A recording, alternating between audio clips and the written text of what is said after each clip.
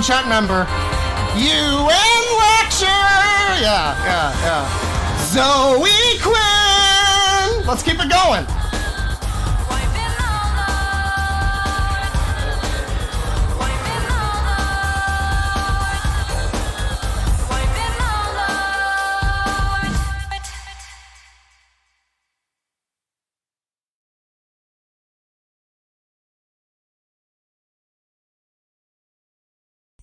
All right, hello everybody. I'm sorry for all of the singing. I apologize. I just you know, it's a feminist frequency stream. So let's start with the FemC theme song. Welcome. I said that I was gonna do this like a week ago, and God, I shouldn't be singing in my condition. Still sick. Motherfucker. I said that I'd do this like a week or two ago before Christmas. In fact, it was during the last episode, I believe the last episode of the Loud Equals Funny podcast, where we actually found out live. I think, I forget what the context was, but we were just like, what's going on with feminist frequency? And we looked it up, and it was like that day that they had like declared bankruptcy or something. So I think feminist frequency, as far as I know, is dead, but I mean, they might be continuing their like podcast or something. Because there's an article from fucking Polygon from earlier in like August this year that said that they were going to be shutting down. So I don't know what the timeline is on that, but that's not important. You know, whatever happened to feminist frequency is not the question today. Today, the question is, I've never fucking watched feminist frequency, you know? Anita Sarkeesian, if you're not familiar, is a lady who 10 years ago or something, I think it was 10 years, it was like 2013, 2014 she started doing it, or maybe it was early, it might have been like 2012, I'm not sure, but it was a while ago, it was quite a while ago. She started this series on YouTube, or I guess it moved to YouTube, but she, I don't know, started it on her own thing, I don't know exactly, but she started this series called Tropes versus Women in Video Games. It was part of a thing called Feminist Frequency, and it was basically like this lady lecturing you about how video games are sexist and men are evil. That's how it was always depicted, anyway. I've never watched the videos, but her videos set off a whole fucking storm of, I mean, stupid people on both sides. There's so many stupid people involved in the proceedings of Anita Sarkeesian's videos.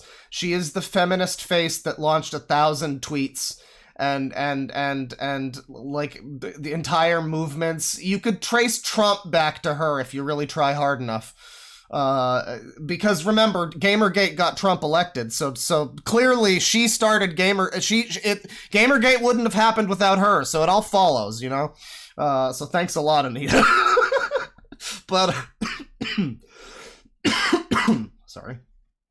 Yeah, no, I've never watched the videos, and I'm excited to actually sit down and watch them. This is gonna be like a fun test. We're gonna find out if I'm more, it's gonna be like taking the love tester in Moe's bar. You know, it's like, are you more of an incel or are you more left-wing dork? Those are the two genders, obviously. So I'm very excited, depending on how much I agree with it or how much I end up throwing popcorn I at the screen, which I don't have. Which would, so that I do have some macadamia nuts and some Reese's Pieces though. So, you know, I have some things to throw at the screen and jeer and boo while I'm doing so. Yeah, I've never watched them. I'm assuming they're gonna be, at this point, very surface level, like, stuff. I kind of looked through the playlist. We're not gonna be watching too much of it, because they're all, like, fucking 40 minutes long, which I didn't realize, but, we're gonna be watching at least the first couple. Maybe we'll do some out of order, I don't know, but, I'm gonna start with the first couple. But there's a few that I saw where it was like the one here, Jade, positive female characters in video games, and it's just an 11-minute video talking about Jade from Beyond Good and Evil, who I would agree that is a positive female character in a video game. But yeah, no, I don't know. This is it's gonna be interesting. It's gonna be a blast from the past. It's gonna be like watching an old Movie Bob video, I think. So let's take a look. Also, new entry to the soundboard, everybody. Yeah! Send more copies of Vampire Assassin! Alright, so Damsel in Distress, Part 1. You can see that this is like a fucking hour and a half. This is like a movie-length thing about damsels in distress in video games. So this is gonna be real exciting, everybody. This is going to be a great time. This is going to be a great time. Mario! Help!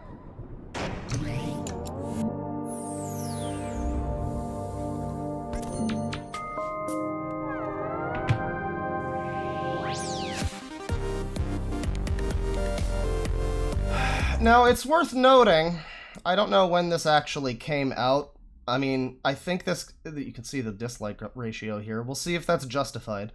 I don't know when this, because this is on YouTube as of March 7th, 2013, so this is over a decade old.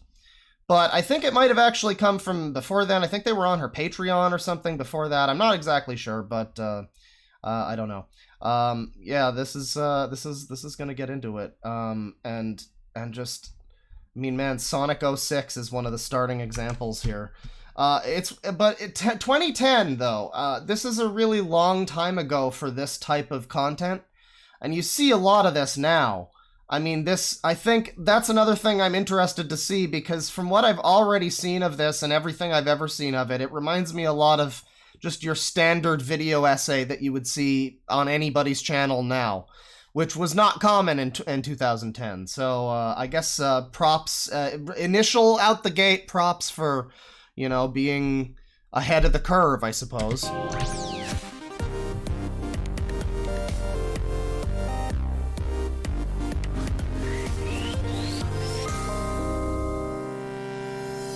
Welcome to our multi-part video series. Boo! Boo! Vagina! Expectations of women in video games.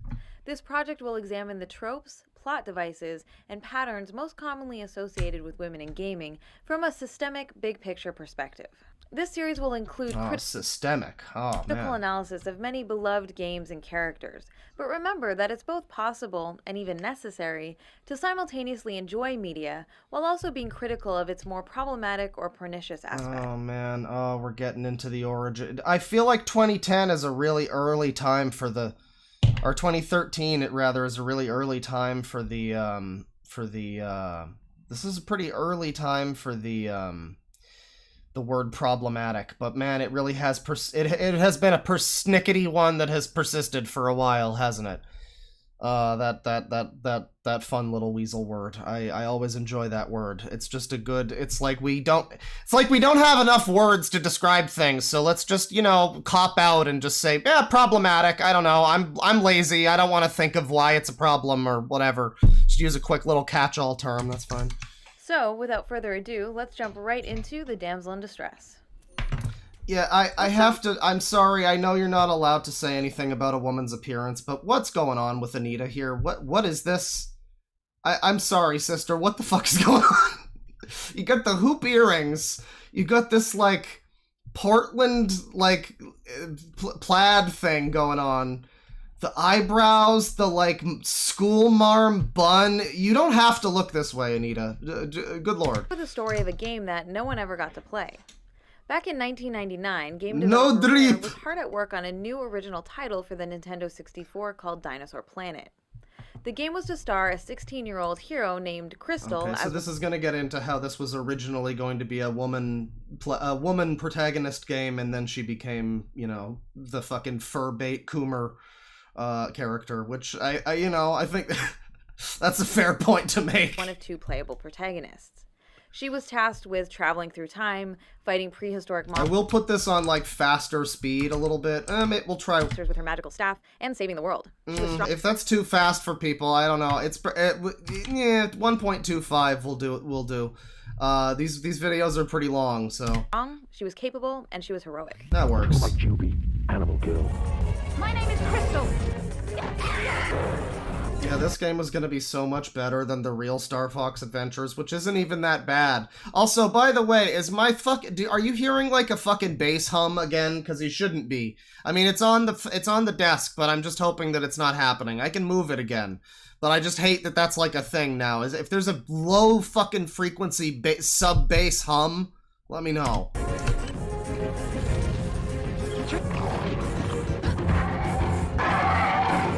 Pretty cool, right? Well, it would have been, except the game never got released. As development on the project neared completion, legendary game designer Shigeru Miyamoto joked about how he thought it should be the third installment in his Star Fox franchise instead.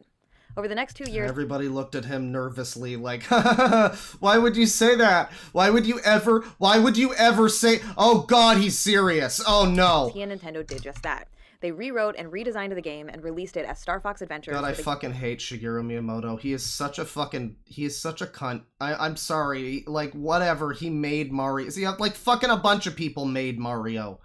He's not probably the main guy who made it good, you know? And, like, over the years, he's just been like, no fun Toads, no fun Bob-omb companion, just make them all regular Toads, just make everything boring and bland. Mario can't have story. Fuck, Star Fox. Oh yeah, I have nothing to do with fucking Star Fox, basically, but let's fuck that up too, sure. Why not? In this revamped version, the would-be protagonist Crystal has been transformed into a damsel in distress and spends the vast majority of the game trapped inside a crystal prison, waiting to be rescued by the new hero, Fox McCloud.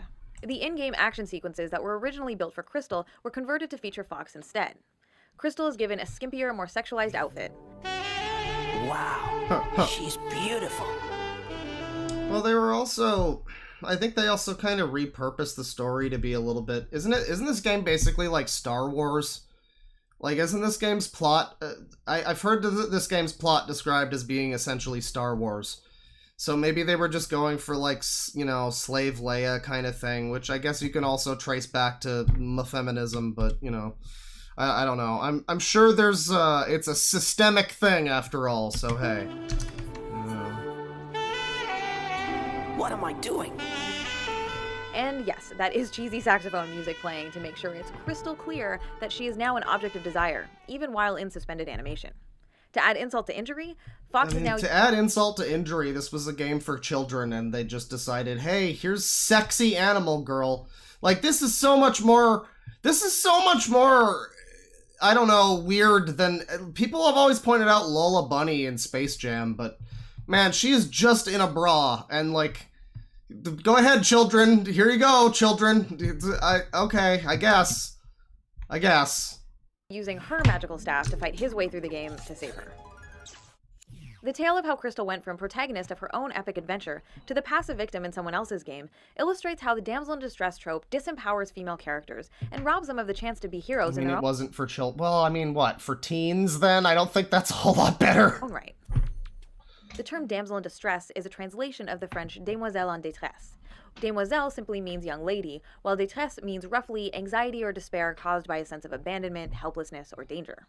As a trope, the damsel in distress is a plot device in which a female character is placed in a perilous situation from which she cannot escape on her own and must be rescued by a male character, usually providing the core incentive or motivation for the protagonist. I mean, here's the thing, right, is like, I mean, somebody in chat said that I think, paraphrasing, but it was like, I'm a female gamer and her takes are super milquetoast or something. And like, yeah, I mean, I don't think anybody's really gonna argue that there's certainly been a history of this happening. I mean, I don't know, it's like, yeah, I guess that's a fair point. It's a pretty obvious point, but I mean, I guess people weren't maybe talking about it in 2013, I guess. Quest. In video games, this is most often accomplished via kidnapping, but it can also take the form of petrification or demon possession, for example. I feel like this is just such a... I don't know, anybody who's had anybody who's got any kind of knowledge of anything at this point in time would have probably already known about, like, damsels in distress. And unless this is trying to specifically, like, educate, I guess, children or something who might watch this, potentially. But, you know, I mean, it seems very, like, I don't know, talking about Schrodinger's cat and being like, oh, aren't I smart? Guys, I know about Schrodinger's cat. I'm the smart guy in the room. Additionally, the woman in distress is a family member or love interest of the hero. Princesses, wives, girlfriends, and sisters are all commonly used to fill the role.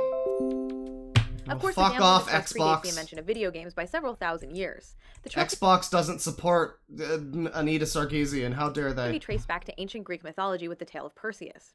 According to the myth, Andromeda is about to be devoured by a sea monster after being chained naked to a rock as human sacrifice.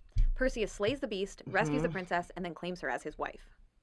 In the Middle Okay, so I mean, it's a good pause frame.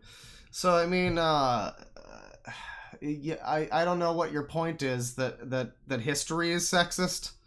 I don't think that's the point, but I mean, yeah, I'm sure there were damsel in distress stories going back a ways, I suppose, sure. Ages, the damsel in distress was a common feature in many medieval songs, legends, and fairy tales. The saving of a defenseless woman was often portrayed as the raison d'être, or reason for existence, in romance tales. It's so dry, this video, too. It's like there's no flavor. The only thing that's fun about it is how whack she is dressed. And the assortment of great pause frames like this one and the last one. And poems of the era involving a knight-errant, the wandering knight adventuring to prove his chivalry, prowess, and virtue. At the turn of the 20th century, victimized young women became the cliché of choice for the nascent American film industry, as it provided an easy and this is early. Finally, a nice pause frame. There you go. That looks fine. This is early days though for a video essay like this. You know, like I said before, this is you know, video. This type of video was not as common in 2013. I mean, you'd get stuff like it, but this kind of, the editing for what it is pretty good. It's too minimal though, and she's just not. I don't know how she managed to be the fucking front of this thing. She has no charisma. Plot device for the silver screen. A famous early example is the 1913 Keystone Cops short Barney Oldfield's Race for a Life, which features the now iconic scene of a woman being tied to the railroad tracks by an evil mustache-twirling villain. Around the same time, the motif of a giant monkey carrying away a screaming woman began to gain widespread... So I guess this is the entire history of the damsel in distress thing. I suppose it kind of goes back into how far back it goes, sure. with like Greek history and everything. I mean, I guess that's fair to bring that up while you're doing that. And this is like a long series, so I guess we're really covering fucking everything in this, probably. So, I mean, popularity in media of all why times. not? Notably, Tarzan's love interest, Jane, is captured by a brutish primate in Edgar Rice Burroughs' 1912 pulp adventure, Tarzan and the Apes. In 1930, Tarzan of the Apes. Come on, lady. Disney used this meme in an early Mickey Mouse cartoon called The says it Gorilla right Mystery. there. The imagery was even exploited by the U.S. military in this recruitment poster for World War I. But it was in 1933 that two things happened, which 50 years later would set the stage for the damsel in distress trope to become a foundational element in video games as a medium.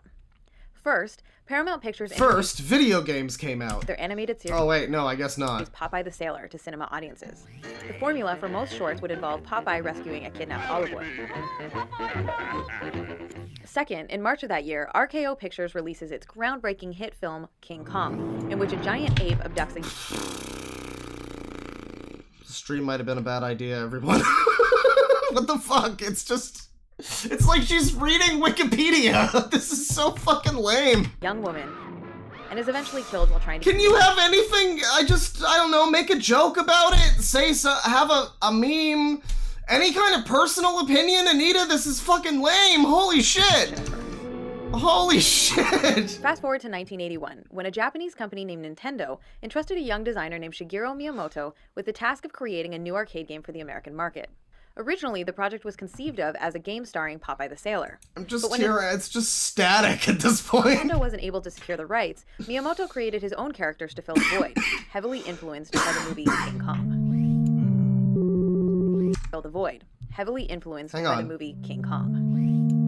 You can hear a mouse click there. Oh, they're trying with the editing, but the cracks are showing. The game. Yeah. Multiple mouse clicks are present in the video. Jumpman was That's not good. You don't want those in there, Anita. Rescuing a You might want to get a man to help you with that. Named the Lady after she's carried off by a giant ape. In later versions, she's renamed Pauline. Although Donkey Kong is perhaps the most famous early arcade game to feature the damsel in distress, it wasn't the first time Miyamoto employed the trope. 2 years earlier, he had a hand in designing a 1979 arcade game called Sheriff. Anita, better editor. Collection of pixels, referred to as the Beauty, must be rescued from a pack of bandits. The hero is then rewarded with a smooch of victory for his bravery in the end. A few years later, Miyamoto recycled his Donkey Kong character designs. Pauline became the template. Well, I mean, so the Donkey Kong thing is just a rip-off of King Kong and Popeye.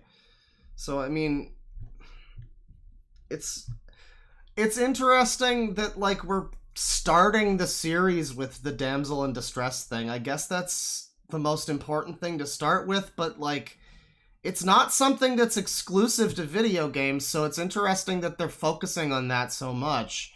And it didn't obviously start with video games, so I'm left just like, I don't know, is it really Miyamoto's fucking fault or whoever in gaming's fault that, like, that was an existing thing that people were doing for thousands of, literally since Greek history, like, since ancient Greece or whatever, like, I don't know, fucking, I don't know.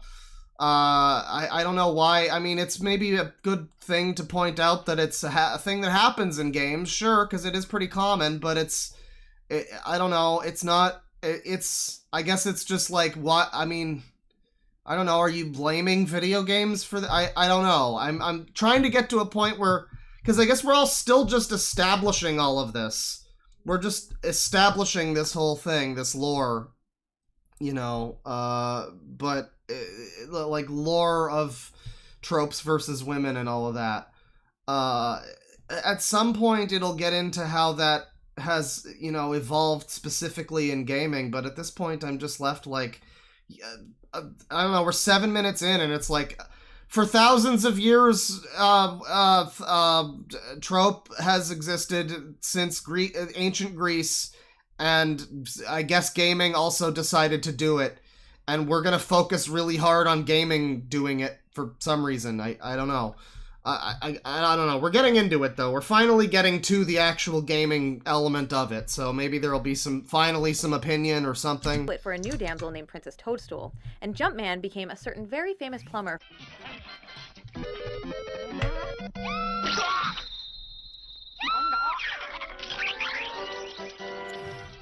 Princess Peach is in many ways the quintessential stock character version of the damsel in distress. Somebody in chat says that chat's angrier than usual. I don't think so. It doesn't really look angry, particularly. Ill-fated princess appears in 14 of the what you're core trying to Super do Mario there. Brothers platformer games. I mean, maybe we're angry because this video fucking sucks and it's so boring. Like, even if everything she's saying is true, which, I mean, objectively, yes, everything she said so far is objectively true. There's been countless evidence of it. It's perfectly true. Everything she said is 100% objectively correct. It's just that this video fucking sucks, though. Like, Snapped in 13 of them.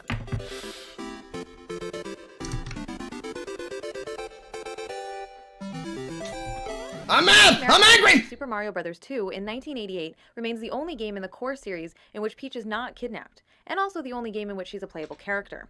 Though it should be noted, it wasn't originally created to be a Mario game at all. The game was originally released in Japan under a completely different title called Yumi Kojo Doki Doki Panic. Guys, did you know that Mario 2 is actually Doki Doki Panic? Did you guys know that? Wow. Which roughly... I guess this is 2013, so this is right on the fucking cusp of that becoming a total that guy thing to say. But come on, Anita, you're being a real that guy here. Translates to Don't Dream be that Factory guy. Heart-Pounding Panic.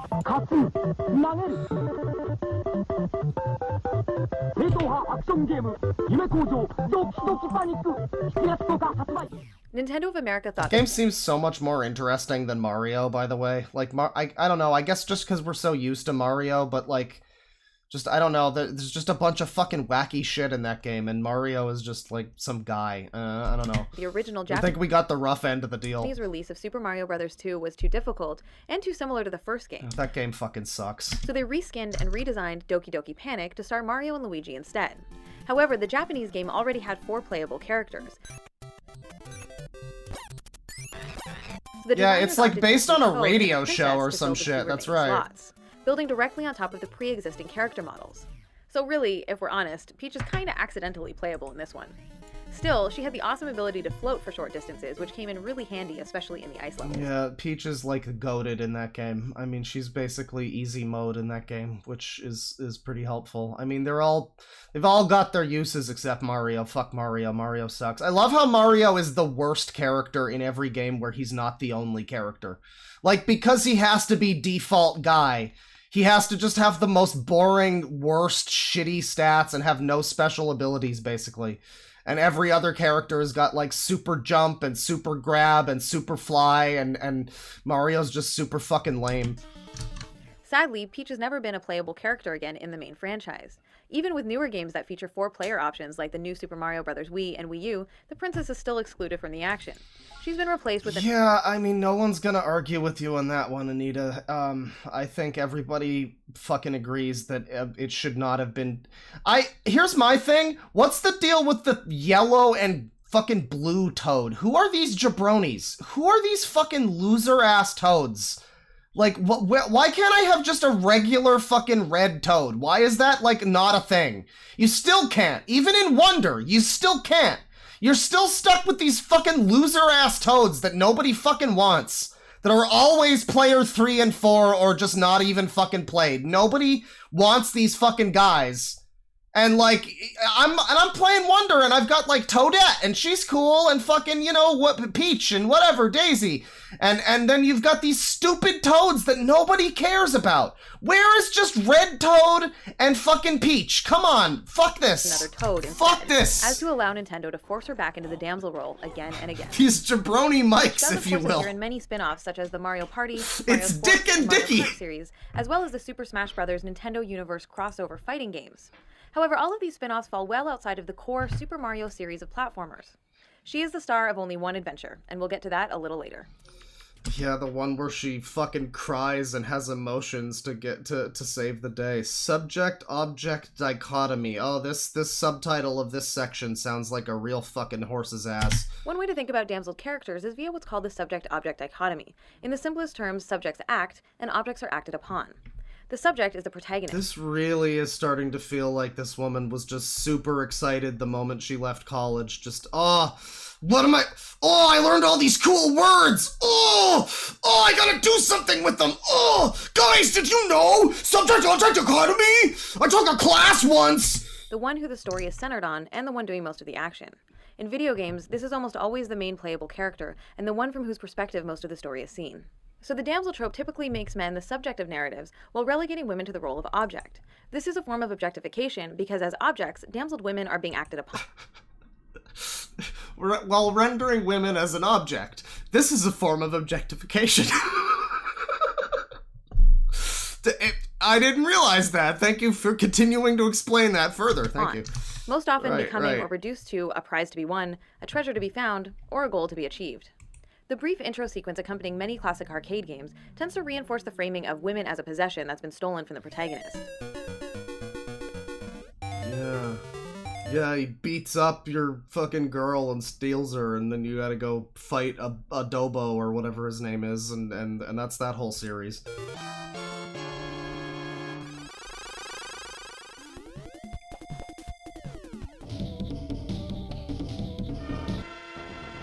Well, I mean, I don't know, this is also so...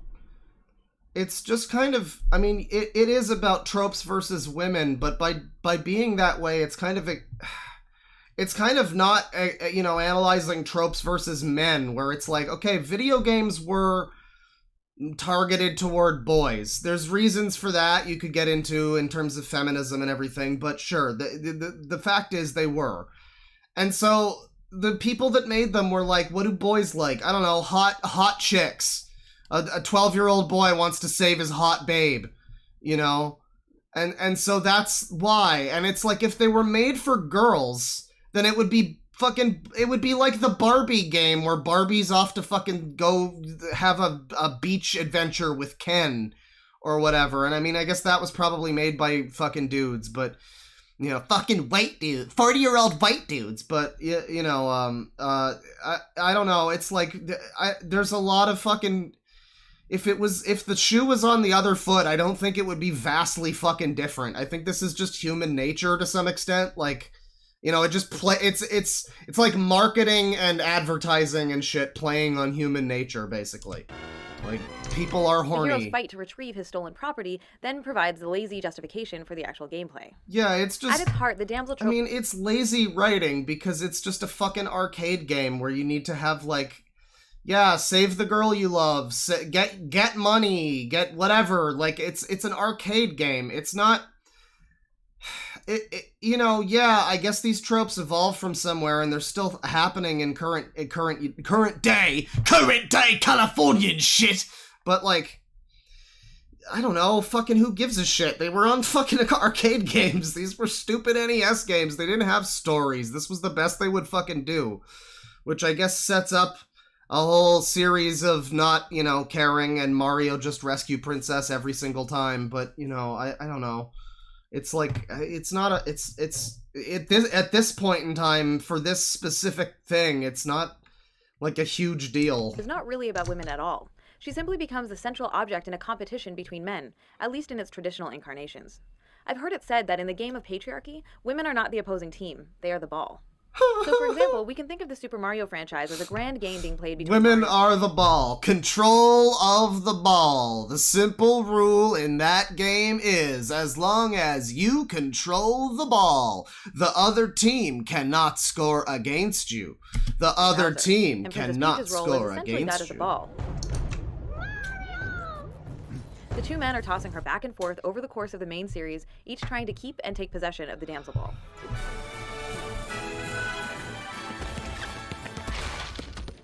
Even though Nintendo certainly didn't invent... I mean, I guess that's good symbolism there, sure. I'll give you the woman ball, basketball. You made it happen, I guess. There you go. The damsel in distress. The popularity of their Save the Princess formula... That was something. That was kind of like a little mini joke or something with the Mario basketball clip there. That was like the first little bit of some kind of, I don't know, joke or personality that was injected into this thing. The standard for the industry. The trope quickly became the go-to motivational hook for developers, as it provided an easy way to tap into adolescent male power fantasies, in order to sell more games to young straight boys and men. Help me! Help me! Help me! Please help me, please! So, I mean, we're just continuing with, I mean... Yeah, you know, I mean, like I say, the trope has continued for, you know, years, and it's less common now And it's, it stands to reason it's possible that it's less common because of this series happening and her fucking UN speech or whatever the fuck. But, I mean, ultimately this whole thing is like, yeah, it would be nice if games had more, like, better stories. That's true. It would be nice if they tried harder to make the games have, a story that's more interesting. If every game had a story as good as, insert game here, then we'd all be happy. Nobody wants bad writing. Everybody just, if you either don't care or you're happy with better writing, So it's like, yeah, we could stand to have more interesting shit happen than woman be save woman, woman steal, woman. It could probably be better than that, but, I mean, again, we're just going through the entire history of, like, now we're in the 90s and it's still happening. I get it. Yeah, it's a problem. It's gonna continue happening. I can't believe this is just part 1 of 3, everyone. Throughout the 80s and 90s, the trope became so prevalent that it would be nearly impossible to mention them all. There were literally hundreds of examples showing up in platformers, side-scrolling beat-em-ups, first-person shooters, and role-playing games alike. Hey, we leave Castlevania Legacy of Darkness out of this. Let's take a moment to clear up some common misconceptions about this trope. As a plot device, the damsel in distress is often grouped with other separate tropes, including the designated victim, the heroic rescue, and the smooch of victory. However, it's important to remember that these associated conventions are not necessarily a part of the damsel in distress trope itself. So the woman in question may or may not play the victim role for the entire game or series, while our brave hero may or may not be successful in his rescue attempt. Oh yeah, you gotta talk about them being fridged now, too. All that is really required to fulfill the damsel... That was the other big buzzword of, like, 2010s feminism, was like, they fridged the damsel! Whatever. Is for a female character to be reduced to a state of helplessness, from which she requires rescuing by a typically male hero for the benefit of his story arc. This brings us to the other famous Nintendo princess. Somebody just says the batteries on her vibrator must have died. In 1986, Shigeru Miyamoto doubled down on his damsel in distress formula with the NES release of The Legend of Zelda. This was the first... Shigeru Miyamoto doubled down on it. He saw the benefits of sexism, and he decided to double down on it. Well, if that's what we need to say to get Miyamoto canceled, then I'm all for it. Would become one of the most beloved action-adventure game franchises of all time. The Legend of Zelda! That's a good voice.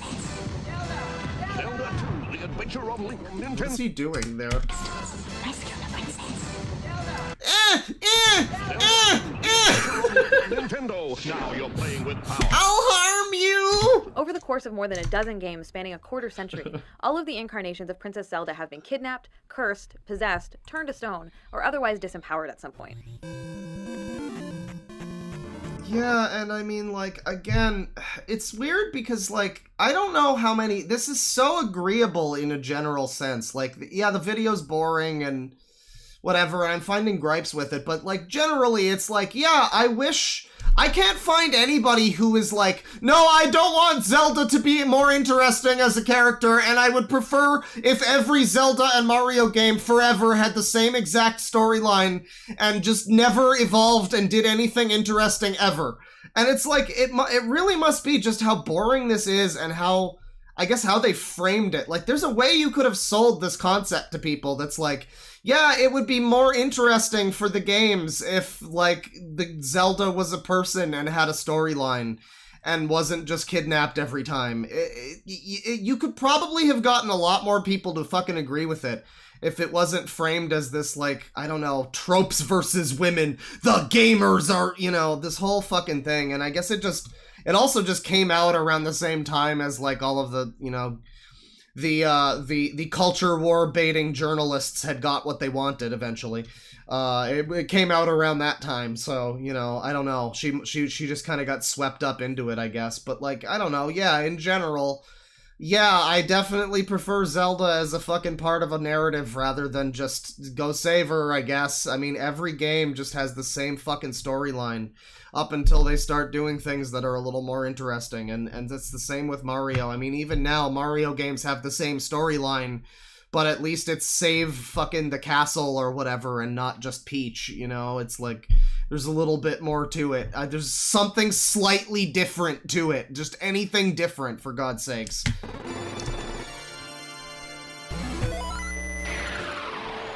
Yeah, there is the Wand of Gamelon. There's the one where she... Well, there's also the one...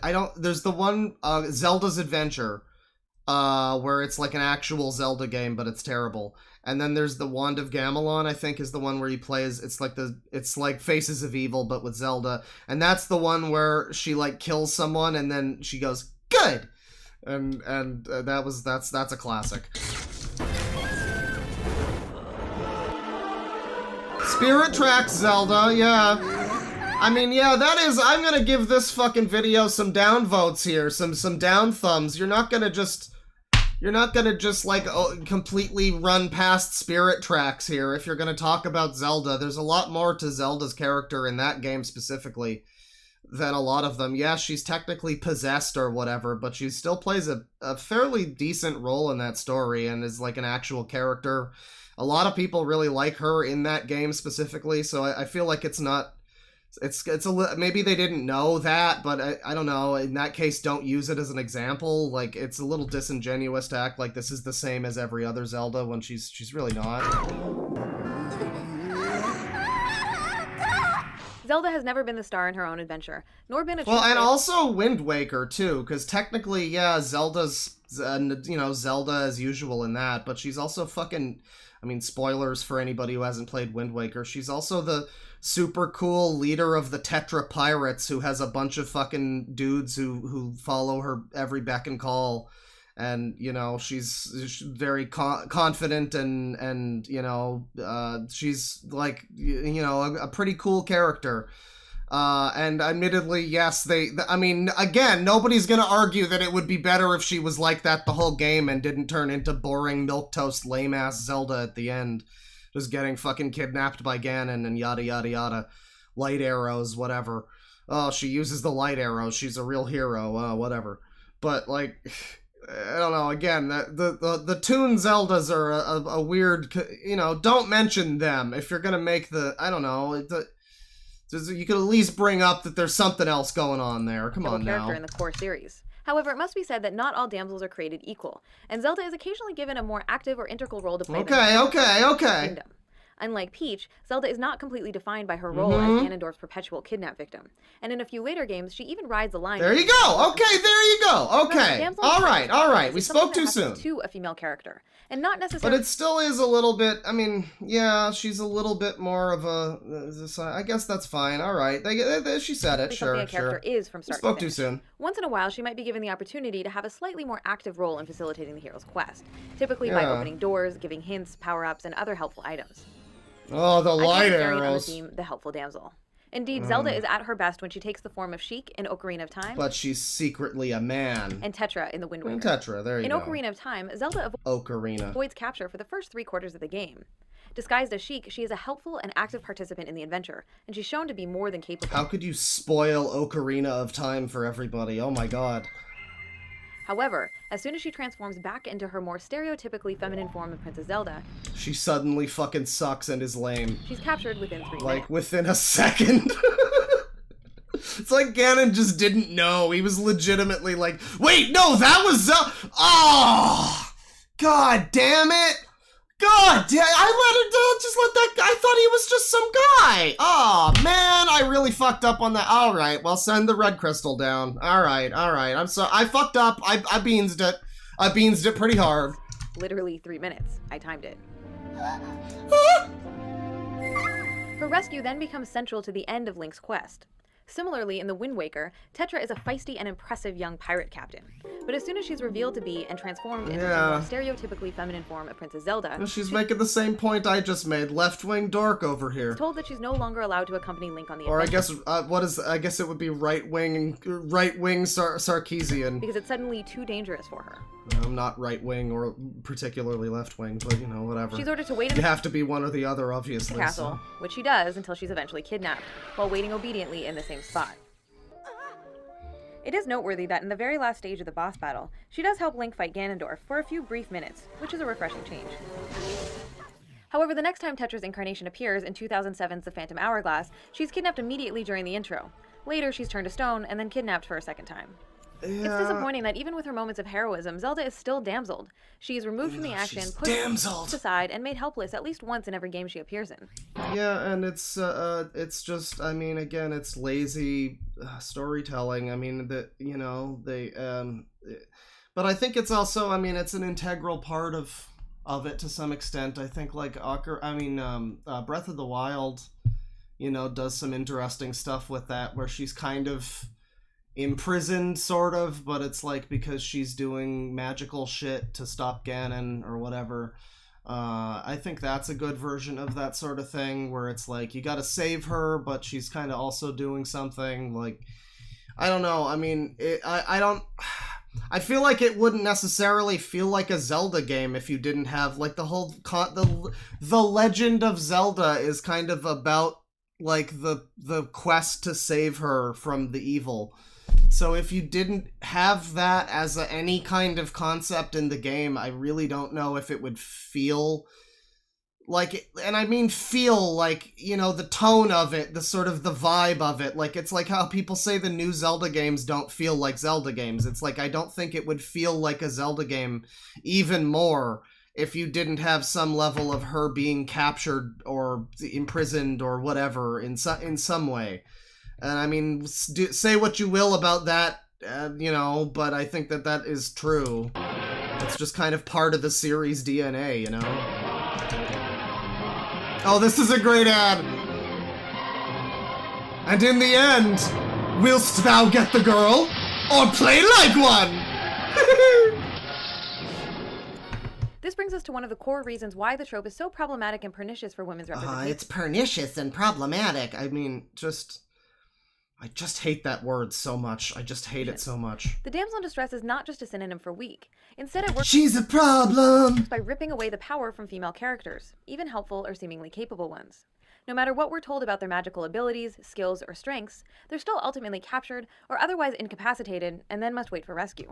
I mean, like, oh man, I love the pause frames. I mean, again, I don't think that that's like a thing against, women. It's just more of they made these games targeted toward boys, which you could you could talk about that as a feminist thing.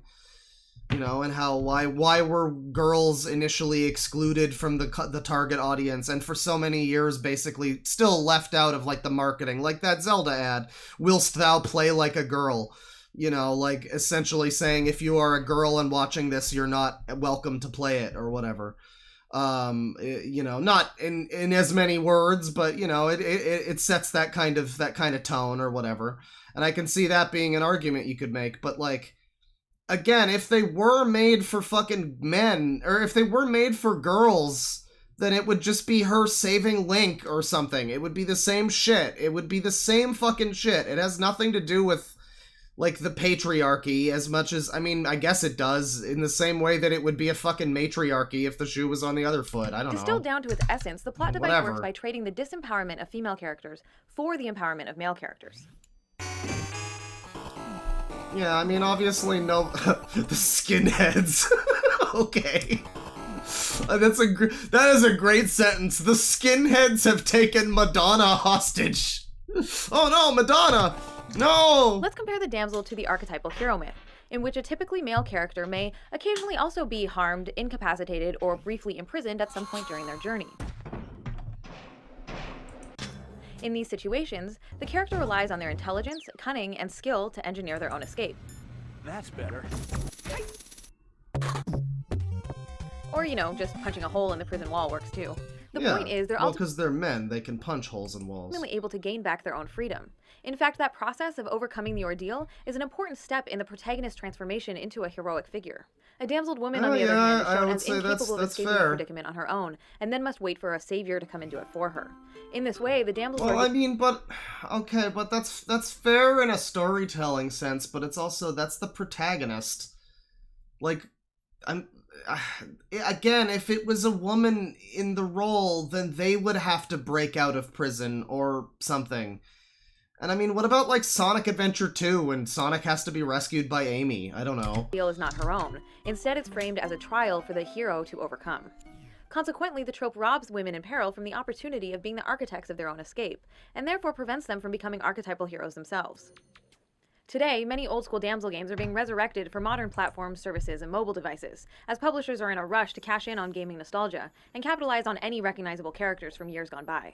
For example, Sega's 1993 platformer Sonic CD, featuring a damseled Amy Rose, has been enhanced and made So we're talking about Sonic, okay? But are we going to bring up Amy rescuing Sonic from the fucking prison cell in Sonic Adventure 2? Because I am very proud of myself for remembering that offhand. And yeah, what about that, Anita? What about that? What about that? Available for download on a wide variety of modern platforms.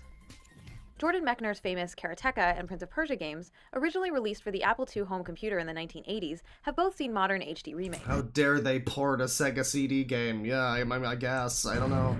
Like, this is getting into a weird, like, we can't have games be remade or whatever. Like, no, ew, no. What's wrong with you, Anita? Uh-oh, I don't agree with this one. Uh-oh. Or yeah, how she helps save the city in DX. I mean, you bring up Sonic CD, the one game where Sonic saves Amy. Okay, maybe not the one game, but it's like the main one where he saves Amy, and that's like the plot of it. And then you don't mention like Sonic Advance, Sonic, you know, Adventure 2. She has a whole team in Heroes, which, to be fair, her goal is to force Sonic to marry her. But like, you know, I mean, I don't know. Don't bring up Amy Rose if you're just gonna. That's a little disingenuous. Maybe we're speaking too soon. I did that before, but still. And the 1983 animated Laserdisc game Dragon's Lair with ditzy Princess Daphne has been ported to just about every system imaginable. Please save me! The cage is locked with a key. The dragon. My sister's been imprisoned by Jarek. Keeps it around his neck. Deathstalker! Deathstalker! To slay the dragon. What that you drink of my lips as deeply. It's the magic sword. Remember Pauline, damsel of the classic Donkey Kong arcade? Well, she's also been revived. It's funny how isn't it funny how the new Pauline looks fucking nothing like the original? I guess because she would look just like Peach and every other, you know, Rosalina and all that, but I don't know. She's got like dark hair and like a red dress and everything. They completely changed her design. They made her woke. They made her Latino. Revived. First in 1994's Donkey Kong for the Game Boy, and later in the Mario vs. Donkey Kong series for the Nintendo DS. Each game features a rehashing of the old excuse plot, with Pauline being whisked away by the giant ape during the opening credits. Well, that is a good question. She's also been revived. That is a good question about her torso. I think this might be... I don't know. I think there might be multiple frames of it, but yeah. Is this the way she fucking looked in the game? Hang on. Like, there's no way she looked like that in the fucking game, right? Hang on. Donkey Kong Arcade. Let me see here. What did she look like? Oh yeah, no, she did just have no fucking torso. That is quite something. Yeah, she is like a top of a person and a bottom of a person connected by like a washer and a screw. That's a body type right there. First in 1994's Donkey Kong for the Game Boy, and later in the Mario vs. Donkey Kong series for the Nintendo DS. Each game features a rehashing of the old excuse plot, with Pauline being whisked away by the giant ape during the opening credits. I mean, again, it's like... Oh yeah, I guess this is the update to Pauline. Oh, I didn't know they did it. I didn't know that wasn't in fucking... I didn't know that wasn't in Odyssey. I thought the new Pauline was from Odyssey, but no, this is from 2010. How about that? Wow. Oh, you learned something new from Tropes versus Women. It probably wasn't what she was attempting to have me learn, but you know, hey, thank you, Anita. She actually looks a little bit like Anita if you think about it. Yeah, but this is getting into the whole thing again of like, I don't know, do you need every fucking game? Yeah, this is based on the Donkey Kong game, so they're gonna make the new ones. It's not like this is a 40-hour Final Fantasy game. Like, they're gonna make the fucking new one that's just gonna have the same plot as the old one. Yeah, why? Like, they don't put a lot of effort into the storylines here, so the old storyline is just what they're gonna do again.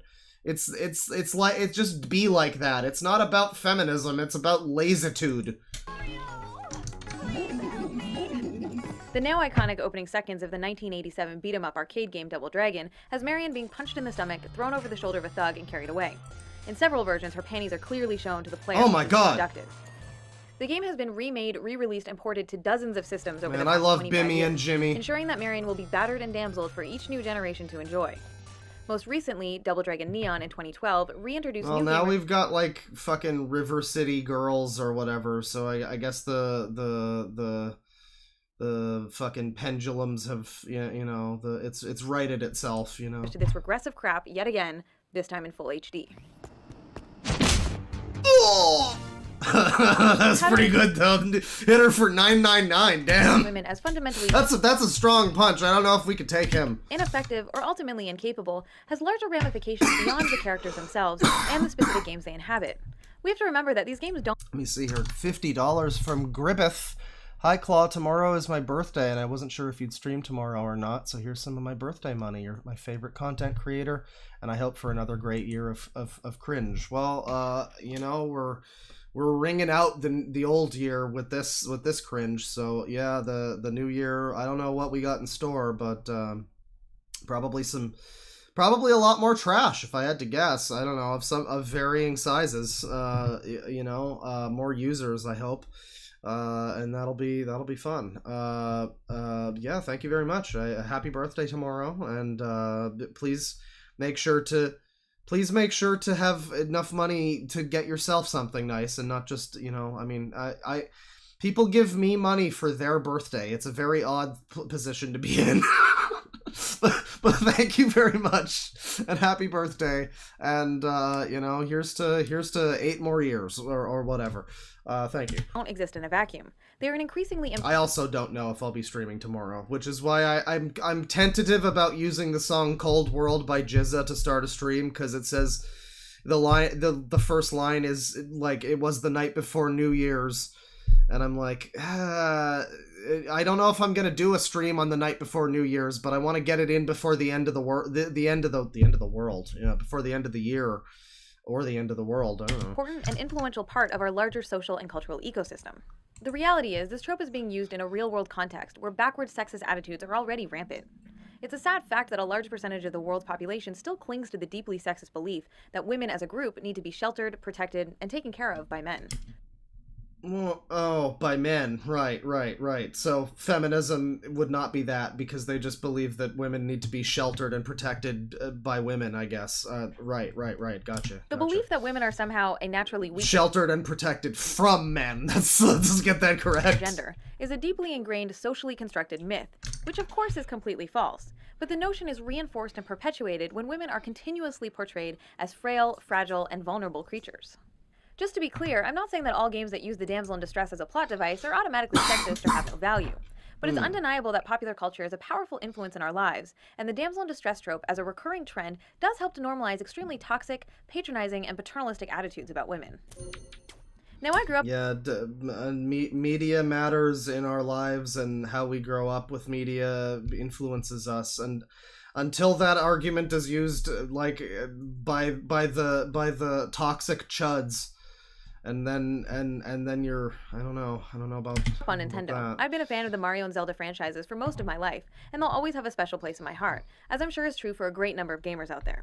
But it's still important. Am I right, gamers? This cake is just so moist and juicy. And think critically about the more problematic aspects, especially considering many of these franchises are as popular as ever, and the characters have become worldwide icons. The good news is that there's nothing stopping developers from evolving their gender representations and making more women heroes in their future games. It'd be great. Somebody said even Kid Anita looks fucking bothered. Yeah, she had that like ponytail kind of thing that looks like she was like the tattletale in school. To finally see Zelda, Sheik, and Tetra as the protagonists of their own games. And not just mobile DS games, I'm talking full-on console adventure. Come on, mention the CDI games. God damn it. Okay, so we've established... God damn it, Anita, you suck! So the damsel in distress trope is one of the most widely used gendered cliches in the history of video games, and has been core to the popularization and development of gaming as a medium. But what about more modern games? Has anything changed in the past 10 years? Well, stay tuned for part 2, where I'll be looking at more contemporary examples of the damsel in distress trope. We'll look at all the dark and edgy twists and turns and see how the convention has been used and abused right up until today. Then we'll check out some games where developers have tried to flip the script on the damsel. Alright, well, that's part 1. I think instead of going straight to part 2, we're gonna jump ahead to another one here.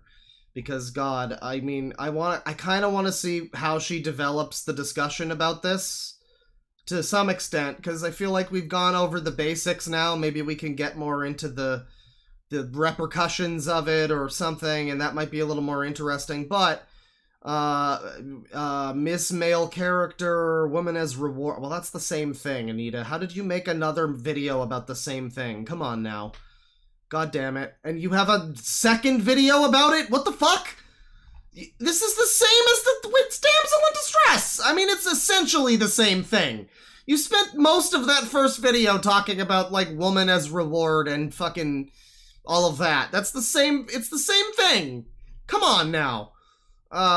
We'll do this one. Miss Male Character. How about this one? Honey, don't you know I'm more than Pac-Man with a bow?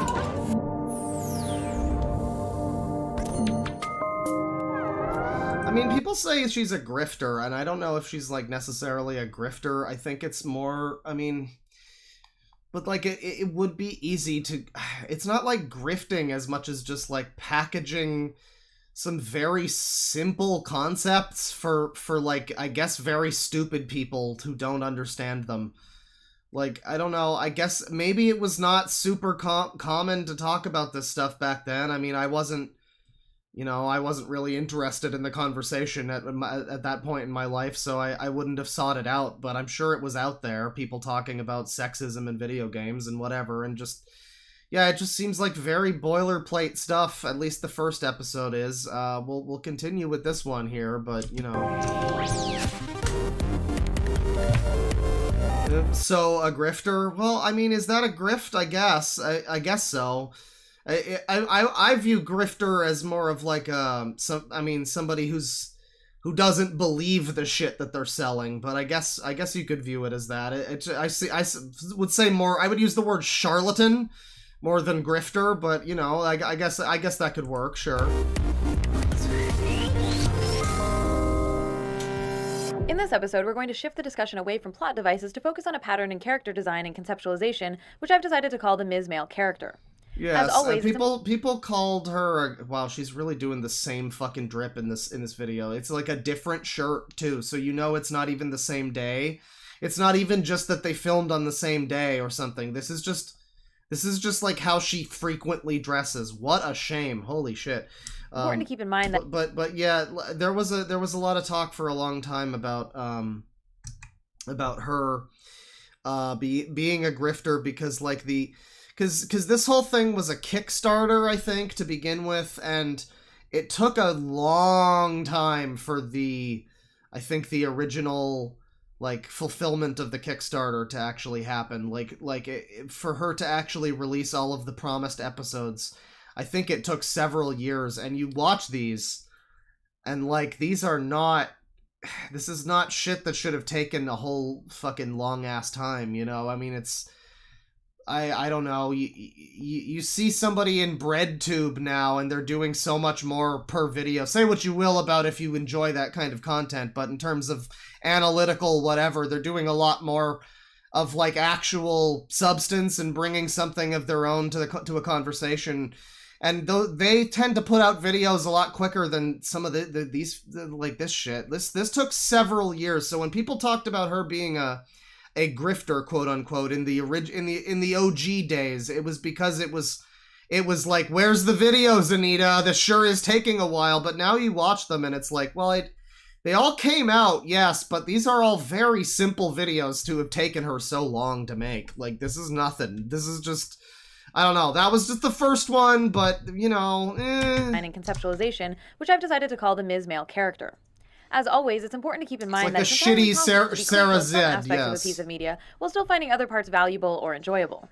Let's begin our examination of this trope by traveling back in time to 1980 and the creation of one of the most famous characters in the history of gaming. Initially called Pac-Man in Japan, the name was later changed to Pac-Man when the game hit arcades in the United States. Incidentally, Toru Iwatani, the creator of Pac-Man, has stated in numerous interviews that the game was designed to appeal to women because, and I'm not kidding about this, he said, "When you think about things women like, you think about fashion or fortune-telling. Women be shopping! Friends. So I decided to theme the game around eating. After eating dinner, women like to have dessert." Well, this is also from Japan, where, I mean, like, yeah, I don't know if Japanese women were quite as fucking, you know, I don't know if they had their fucking revolution yet as such. You know, I don't know. I'm just saying there's like a cultural difference there. Luckily, Iwatani's regressive personal or cultural Scott notions Pilgrim about women are reference. not reflected in the finished game itself. Pac-Man went on to become an international sensation and remains one of the most recognizable pop culture icons today. But probably not because women are genetically... Well, yeah, apparently women did love Pac-Man in the arcades, so... But wait a second. After eating dinner, women like to have dessert. Themed the game around eating. Okay. But...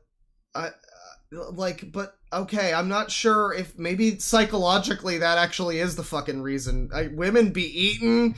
Those suburban women with their hot dogs, you know, they're just waiting for Sasquatch to come and get them.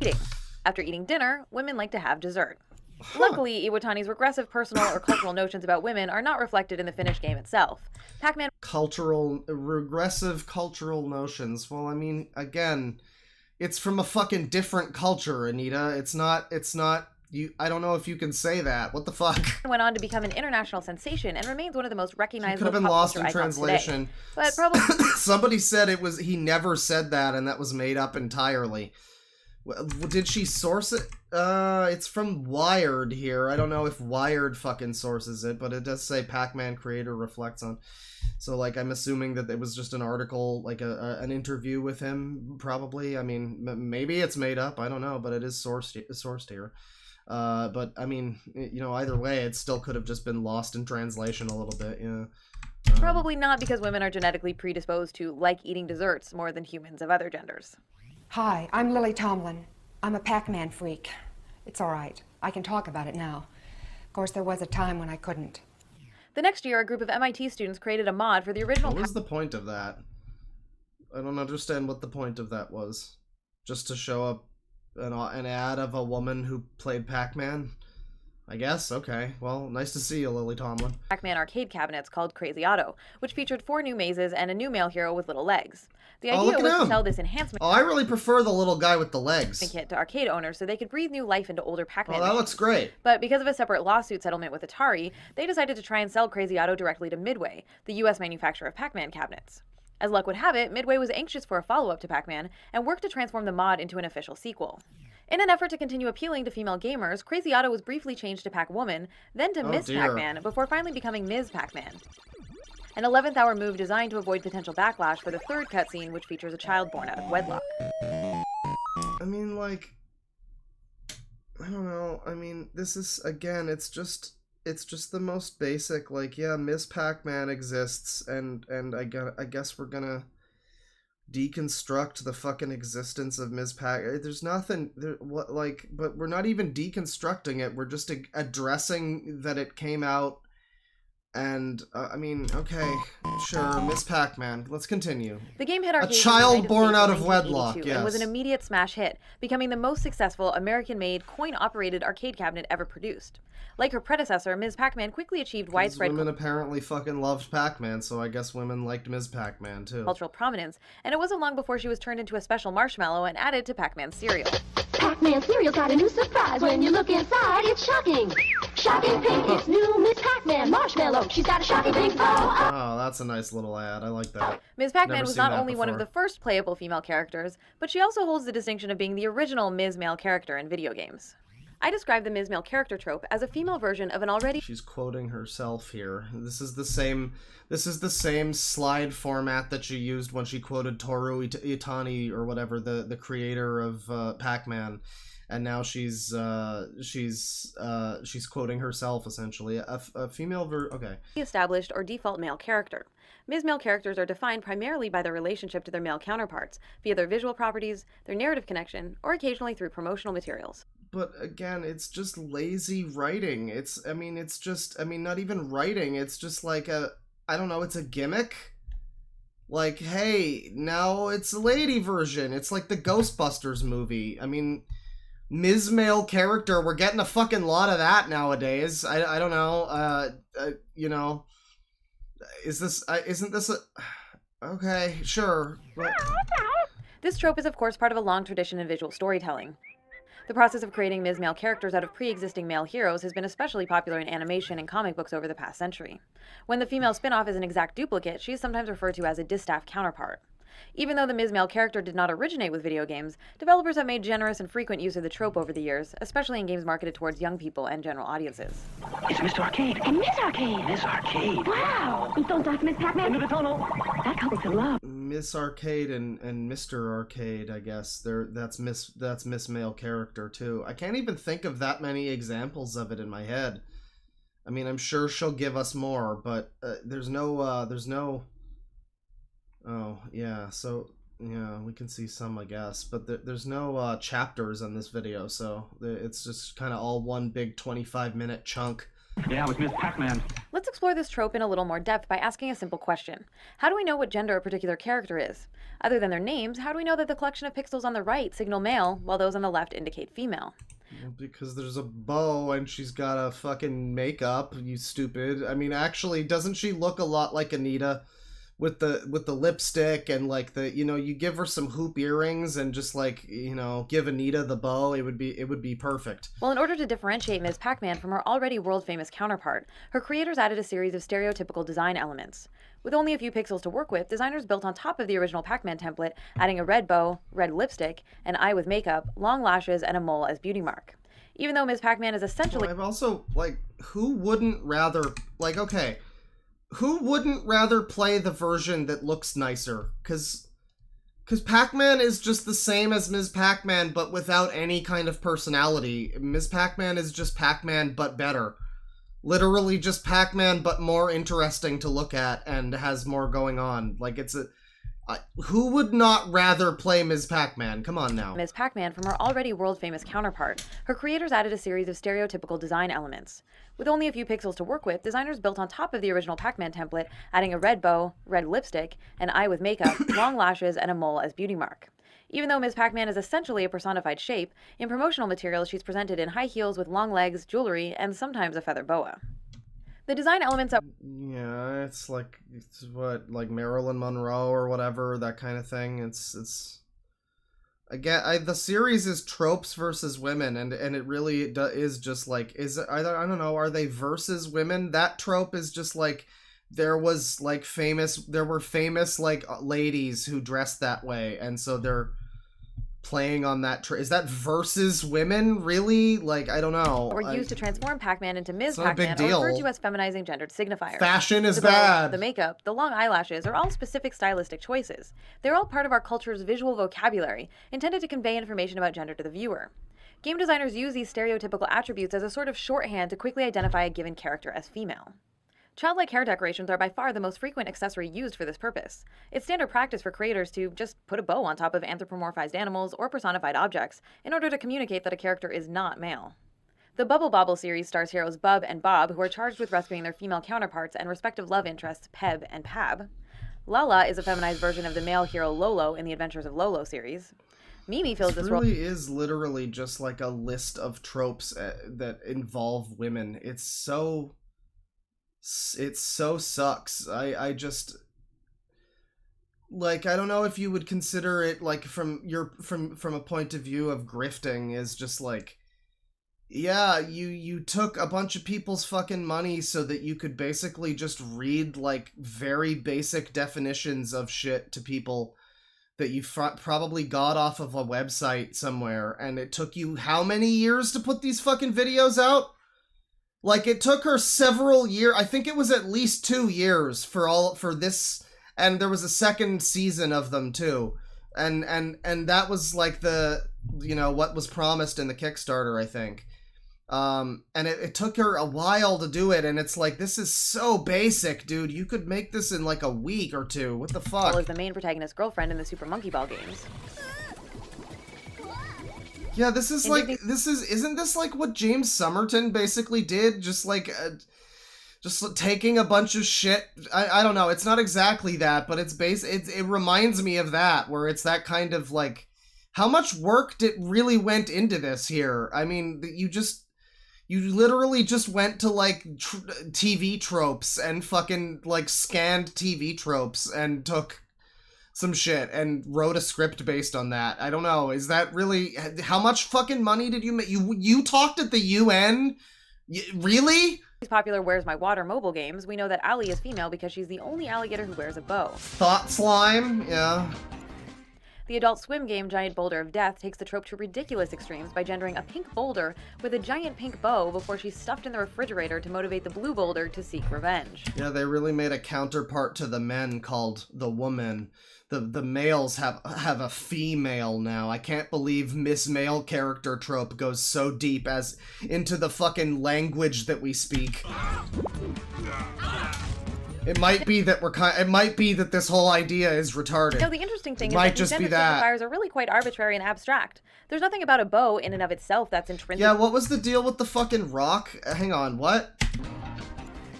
The Adult Swim game Giant Boulder of Death takes the trope to ridiculous extremes by gendering a pink boulder with a giant pink bow before— Yeah, it's a joke.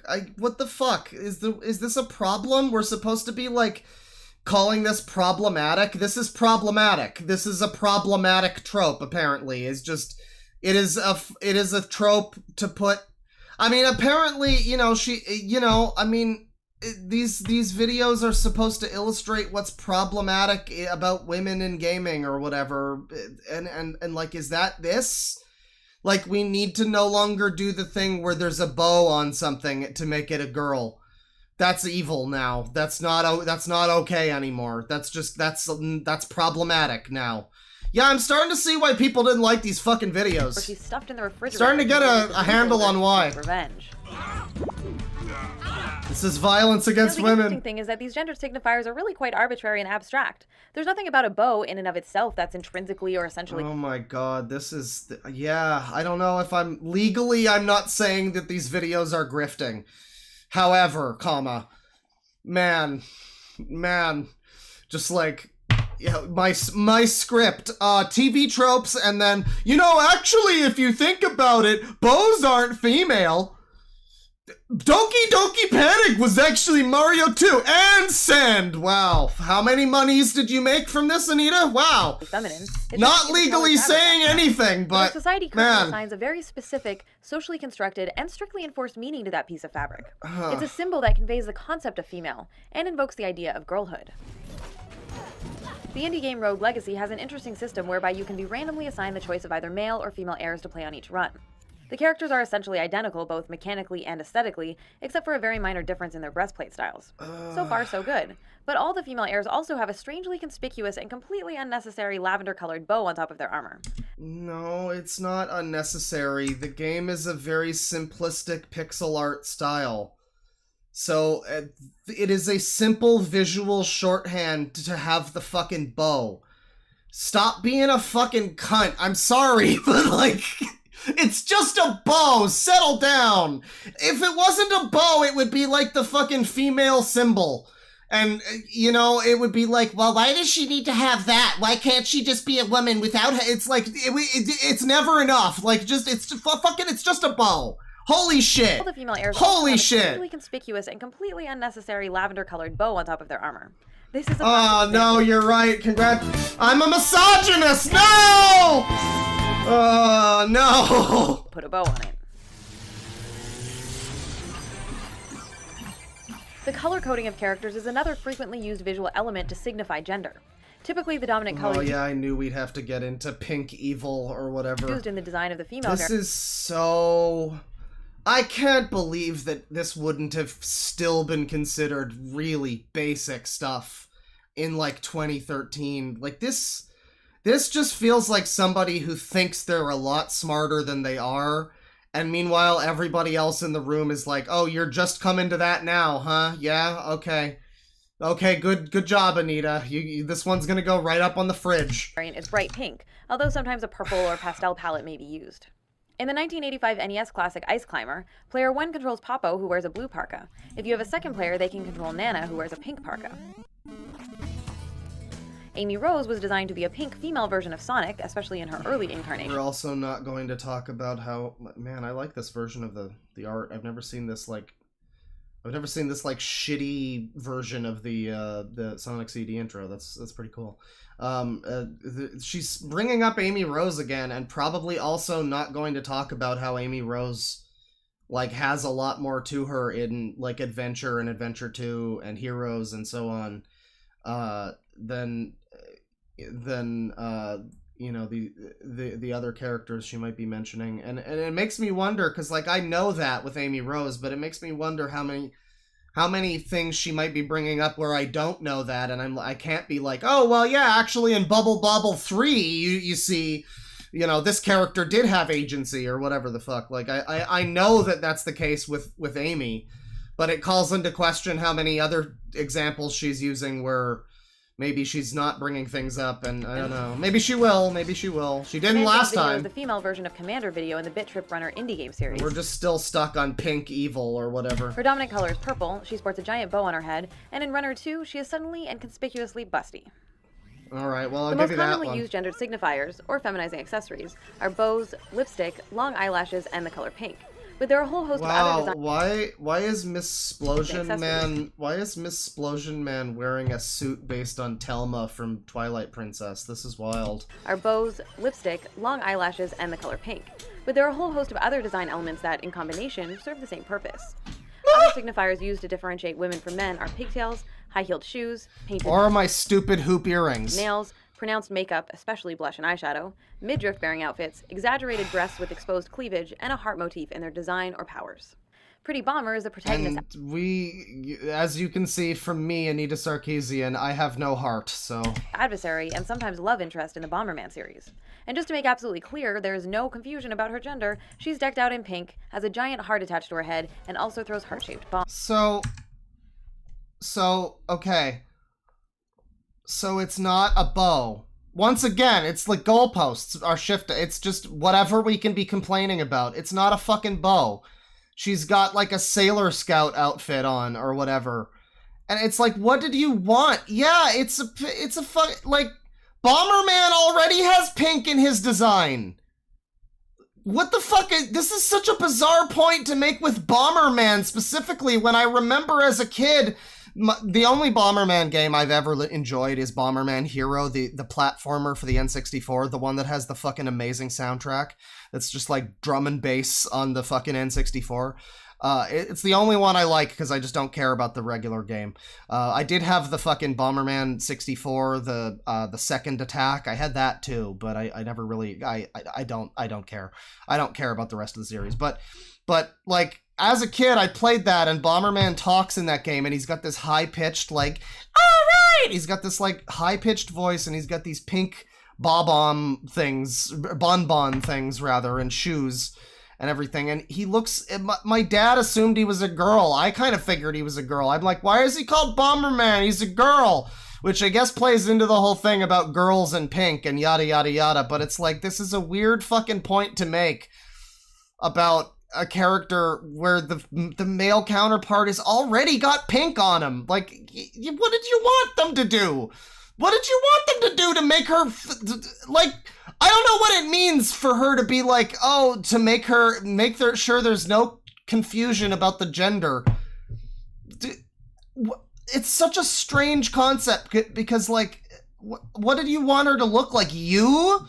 Just like this buttoned-down fucking librarian? Like, I guess, okay, that's boring, though, and who would ever want that? You know, like, no, she looks like fucking, you know, yeah, there's tropes that exist. I don't know why that's a problem. Holy shit. About her gender, she's decked out in pink. She needs to be yellow, I guess. And also throws heart-shaped bombs. Nothing can be cute, ever. Everybody has to look like they're a Portland lesbian. Gendered signifiers are not mandatory for the Ms. Male character trope to be in effect, but these types of stereotypical attributes do serve. Signifiers are not mandatory for the... So even when there's no bow and they're not pink and nothing you've said is as applicable, you're still gonna be whining about it. I just... Male character trope to be in effect, but these types of stereotypical attributes do serve to mark female characters as decidedly different by virtue of their feminine presentation. Now, just to be I'm clear, assuming she doesn't know. I'm assuming she knows that Kirby is not a girl, but I mean, yeah, Kirby is another one where, you know, Kirby's pink. I'm surprised, and I mean, maybe I don't know what video it would be in, hypothetically, but I remember as a kid, you know, Zelda, the game was called Zelda, and my first experience with Zelda was I played Smash Brothers, and yeah, the game, like, it would have like Link there, and Link's got blonde hair, which means girl, and Link has, and in Ocarina he's got the earrings, which means girl, and the game's called Zelda, so people called Link Zelda, and my dad, and you know, would be like, whoa, that's a girl, whoa, just like, I'm surprised that hasn't come up in some way, the fact that Link and Zelda are mixed up in some fashion. I don't know what video that would be in, but I feel like that's worth mentioning. I don't know. There's no inherent problem with the color pink, makeup, bows, or high heels as design elements on their own. And of course, people of all genders... Blonde hair equals girl, yeah, and skirt, yeah, and the skirt. Wrong with that either. However, when designers choose to use the Ms. Male character trope and its associated visual stereotypes to specifically distinguish female characters from the rest of the cast in a fictional context, it has a few negative consequences. Okay. One repercussion of they? constantly relying on feminizing signifiers for character design is that it tends to reinforce a strict binary form of gender expression. Here we go. The gender binary is an entirely artificial and socially constructed division of male and female into two distinctly separate and opposing classes of human being. The gender binary also erases the... yeah, it's almost like there's differences between the fucking sexes. Man, don't let this woman anywhere near Wheel of Time. Oh my god, do not let her near Wheel of Time. Holy shit, do not let her near Wheel of Time. Maybe that's why the TV show is so bad, they let her near Wheel of Time. Continuum of gender... Oh god, because anybody... I mean, you might have seen my rant already, but like, they said that the dragon could be a woman. I'm just saying, man, they ruined the TV show the moment it started. Presentations and identities that fall outside of the rigid masculine-feminine false dichotomy. And within that strict binary, women... very long in chat. ...are marked, while men get to remain largely unmarked. What? Continuum of gender presentations and identities that fall outside of the rigid masculine-feminine false dichotomy. And within that strict binary, women are marked. I mean, what she's getting at is essentially, again, it's what I've alluded to before, too, which is the strange genderization of things like cereal or whatever in the name of marketing and, you know, advertising, where you watch a commercial from the 70s and it's like a lady doing a commercial for ladies' soup. Specifically, like, it's specifically branded in a way that's like, it's for women to enjoy, and that kind of shit. You know, things like that, you know, and there's a point to be made, I guess, about that. That's what she means with, like, the rigidly masculine and feminine false dichotomy, or whatever fucking college words she used, book learning words. But, you know, I don't know, is that really happening because there's a bow on Ms. Pac-Man? I don't know, like, it's... you're really getting at some high-level concepts here now, Anita. It's no longer about tropes versus women, it's about, like, the fucking fundamental concept of gender and men and women in general, and, like, okay, I guess, but... I feel like that's a little bit beyond the purview of this fucking series. I don't know. Men get to remain largely unmarked. Special K, made for women. In the Mario franchise, the Koopalings were originally described as Bowser's 7 children. All of them are male except for one. Well, yeah, and it is dismissive of anybody who wants to be the pink bow girl. You know, the willful female representation. Like, there's probably a lot of people who enjoy, you know, the pink bow thing. Or there's fucking gay guys who enjoy it. Or there's people who are, like, trans who feel represented by the bow and blah, blah, blah, blah, blah. There's probably some fucking counter arguments you could make that would, you know, get a lot of hashtags on Twitter going, you know, so, Wendy hey. Okupa. We know she's female because her designers use practically every hyperfeminine frill and accessory available to separate her from her male siblings. This user Brothers, hates by contrast, are Nintendo. unmarked by gendered identifiers, which means that they get to be presented in a variety of creative ways. Ludwig's design communicates intelligence and arrogance, while Does it? I guess. I mean, it's just fucking... I think it's Ludwig's design. I think it just communicates fucking Beethoven, lady. I don't know. I think... Isn't that just basically Beethoven's fucking hairstyle? Isn't that what he's based on? I guess intelligence, sure. But, you know... While Lemmy's reveals his playfulness. Because as humans, we view somebody who looks like Beethoven as being, like, classy and intelligent, probably. Where this guy is wacky because he's got a bomb. Yeah, they're all just fucking stereotypes, like, and one of them is girly girl stereotype, so what's the fucking problem? And Iggy's makes him seem maniacal. It's like if there wasn't a girly girl, it would be, why isn't there a girl? And a little unbalanced. I mean, I don't know, man. Sadly, Wendy's identity is limited by the fact that she's covered in superficial gendered signifiers. One look at her and you know she's female, but not much else. Well, she does have those stupid rings on her, so I'm surprised you don't you don't feel represented by her there, Anita. What? As with many Ms. Male characters, her defining characteristic is her gender. It's funny how many characters I'm seeing in these videos that are just like, wow, that looks a lot like Anita. Wow, Pauline from Donkey Kong. Wow, Ms. Pac-Man. Wow, I could see how Wendy O. Koopa and her weird rings here.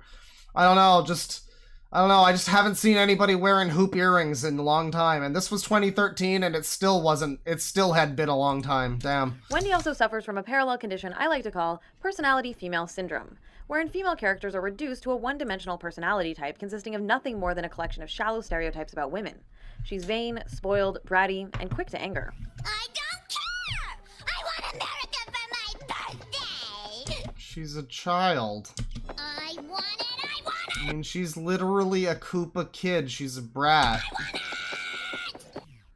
When female characters are marked by obligatory stereotypes... This really just feels... Yeah, I don't know. I mean, it feels like such reaching in some parts. There's parts where I've agreed and I've been like, this is objectively true. Yeah, Zelda should be more of a person, whatever. But then there's just stuff like this where I'm just like, I don't know, man. I feel like if... I don't know, it's just kind of like scrambling for examples of something. Whatever they might be. It seems so desperate. Typical identifiers, it actively limits the range of available options by enforcing a narrow, restrictive, and monolithic model for the portrayal of femininity. I didn't notice the pause Meanwhile, frame, since male characters are allowed to be unmarked, it permits a much wider array of possibilities for their designs. I should note that even though pink and purple are strong gendered indicators when combined with other feminizing visual markers, those colors are not the exclusive domain of women. An expanded color palette is something we do see applied to men on rare occasions, as with Kirby, Bomberman, or Roy Koopa. Okay, she mentions Bomberman. You know, I have somewhat spoken too soon a few times, but then, you know, other times I have said things and then she's just not addressed things at all. So, you know, it's a bit of a balance. As far as, we're like a video and a half into the stream. I don't know how long we'll go, probably for a while longer, but as far as this goes so far, I definitely think these videos are not good. I think they're very simplistic, they're boring, and all of that. I don't think they were really worth all of the anger everybody had for them at the time, and like the fucking fervor that came about because of them. It was maybe a bit stupid, but and like, I'll give them the editing is ahead of its time. The editing is pretty good, but like Anita herself and the script and the actual points being made, once she starts doing like actual feminist analysis stuff, a lot of it is really reaching. These aren't good. They're not as bad as I've heard, and there's parts that are agreeable, but God, they're boring, and there's not a lot to them. It's like, that's my initial takeaways here. But they are the exception to the rule, and are typically only found in colorful, childlike, and extremely male-dominated worlds. Okay, but Birdo's trans though, bro. Birdo's trans. Lipstick, eyeshadow, or heels are placed on an otherwise... Oh yeah, we're getting into this now. Here we go, male-identified character. The intention, or at least the result, is typically a homophobic or transphobic joke. Hey, yo! Fight! I mean, okay. So, now I don't know. Again, another thing about this, when she talks about like the guy who made Pac-Man, and like what he said about women liking to eat or whatever. There's a cultural divide here where like Japan, I don't know about this character necessarily, but if you're talking about like a transphobic representation of a whatever in in a Japanese game like this, they have the whole Okama bar thing. Like, there's a lot of shit in Japan, new half and all of that. I don't know. There's just a whole cultural divide there where I just don't know if I don't know if Anita should really be commenting on that necessarily. I don't think the people that, I'm surprised there wasn't as much pushback in that regard of like, okay, non-Japanese person trying to like assert your cultural like values on like them. I mean, you could maybe argue that it's backwards or whatever, but it's like, that's not, I don't know if that's necessarily, I don't know. There's just a thing, there's a difference there, Phobic you know? or transphobic joke. She might mention it at some point. There are a few optional design accessories for men like neckties or baseball caps, but they don't hold the same significance. They're not ubiquitous or strictly enforced, and they're never really used to mark someone as not female in larger fictional universes dominated. Well, because, again, the stuff that you're talking about is in a medium that was largely directed at boys at the time. And I'm surprised she hasn't mentioned that. I don't know. Like, because you look through, like, okay, this is the playlist here, right? Comments are off, of course. But, like, you look through this playlist. Damsels in Distress, and then Miss Male Character. You got this game idea here. Women as background decoration, sure. Woman as reward. Where is the whole discussion of the fact that gaming as a whole was directed towards boys for the longest time? Why can't we talk about that? That seems like something that would be way more fucking interesting to point out, the fact that women were largely excluded from the marketing of, like, a lot of gaming for a long fucking time.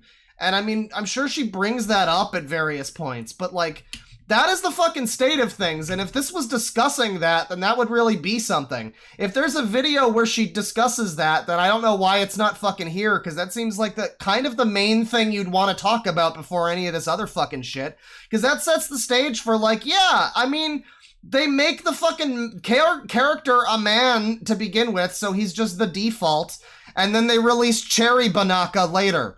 You know, they released the woman-flavored version of the character later. You know what I mean? Like, it's not... It's because of a certain thing that she hasn't fucking got to here.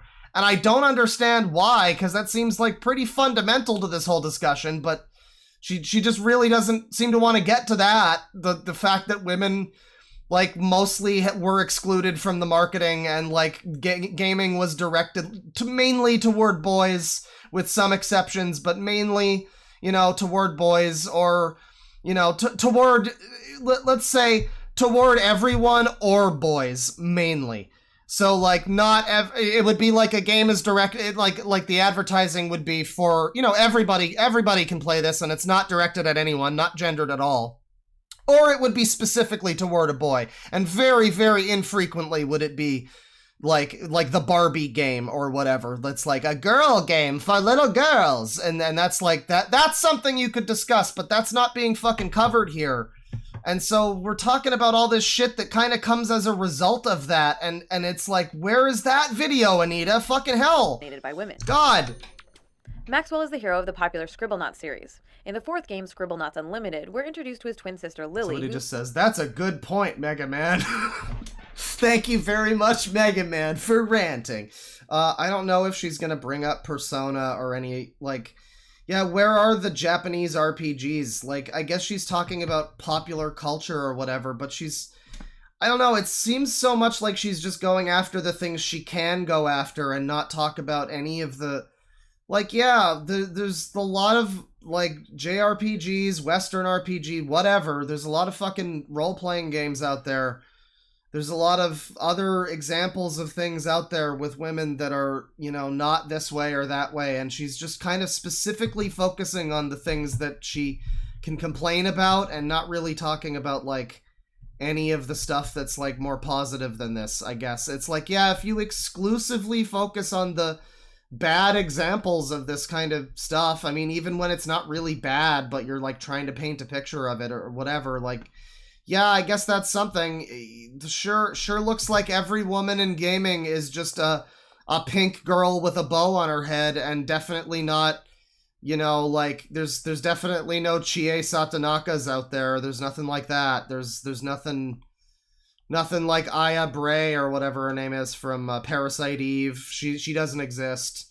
None of them exist. You know, I don't know. I guess, yeah, if you exclusively focus on the bad, this is like, I mean, again, I'm not legally saying that this is, I'm not saying that this is a grift legally, but it reminds me a lot of somebody like a Ben Shapiro, who like just goes specifically out of their way to be like, yeah, and trans people did this too, and what about this? And it's like, yeah, I guess if you just specifically find like bad examples of weirdos, yeah, you can probably paint a pretty bad picture of whatever.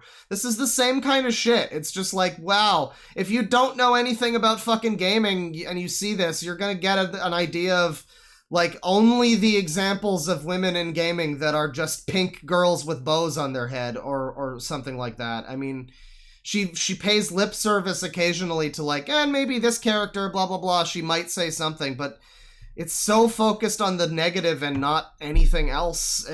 Basically a paints feminized this copy false of Maxwell. Femme Shapiro, there you go. Of gendered signifiers designed to mark her as female. In the game, we learn that Lily yeah, and what is her fucking solution exactly in a game? Like, a lot of the examples she's using are like this, where it's like, it's a very simple art style, so a lot of it is kind of come down to like tropes and you know, generic character designs and stuff, and so it's like, yeah, girl is gonna be pink, and a lot of the time in like a pixel art game or some like simplistic looking indie game, it's going to have a simple art style. You're not going to have fucking Ellie from The Last of Us or something, you know? 42 children. All 41 of the other siblings are male, and all have some trait or interest associated with their name that serves to define their personality. Okay, so somebody says, I have to point this out, AK with $2, if she got on P4, she'd just complain about Rise. She would have every right to complain about Rise. I would be on her side if she complained about Rise. Fuck that bitch. There's Artie the artist, Buzz the astronaut, Glum the emo rocker, and so on and so forth. And all are unlockable and playable during the course of the game. By contrast, Lily's personality trait is essentially being Maxwell's twin. She has no associated interest or hobby other than being the female version of the game's hero. In addition to being a Ms. Male character, Lily is also a particularly pronounced example of another related trope called the Smurfette principle. The term was coined back in 1991 by feminists. Is that not just the same fucking thing? Holy shit. Oh god, we found another term that we can plunder Wikipedia for or whatever to pad out the length of this video that a bunch of idiots paid $100,000 for. Author Katha Pollitt. And as do I have to start? Hang on. Do I have to put the fucking allegedly on the screen? Jesus Christ. Jesus Christ. Where's the allegedly? Where's the allegedly? Holy shit, this is such a scam. Oh, Jesus. Oh, Jesus Christ. Of course named after the only female Smurf in Smurfville. The Smurfette principle is the tendency for a piece of media to... Yeah, use the Smurf emote, there you go! ...male characters. The trope is a pervasive problem in video games, manifesting as the token chick in any given grouping of heroes, villains, or non-playable characters. Okay, so now we're complaining about the fact that, okay, I'm sorry. Video games, first of all, that she should talk about the game Portal Runner with this character. She's gonna talk about Army Men RTS, but she's not gonna mention the entire spin-off game for the PS2 called Portal Runner with this army lady character where it's like a platformer. Yeah, that game's kind of bad, but also really good at the same time. I don't know. I like it, but it sucks. It's kind of fun. But mainly I was gonna focus on this one. I've never played Left 4 Dead, but like, I don't know. So now the problem is that there's just one woman in a group. Like, I guess Elaine is the token chick of Seinfeld just because there's just one of her, I guess. She's now just the token chick because she's... That seems reductive of a lot of characters, probably. I don't know. I don't know about that. In any given grouping of heroes, villains, or non-playable characters. An exceptionally stark example of the trope can be found in the original Mega Man series. Over the course of 10 games, there are 78 bosses or robot masters, and exactly one of them is female, Splash Woman, who appears in the 9th game.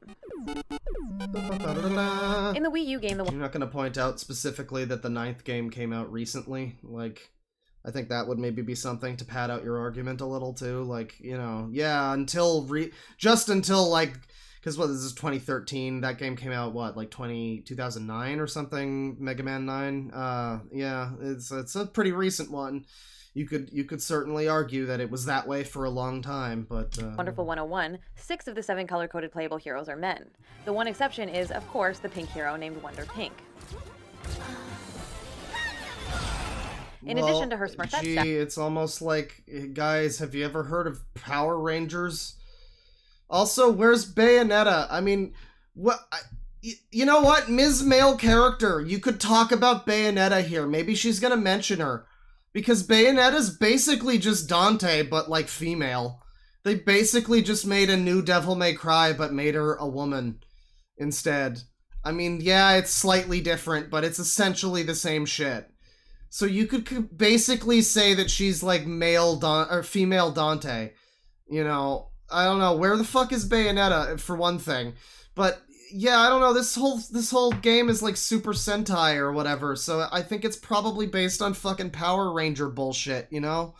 Like with Pink Ranger and fucking Pink Kamen Rider, I don't know. I don't know. She's also afflicted with personality female syndrome. I got in late last night, but there was this party, and then the after party, and then the after party. I needed a major powder break to freshen up before meeting you guys. Wonder Pink is shallow, vain, materialistic, and flies into a rage at the drop of a hat. Yeah, see, this is part of what it was, too, at the time. Like, Wonderful 101 came out, like, the year that this came out. Or maybe just, you know, this might have been... When was this? November 18th. 2013. Okay, this was still 2013. So, yeah, this came out that year. And, like, a lot of why people were upset in Gamergate and around these videos and stuff like this was this general, like... I don't know, browbeating of shit that was coming out. Like Wonderful 101 was a game that needed all the fucking help that it could get. And it was getting negative press about, like, fucking patriarchy, yada, yada, yada, whatever. And that game failed super hard. And a lot of people are probably upset about that. Because instead of getting good reviews because it was a pretty cool game, or even getting, like, mixed reviews or whatever, it was getting, like, and the patriarchy, and, like, just this fucking nonsense that was everywhere at the time. And that's a lot of why this sort of, like, I remember a big one was Dragon's Crown. That game came out, and it was this beat-em-up game with these, like, sexy muscle ladies. And it was like people were fucking pissed that there were tits and ass in that game. And like voice actresses in the game came out and were like, yeah, no, I support the game. It's cool. You should play it. I mean, you know, they were fucking, you know, they had a financial interest to do so, but it's like, you know, they were saying like, as a woman, I support the game. I think it's empowering, yada, yada, yada. But the overwhelming narrative was that the game was horribly sexist and horrible. I mentioned Bayonetta. The famous example with that, too, is that Bayonetta was designed by a woman. A lot of people complain about Bayonetta's character design. For all we know, this fucking Wonder Pink might have been designed by a woman. A lot of characters that have been complained about in this potentially may have been designed by women who just like girly things and wanted to make it girly, you know? Vain and materialistic, and flies into a rage at the drop of a hat. You can find Smurfettes in just about every genre, from dungeon crawlers to racing games, from RPGs. So yeah, just literally, if there's only one girl, this is such a fucking pile of horse shit, dude. So okay, Call of Duty Black Ops 2 Zombies Mode 2012. So if they had no female, then it would be sexist sausage fest. Where's the woman? But they have female, so it's now a problem because it's Smurfette problem. So the only solution is to have it be all female, but then it would be a gimmick like the Ghostbusters movie, and that wouldn't be very good either. And there's really just fucking no winning. I kind of think this woman's is just kind of a uptight bitch. I don't know, like that's kind of the takeaway here. I'm trying to be kind. I'm trying to take this, like, seriously, but this is... I don't know what the fucking takeaway is other than just anything that happens is a problem for women, apparently. To shooters. Just get the fucking sand out, lady. I'm sorry. Nicely in her New York Times article. The message is clear. Boys are the norm, girls the variation. Boys are central, girls peripheral. Boys are individuals, girls types. Boys define the group, its story, and its code of values. Girls exist only in relation to boys. I mean, sure. Yeah, in a fucking medium that has been largely targeted to men, which is not something you've covered or paid any attention to at all. Yeah, I mean, it makes sense that they would make the fucking main characters men, because it's meant to represent the little boy who wants, it's the power fantasy, it's that bullshit. It's the same fucking reason Barbie exists for girls. It would be the same shit. We spend so much time analyzing stuff that would be identical if the fucking shoe was on the other foot. As if it's not just complete human nature for people to act the way that they fucking do. But we have to act as if it's like a fucking problem because men do it or something. It's like, well, you know, I don't know, man. I feel like it would be basically the same thing if the fucking medium was centered on women, if it was like dating sims, if it was like the genre of like otome games or whatever, where it's like you're a sexy lady and you go to work at a company and you have all these hot men around you and that kind of thing. Like, it's one of those dating games. You know, it's like, yeah, those are targeted toward women a lot of the time, and a lot of women like them, and those games are not, I don't know, it's like that's a subsect of things where the shoe is on the other foot, and it's like, it's common to see it, and I don't know. I'm just saying, like, man, this is just so fucking, it's so pedantic. With that in mind, let's come back to Ms. Pac-Man for a moment. Oh, please do. One of the core consequences of the Ms. Male character trope is that it helps to define women by their connection to men. So despite her tagline, more than that's Pac-Man true. Yeah, you're not a sexy lady. You're an awkward, shy gal, usually. Yes, I actually played a little of an adult, like one of those like women dating sim games. It was some shit where you were like, yeah, you worked at like an office and you had like guys that you were dating, and I don't know, I looked at it for a moment and I was like, this seems like it could be fun, and then I just, for obvious reasons, kind of bounced off of it. But yeah, no, it's a kind of a weird thing. It's like, yeah, you don't see a lot of games that are mainly marketed and directed toward women, so when you do, it's kind of like, it's a bit of an interesting novelty.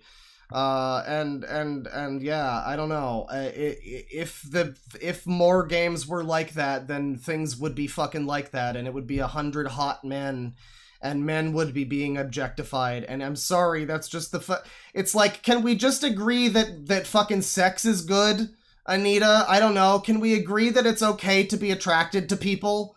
Can we just agree to that? Like, I don't care. You can look at the hot male body if I can look at the hot female body. Can we all just be okay with that? Can we just be okay with fucking attraction being okay? Like, I don't know why that's such a problem. Holy shit. Don't you know I'm more than Pac-Man with a bow?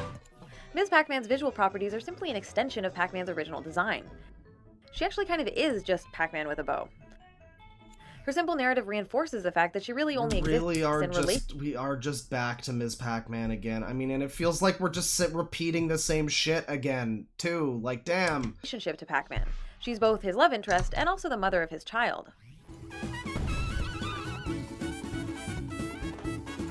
Dixie Kong is the female variant and love interest of Diddy Kong. Note the ponytail and hair ringlets, pink shirt, pink hat, earrings, and eyelashes, all to distinguish her from her predecessor. Essentially, Ms. Male characters are feminized imitations or derivative copies of already established male characters. They exist only because of and in relationship to their male counterparts. Ms. Male characters typically aren't given their own distinctive identities and are prevented from being fully realized characters who exist on their own terms. This has the perhaps unintended effect of devaluing these characters and often relegating them to... God for fucking bid, Donkey Kong doesn't have more diversity or whatever. Like, Jesus Christ. I don't think the point of this is to complain that everything needs to change. Like, I'm not trying to be that, you know, that disingenuous with my criticism. I know that it's a more of just like an overall, like, this is an analysis of these things. And she said, like, we're not saying these are all bad and blah, blah, blah. So it's not like it's saying that everything needs to change. But when you show these examples and it's like Donkey Kong, like, yeah, I mean... it's just Donkey Kong. It's just it's not trying to be fucking Final Fantasy VI, Donkey Kong Country. It's not trying to be like, it's not trying to have an emotional story about a woman who's driven to the brink of suicide. It's not trying to do the gaming in the Clinton years thing about Lara Croft getting breast cancer. It's just a fucking platformer game about monkeys. Like, I don't know, like, not every...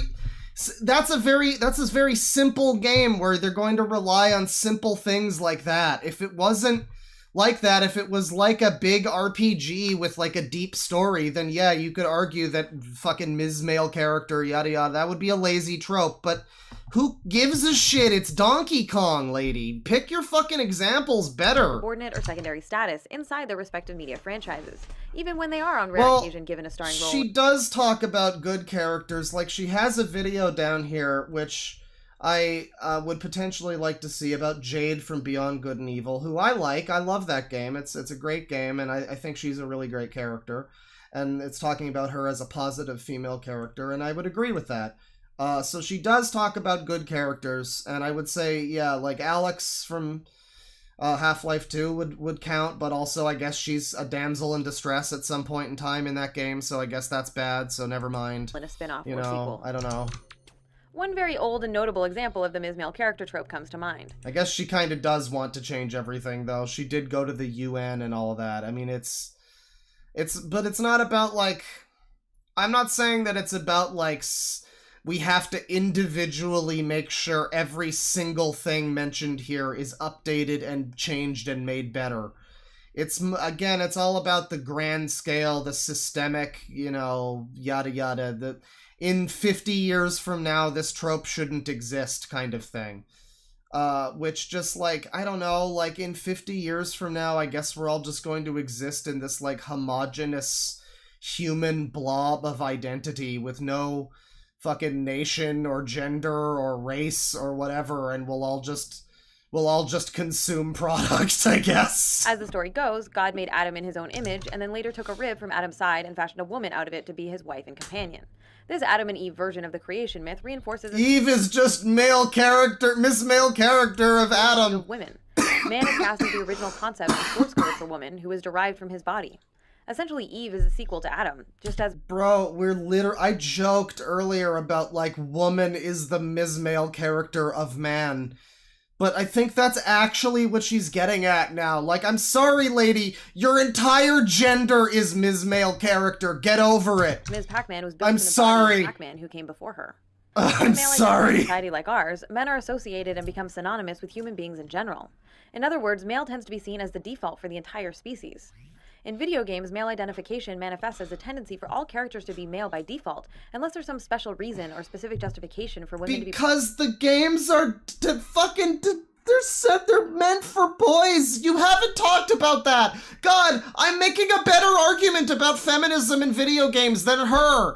Because I'm actually addressing the main fucking thing, which is that why were games specifically made for fucking boys and targeted at boys? There's your series, Anita. Make it about that. There you go. You answered your fucking question. Why is fucking Adventure Island Boy a boy? Because they made it for fucking boys. Why don't you make a whole fucking series about it, Anita? Holy shit! Present in the story. To help illustrate one of the ways the male is default phenomenon operates in gaming worlds, let's take a look at the mobile mega hit Angry Birds. When the game was first released in 2009, the 5 original birds in the flock were identified by their color and did not include any specific gendered signifiers. Over time, as the game has grown in popularity and the brand has expanded to include numerous spin-offs, real-world merchandise, and a weekly cartoon series, the birds have been given more distinct personalities and actual names. Mobile developer Rovio... Oh, we got some biology chads in chat saying that female is actually the dominant or something. Which it makes sense, because motherhood and all of that, so I mean, hey, I'm not even, listen, I'm just an asshole, but I'm just saying, like, I don't think her arguments are much better than mine. First began gendering birds in February 2011 with the release... I'm not asking for $159,000. Valentine's-themed episode for Angry Birds Seasons, which includes Ms. Male character versions of the red bird, the white... Yeah, wait, why? Oh, because there's a bow. We're still fucking on this, holy shit. ...bird and a female pig as love interests. Note the bows, makeup, and long eyelashes. There's a larger unintended consequence to marking these birds as female with feminizing gendered signifiers. It reinforces that all the other birds and pigs without these specific visual cues are all male by default, unless otherwise noted. The addition of the pink bird to the main flock in 2012 further entrenched male as the default setting for the angry... I mean, what, like... Okay, let's try to design a version of this that would work for her, right? I guess it would have to be, like, an Anita Sarkeesian bird. It would have to be, like, a boring gray bird that has, like, a bun and glasses and, like, a fucking one of those hipster beanies. And, like, there you go, womanhood right there, I guess. Fucking go get 'em, women. Yeah. Birds universe. Flannel bird, I guess. The white bird was also female and named her Matilda. This revelation led to a character redesign which has feminized the white bird by adding pink accents, rose cheeks, and long eyelashes in the Angry Birds cartoon series. Just to make So this video is significantly worse than the last one. The last one was boring, but this one is actually... It's actually got content. She's making points, and they're mostly all bad. Oh, she really should have stuck to just reading Wikipedia or whatever. It's clear that she is female. She mostly still is. Over in the Mushroom Kingdom, we have Toadette, who is both a Ms. Male character and the only woman among the mushroom people.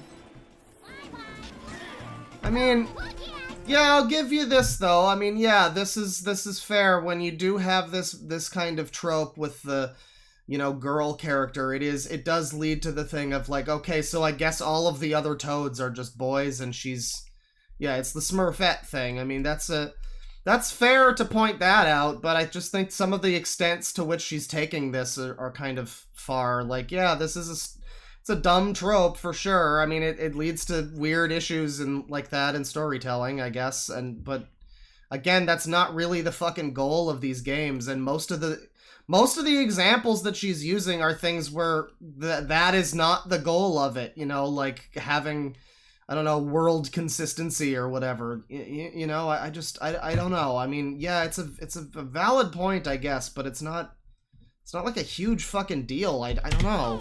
Her introduction to the Mario spin-off games emphasizes the fact that all the other Toads in the entire species are male. Both the Smurfette principle and the Ms. Male character tropes create scenarios that reinforce a false dichotomy, wherein male is associated with the norm, while female is associated with a deviation from the norm. Everything we've discussed in this episode thus far has been related to visual design or narrative connection, but there's another way that the Ms. Male character trope can manifest itself, and that is through marketing and promotional materials. A great illustration of this trend can be found in BioWare's highly regarded Mass Effect series. The games offer highly regarded in parts. Players a choice between a male or female version. Highly regarded in the other sense of the word regarded, the new meme sense of the word regarded in other parts. Of the protagonist, Commander Shepard, each with a range of cosmetic customizable options. The female option is well designed, and her overall narrative is nearly indistinguishable from her male counterparts, aside from some of the romance options. However, if we take a step back from the game experience itself and look at the marketing campaigns for the trilogy, we see that the female variant of Shepard is practically non-existent. Yeah, who gives a shit about marketing, though? I mean, marketing is important, but it also doesn't reflect on the artistic point of the game. Like, the people who are playing Mass Effect are probably men and women, but the stupid, like, asshole suits at EA are like, sell this stupid game to the boys, eh!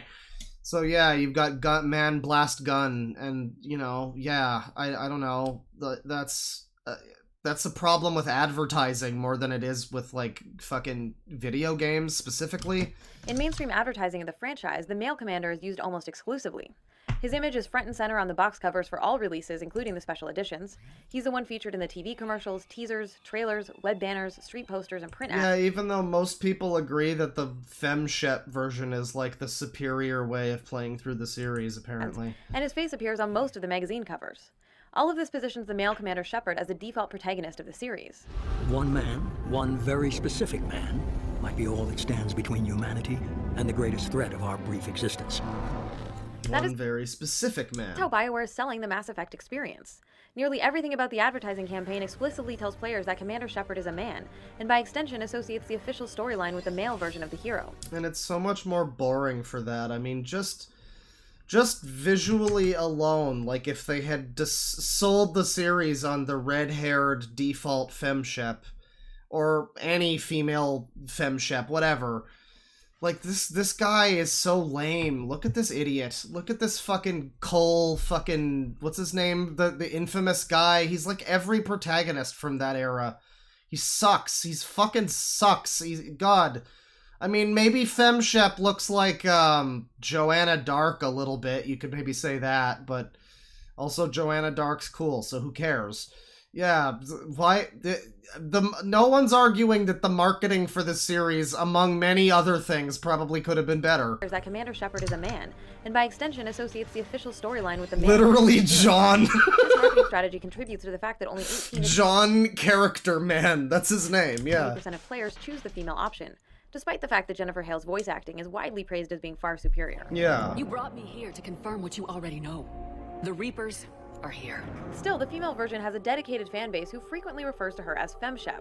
And although this is meant as an affectionate nickname, it does further highlight her designation as a Ms. Male character.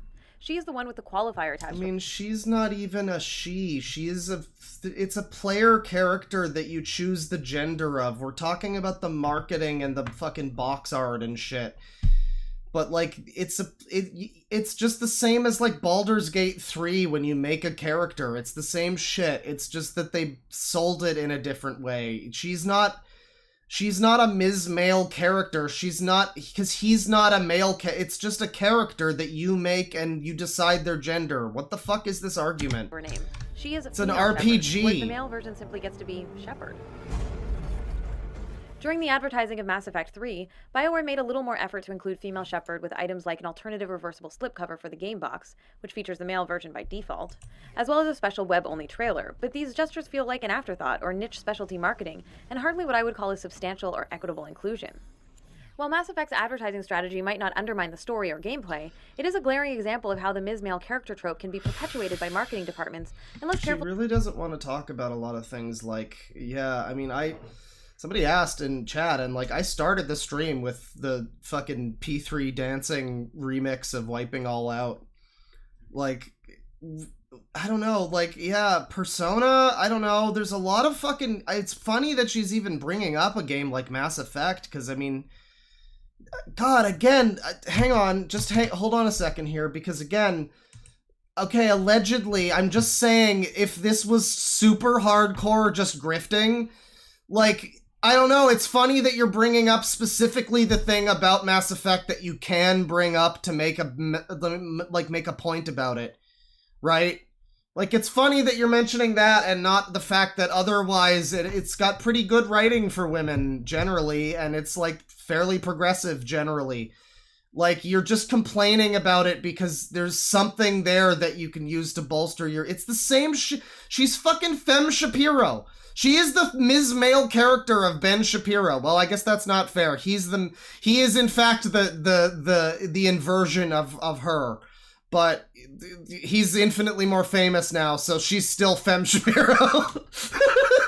Take that, woman. But like, yeah, it's the same shit. It's the same fucking thing where you just, like, take a bunch of examples specifically of things that you can complain about and just ignore anything that you can't, and that's the whole argument, is like, look at all of these things that bolster my point. Okay, that's the video, thank you.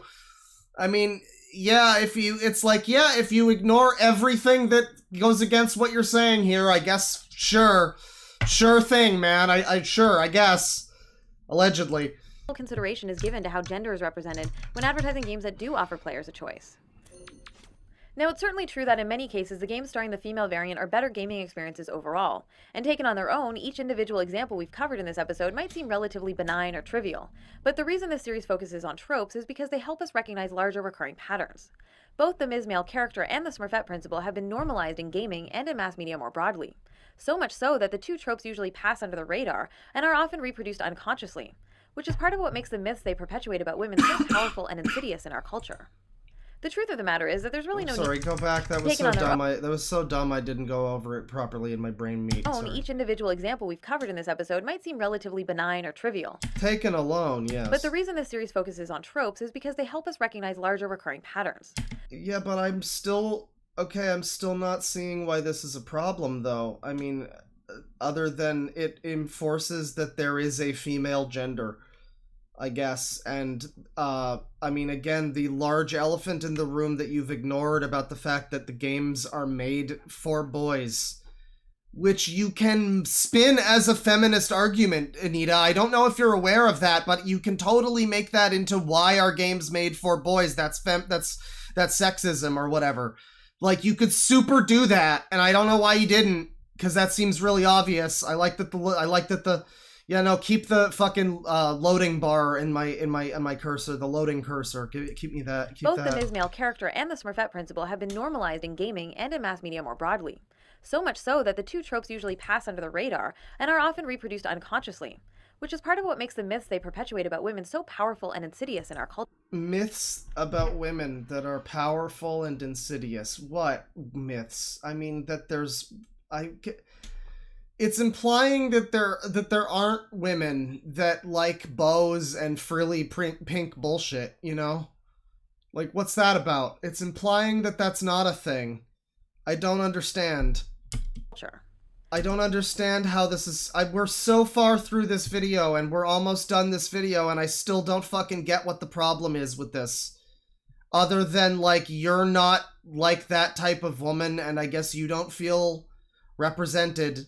Which, I mean, I don't know. I mean, again, this all comes back to the fact that games historically have been made for fucking boys. So by default, the fucking main character is a man saving woman or whatever, because that's just the fucking way that it is. I don't know how she managed to do this with her career. This is quite something. She's a magician. The truth of the matter is that there's really no need to define women as derivative copies of men or to automatically resort to lazy, stereotypical, or limiting gendered signifiers when designing video game characters. It was at that moment that Claire realized she had superpowers. Claire is a simple blue cube and one of the more memorable characters from the indie game Thomas Was Alone. We know she's female because of her name, her narrative, and the pronouns used during gameplay. Claire's gender presence doesn't reduce her to her gender or separate her from the rest of the cast.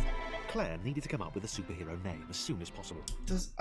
Who gives a shit? I mean, I'm glad that this, sure, seems like a cool character. Awesome. I'm great. I believe you. The game is good, probably, and I'm sure the character is cool. Awesome. But why does it matter that, I guess it's, you can point out that this is one who doesn't have a bow or whatever, I guess. But, I mean, so what? What would it fucking matter if she did? I don't know. It's interesting that that game doesn't. It means that character is a little more interesting than the millions that do have, like, a bow. Yes, it's more interesting and visually unique to have a character that's supposed to be a woman that's not automatically given a bow. Again, having more diversity in anything is cool because stuff gets boring after a while, you know? Like, sure. But fucking, I don't get why it's a horrible problem, though, that some stuff does have a bow and that's insidious in our culture. Half of the playable characters in Towerfall are women, and the game is also notable for its color code inversion. The Last of the Order wears blue, while the Assassin Prince is decked out in pink. Okay. Indie games like Knit Underground. Yay! Girl. Okay, Knit Underground. She mentioned that, so I like this video now. Okay, she mentioned Knit Underground. I'm happy now. It'll Do. And the iOS title Lily. All have female characters who resist gendered stereotypes. Okay, so she does have some examples. She does have some examples. In Knit Underground is one, you know, and that's fair. Underground. That's a good game. Scary Girl. Scary Girl. Yeah, you know, she's got the hook though. She does have the hook, so that's offensive to me, Anita. I don't know if you thought about that one. Anita, with your tiny female brain. But but sure, yeah, I mean, again, I'm not complaining about, like, it's like, my thing is not like, oh, there shouldn't be characters that, you know, don't have a fucking bow or whatever. Like, yeah, great, I'm glad to see a character that's, like, just, I mean, but there's, like, countless examples of that, so I don't know what your point is, really. It'll Do. Like, there's always been countless examples. It's not like it's just happening now that there's, like, characters like this. And the iOS title Lily. I mean, this is just it's just a teenage girl. There's a lot of characters in games now that look like this. all have female characters who resist gendered stereotypes. Each of these indie games avoids falling back on the Ms. Male character trope, or relying on narrow, superficial visual markers as a stand-in for personality. The visual aesthetics of these female characters displays a range of gender expression and presentation. Oh god, I can't believe it, but the character from Nid Underground looks like her too. Jesus Christ. I mean, it's not the hoop earrings, but man. Using a variety of hairstyles, color choices... But it's also not integral to any of these characters that they are the, like, female character of the game. So, like, this isn't even a good example of anything. I mean, yeah, it's... I mean, that... I don't know. You're still not solving the problem of making a character for, like, a Mario game who's distinctly female who isn't Mario. You know, in a simple game where the default was male, and your idea is to make a female character that's, like, I guess not visually just, like, default girl kind of thing. You know? You're not really solving that issue. This is like a I don't know, a straw man or something. I don't know the Reddit argument buzzword words. But, like, you know, this is one of those. This doesn't feel like it's... I mean, these games are all probably great, I'm sure. I know Nid Underground is pretty good. But, like, I don't see that this is really all that relevant to what she's even fucking saying. And accessories. It's like, she goes off about the Ms. Male character trope, but then, like, there's no male character in Nid Underground, so this is just... Hey, here's some characters who are just... the female protagonist of a game that don't have a male like, I don't know, where's Samus and fucking Tomb Raider on this? I guess. You could just... There's a lot of characters you could bring up already that are like this. I don't understand this weird assortment of, like, indie games that she's choosing from. Developers can also choose to give players the opportunity to get to know the personalities, interests, and struggles of their characters. Even with minimal narrative or limited graphics, it is entirely possible to make games that feature dynamic women who exist on their own terms. Remember, it all starts with a harmless yeah, Jonathan McIntosh, the producer. Classic, full Macintosh. So this is season 1. You know, let's take a look here at, and, you know, we got a lot of stuff on here. There's a lot of series, obviously. We could potentially look at something newer at some point.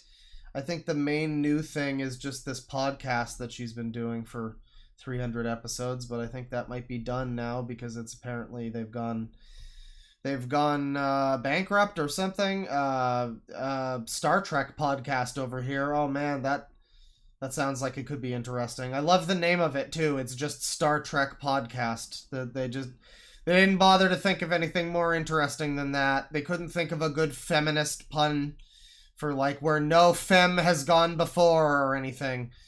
They just Star Trek podcast. That's good. That's great. That's really inspiring confidence in watching that one. I'm sure that's the fucking hoot. What's this one here? Feminist Frequency Conversations with Popular Culture. Oh, this is the even older stuff. So this is some okay, yeah, this is before the other thing. Okay, we should take a look at some of this then. Dollhouse Renewed, Why Not Sarah Connor, Why You Need Veronica Mars, The Real Reason Guys Should Hate Twilight, the Bechdel Test for Women in Movies, oh god, this bullshit. Yeah, I guess we'll watch this one. This one's short. This is from 2009? Jesus Christ. And I mean, yeah, you go back that far and this is pretty... I mean, this is pretty innovative video style for 2009, I guess, but I don't know. I don't know. What's this argument going to be about? The Bechdel test, or the Mo movie measure, is a type of litmus test to assess the presence of women in movies. It originated from Alison Bechdel's comic. Oh, this feels even more like she's fresh out of college and has way too many ideas. Dykes to Watch Out For in 1985. Here's how it works. A movie just has to pass these 3 simple questions. The first, are there 2 or more women in it who have names? The second, Yeah, this is at the time where the Bechdel test was like an original enough concept. This wouldn't be critical of it necessarily, I don't think. They talk to each other. This will be at the era where people still thought that that shit was worth a damn. And the third, do they talk to each other about something other than a man? It's quite extraordinary, actually, how many movies don't pass this test, because it's not even a sign of whether it's a feminist movie or whether it's a good movie, just that there's female presence in it and that they actually are engaging about things other than men. To prove that this is actually a systemic problem and not just a few movies here and there, I'm going to show you a couple films that don't pass the test. This is, I mean, it's 2009, right? So, you know, yes, it is dated, but like, man, it's just funny to look back on how big of a deal this was, like, and you look at it now, like, it's not really that, it's not like a big scientific fucking thing. It doesn't really mean that much in terms of there's a lot of feminist movies that don't even fucking pass the Bechdel test. It's another one of those like oh man, we're keeping going through it, all the Film Bro movies. It's another one of those things like the, what do you call it? Schrodinger's cat. You get the point. This is only just a few films. Like, wow, I'm so smart. I heard about this one online.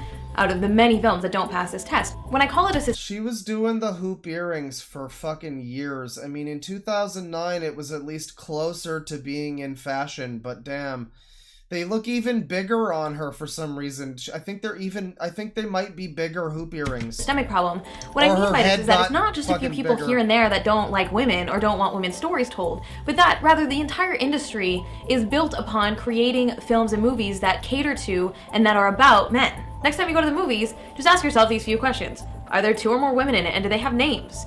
Do they talk to each other? Also, like, I don't know, but like, who gives a shit? If it's a story about men, like Shawshank Redemption was on there. A movie about like 2 fucking guys in prison. Yeah, I don't know, I'm surprised there's not more female representation in that one. Like, somebody said Truman Show. Like, yeah, I don't know, that's not a story about the deep inner workings of fucking Truman's mom or whatever. Maybe it could be, considering, you know, what that movie is about, but I don't know that this is I don't know that this is like necessary for a lot of movies. I know that's not the point, but it's quite a thing to complain about. And do they talk to each other about something other than a man? To act as if it matters, really.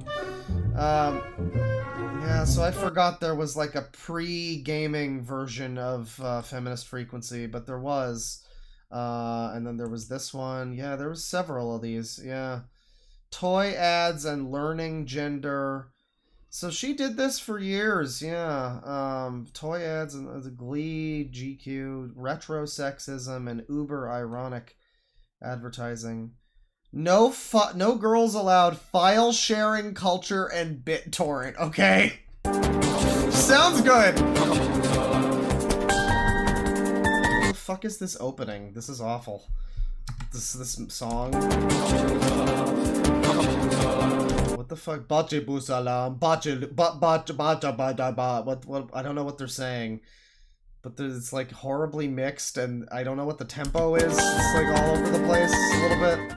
I'm so sick of porn with my file sharing. What the hell, BitTorrent tracker sites? BitTorrent is a file sharing protocol used to distribute large files. So instead of sending the file from one computer to the other, which is known as peer-to-peer, what's happening is everyone who's downloading the file is sharing with everyone else. So we're all taking little bits of information, and that will eventually be compiled into a full file on our computers. It's a really efficient, decentralized way of downloading files. It's actually really ingenious. But as with most geeky technology, BitTorrent tracking sites fill their ad space with ads directed at young men, not at people who look like me.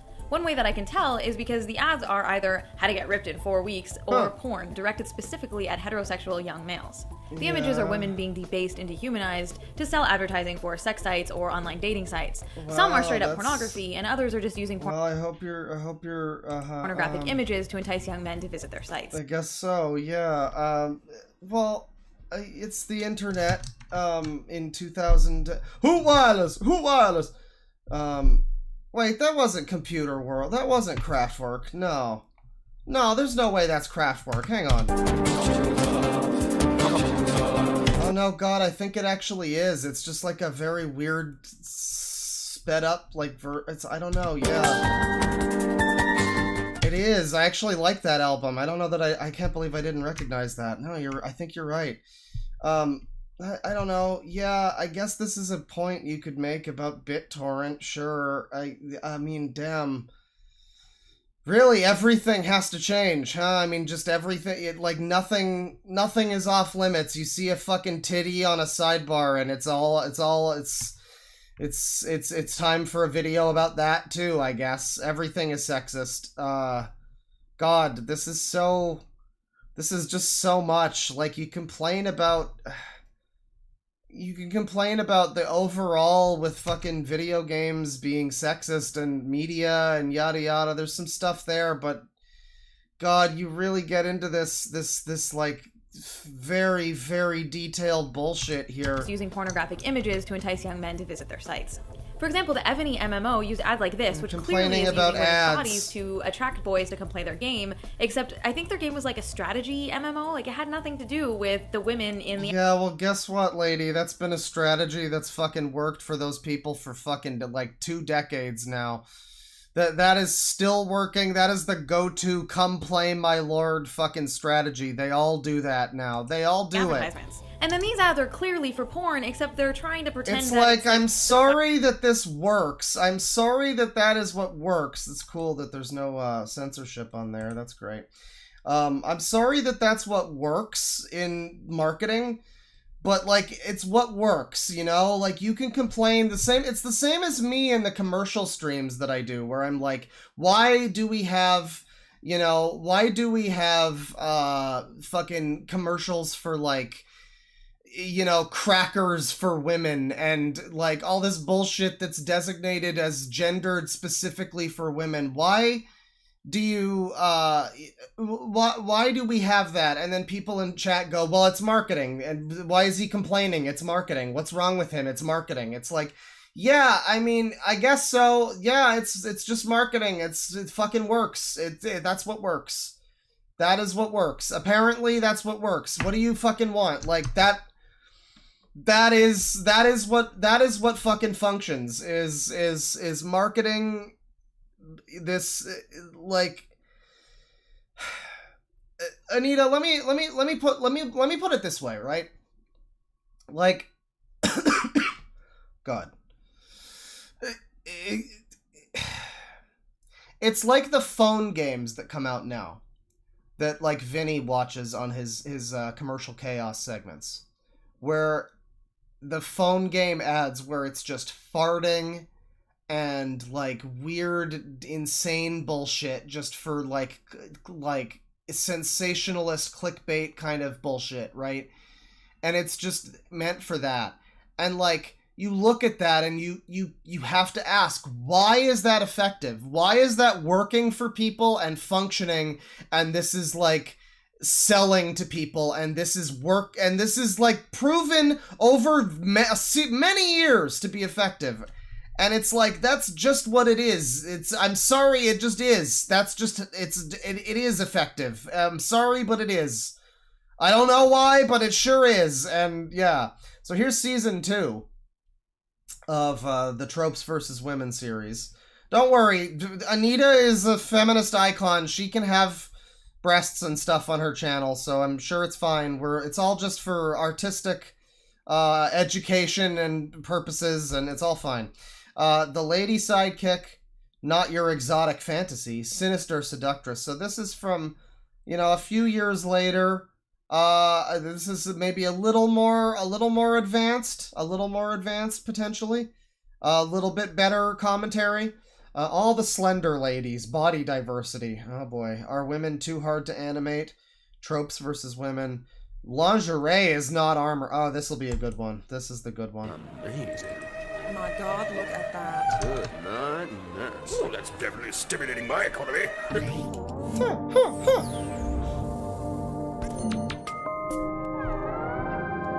We're gonna be complaining more about sex. Just, like, okay, so I don't know about this situation. I don't know what game this is, but this looks like it's specifically designed to be like a party or something, like where she would want to look sexy. where, like, this looks like the setting where someone would wear this kind of dress. It looks like it is armored to some extent, because it's probably a science fiction bullshit game. Does anybody know what game this is? Does anybody know what game this is? It's Blood Rain? Okay. So yeah, it's like, what is that, vampire? She's like at Vampire Ball or whatever, right? So sure, she's got some vampire bullshit on. But it's also like, it seems like the right location for her to be dressed this way. Like, if anybody's ever going to wear a dress like this, it would be for this scenario. And yeah, this game is for boys to jerk off to. That's totally what Blood Rain was. But I mean, if in the context of what it is the right scenario to wear this. This does seem already like it's just going to be Anita complaining that there are sexy women. Amazing.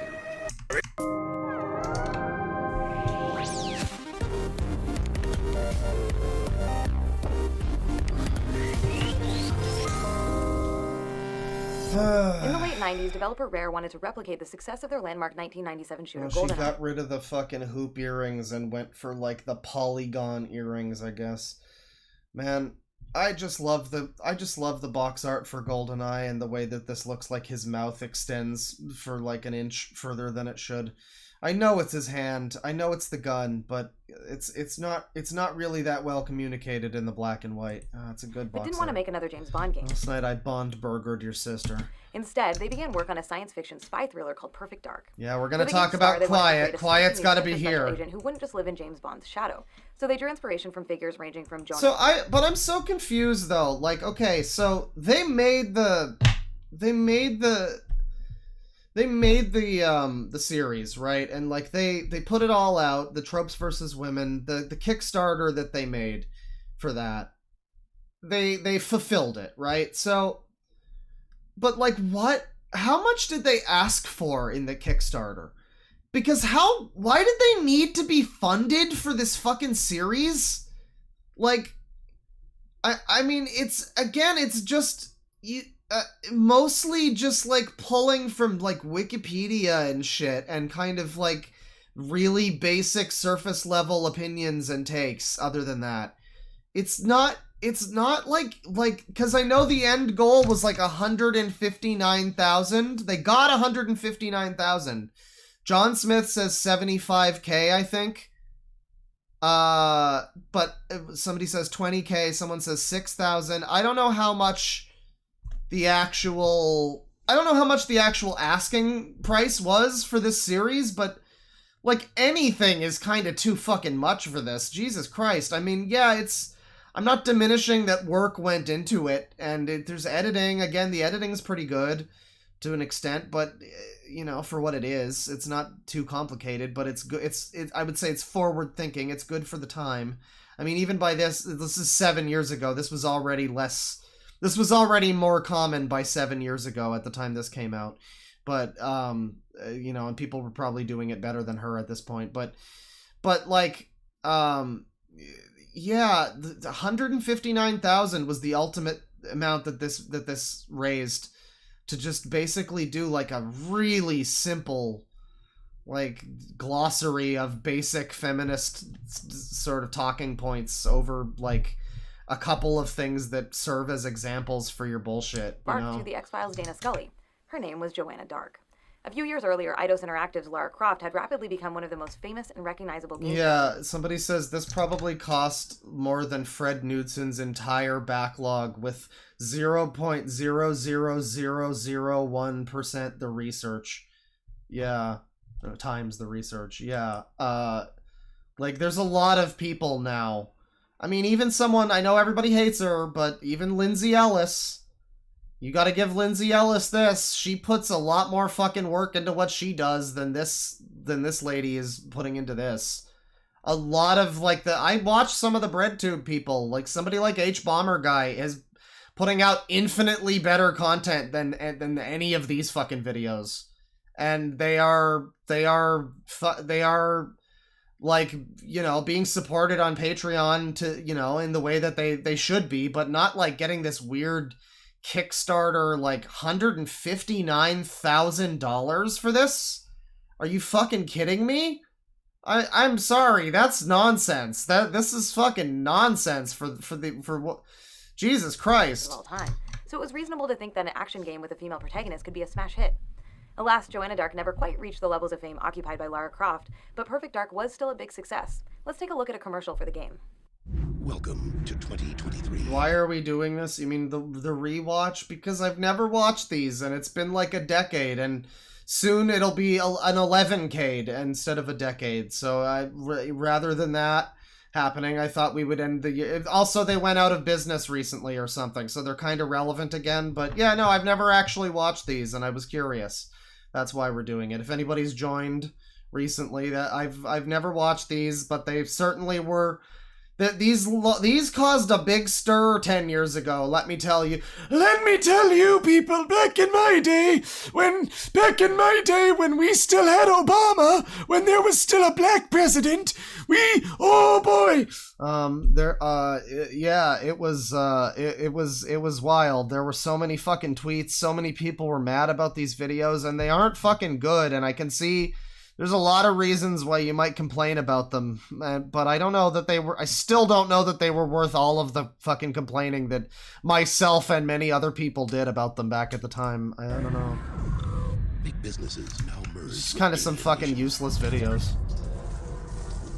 An ancient war is being fought under the sea. Damn, I have to skip because this doesn't please someone. Damn. So that means just skip the whole stream then? Dang. Well, it's easier for me to shut down the stream now rather than you leaving, so sure. Alright, everybody, the stream's over. That guy doesn't want it to continue anymore. Sorry. Is about to be cloned. And it's your job to try and save the world. So you've got an important decision to make. What are you going to wear to work? From the team who brought you GoldenEye or N64. Again, it's games. Wow, we're into season 2 of this, and she's still not gonna fucking mention the fact that this was the games are designed for boys. I mean, wow. I mean, I looked through the fucking videos here, and none of these, these are all things that happen because games are designed for boys. None of these fucking titles are addressing the fucking root cause of any of this. I am amazed by this. That's my main takeaway, is that her decision to make this about everything but the main reason why all of these things are happening. It's so strange. It's so fucking strange. Why not? Did she have nothing? Did she try and not have any conclusion for that? Why is that not what this is about? What the fuck? Every question you're asking, everything in this is because of that. Holy shit. Every single video she has made has just been basically because the games are made for boys. And why is that? I don't know. Somebody should make a series about that, about women and video games or something. That would be wild if someone did that. That would be crazy. I would watch that. I'd super watch that. Where you'll find out that the only person man enough to handle a job like this is a woman. Can you imagine? But I guess that wouldn't be tropes versus women, so it wouldn't be this useless series concept that she came up with. Right? Like, if she actually just explained the real reason for any of this, it wouldn't be, like, about tropes or whatever. She wouldn't be able to just, like, plunder TV tropes, I guess. Or whatever it is. Like, you know, I mean, yeah, it would fall outside of what technically the title of the series is. But the title of the series is fucking stupid. Who gives a shit? The reason for those tropes is because the fucking games are for boys. Someone in chat is like, because then it would be one video. Yeah, I guess so. I guess that's, I mean, geez, legally not saying that this is a grift, but I'm just saying that, boy, yeah, I guess if you really address the real reason for any of this, it would probably just be one fucking video, and you wouldn't be able to pretend that this is like an ongoing series or whatever. Not exactly like this, only with Marcus Phoenix or Master Chief getting out of bed naked, taking a sexy slow motion shower, putting on his sexy underwear, and the narrator saying that he has an important decision to make. What is he gonna wear to work? Welcome to 2016. There's a war out there. Somewhere. You're not sure where exactly. Anyway, the important thing is you're Special Agent Jake Grimshadow. It's your job to save the world. What the fuck is happening? Oh, okay, so... Yeah, this is like a funny parody of the Perfect Dark, sure. Well, I guess this is effort, you know. I mean, if they made this, I guess, sure, you did a little animation. All right, then. World. The only question is, what are you going to wear? Wait. Well, they wouldn't do that because that's not... I mean, it's a fun meme, sure, but that's not really applicable because the game would be designed for the fucking boy to begin with, right? So, like, again, it's not... What? It's A commercial funny, like that would funny. never happen, nor should it. But Joanna is treated differently than her male counterparts. Even though Perfect Dark is a first-person shooter, and as a result you rarely see her in the game itself, by focusing on her getting dressed, Iseath encouraged players to think of Joanna's appeal as being rooted in her sexual desirability, rather than her skill as a special agent.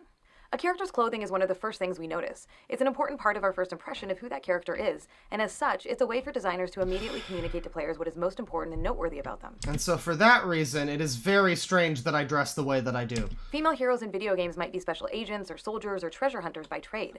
They often find themselves in dangerous, physically demanding situations, fighting off bad guys And it's not like the male versions of characters like these wouldn't have, you know, like rippling muscles or whatever. I mean, they would still be sexy. They might not be like shirtless and shit, but it's just a different type of thing. It's the same thing, but with like, I guess, more clothes on. But it's accomplishing the same goal. In the world, they're typically performing activities that call for practical or protective clothing. But when we look at the types of outfits that female characters are made to wear, we can see that they're both sexualized and completely absurd.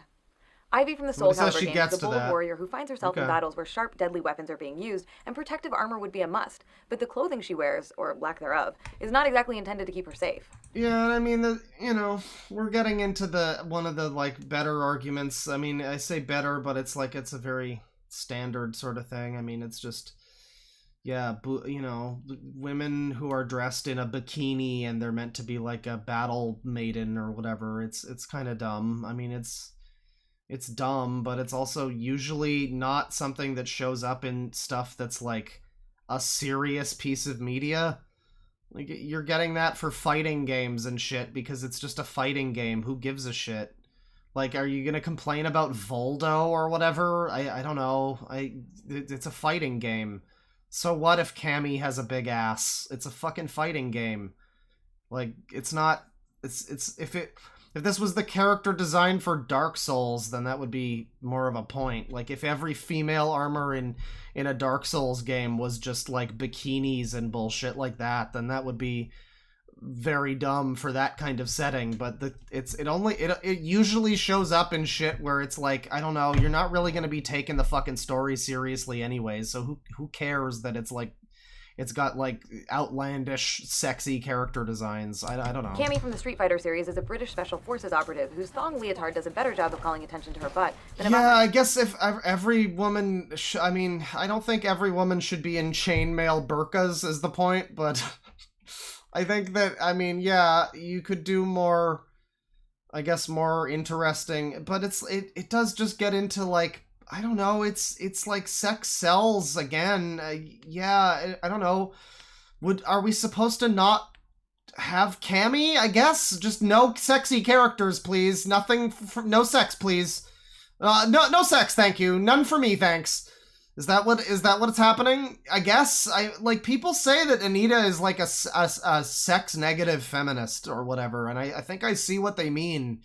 Where it really is just like, I think there's probably a lot of women who like, you know, the sexy women of fucking Street Fighter or whatever. There's probably a lot of people, you know, women who like them, fucking trans women, whatever. There's a lot of fucking people probably who are really into that. And I don't know why Anita, well, let's be honest, we all know why Anita has a problem with that, but... any kind of protection. Ninja outfits only, no sexy! The Bioterrorism Security Assessment Alliance, and regularly faces deadly infected mutants in combat, but her outfits appear to be designed for... yeah, I don't even know. And this is just a small fraction of the vast number of female characters who are forced into impractical and objectifying clothing. I mean, it's funny that she's complaining about people's drip. I don't know. She's looking better here. Like, these earrings are still weird, but she's one to talk about somebody with a fashion sense. I don't know. While in dangerous situations. You will learn respect. Okay, did she just use poison as an example? Uh-oh, that's embarrassing. Uh-oh, you might want to rethink that one, Anita. I don't know about that one, Anita. I don't know if that's a good example of what you're talking about there, Anita. I think you might want to be careful about that. That's thorny territory there, Anita. You're a fool to come back here. Oh yeah, there she is. There she is. We can't have Dragon's Crown. Dragon's Crown is evil. Everybody boycott Dragon's Crown. This is what I was talking about, people. This is the game that came out and people were, feminists like Anita were shitting themselves, and there were constant Kotaku articles and Polygon articles, left, right, and center, but well, mostly left, about how Dragon's Crown is objectifying women and it's too sexy and it's too much titty, and you know, I know a lot of women who would be into this exact physique. I don't know. All right, let's begin. And instead of donning a breastplate, you dash into battle shirt open, navel and whatnot exposed. Because clothing can shape our first impressions of a character, and as a You're complaining about The Witcher 3 in that sense. I think I don't know, Anita. Once again, that one. This is so cherry picking. Holy shit! I mean, you're using this character. From what I remember, there's like a bit more to this character than just her being a trollop with her shirt open. I think you could use the term slut-shaming a little bit. Like, what? So this character has her shirt open, so that means she's like a whore or something? Is that what you're fucking saying, Anita?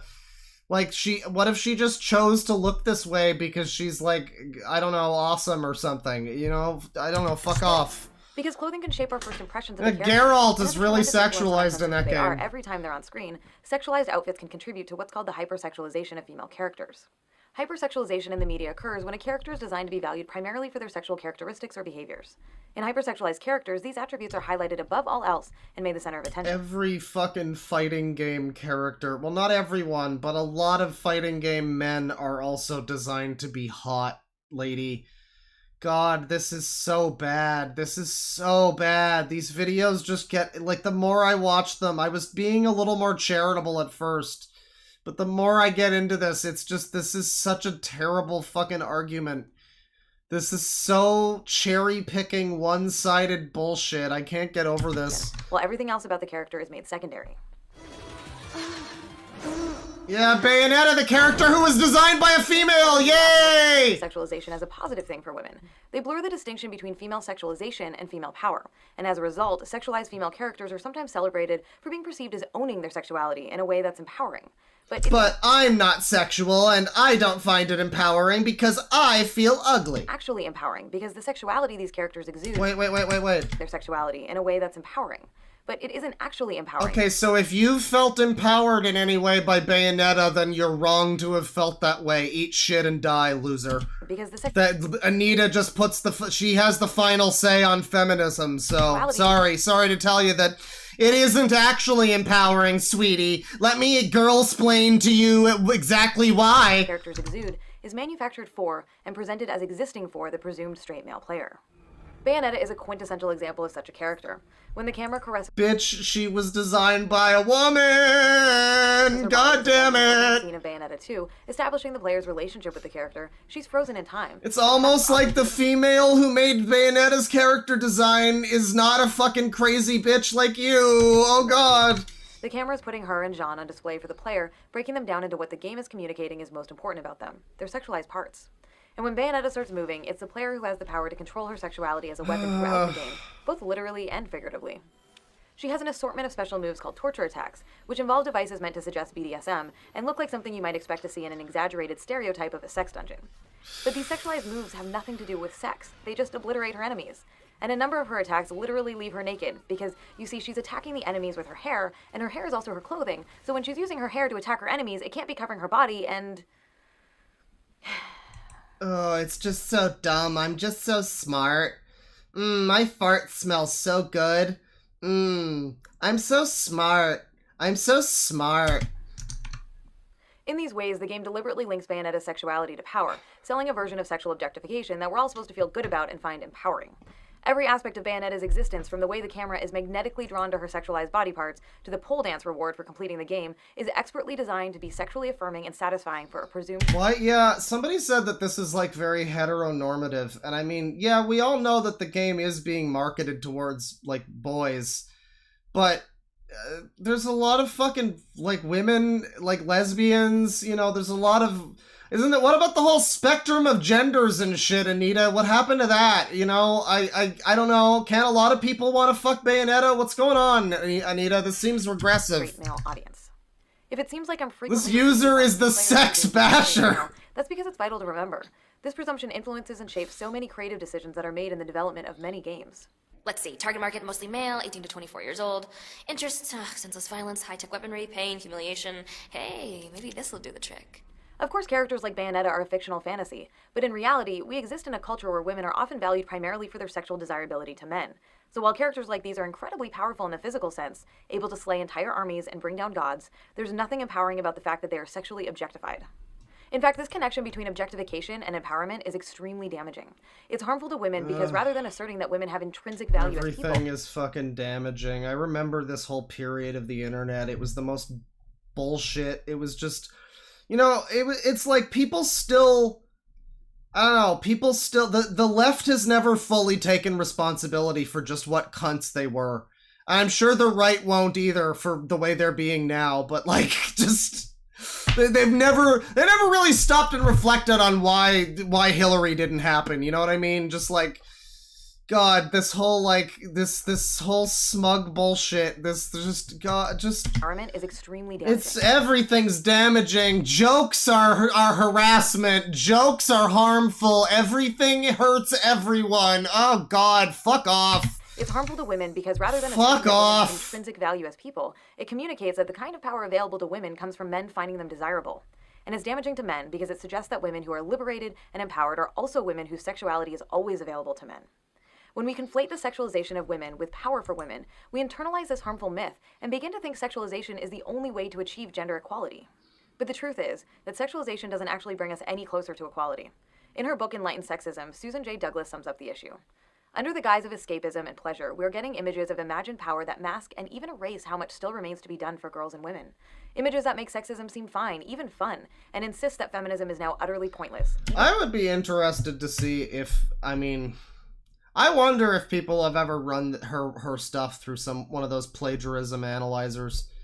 Because this really does feel like some of that shit that, like, I don't know, Illuminati and James Somerton specifically were doing, where it's just like, I don't know, yeah, you're quoting this, but I almost feel like half of the shit she's saying has just been written in tweets already before she made the video.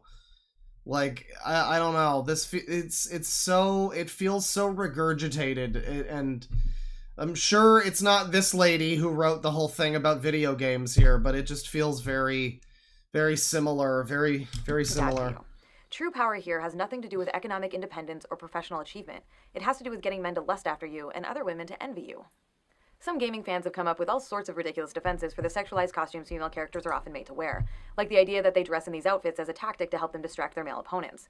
It's not unheard of for developers to sometimes rely on this harmful logic too.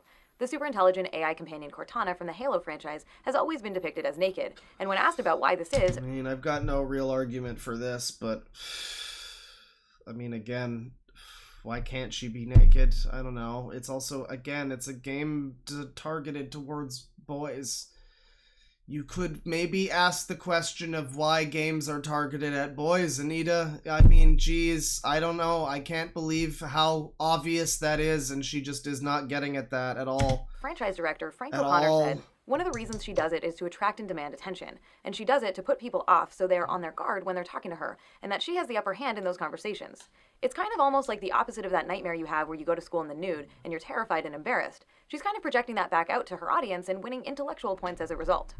Meanwhile, male AIs in the Halo universe do wear clothing.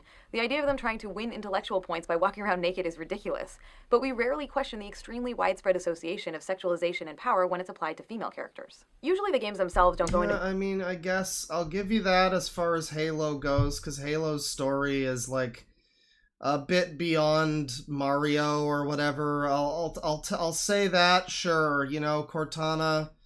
It's a little weird that she's just a naked lady. You know, in terms of that's a series that can be taken a little bit more seriously. Yes, it is just aliens and pew pew pew, but there's more to it than that. And so sure, fine. Yeah, that's an inconsistency that's a little bit more damning to that series than, say, Toadette and the Toad, like, Smurfette problem in Mario. Like, that doesn't matter, because who gives a shit? But the world building of Halo is a little bit more actually established, and it's more of a thing. So, yeah, sure, I'll give you the Halo point. Fine. Much detail to explain or justify why female characters are sexualized. Players are simply meant to unquestioningly accept the impractical outfits these characters are wearing.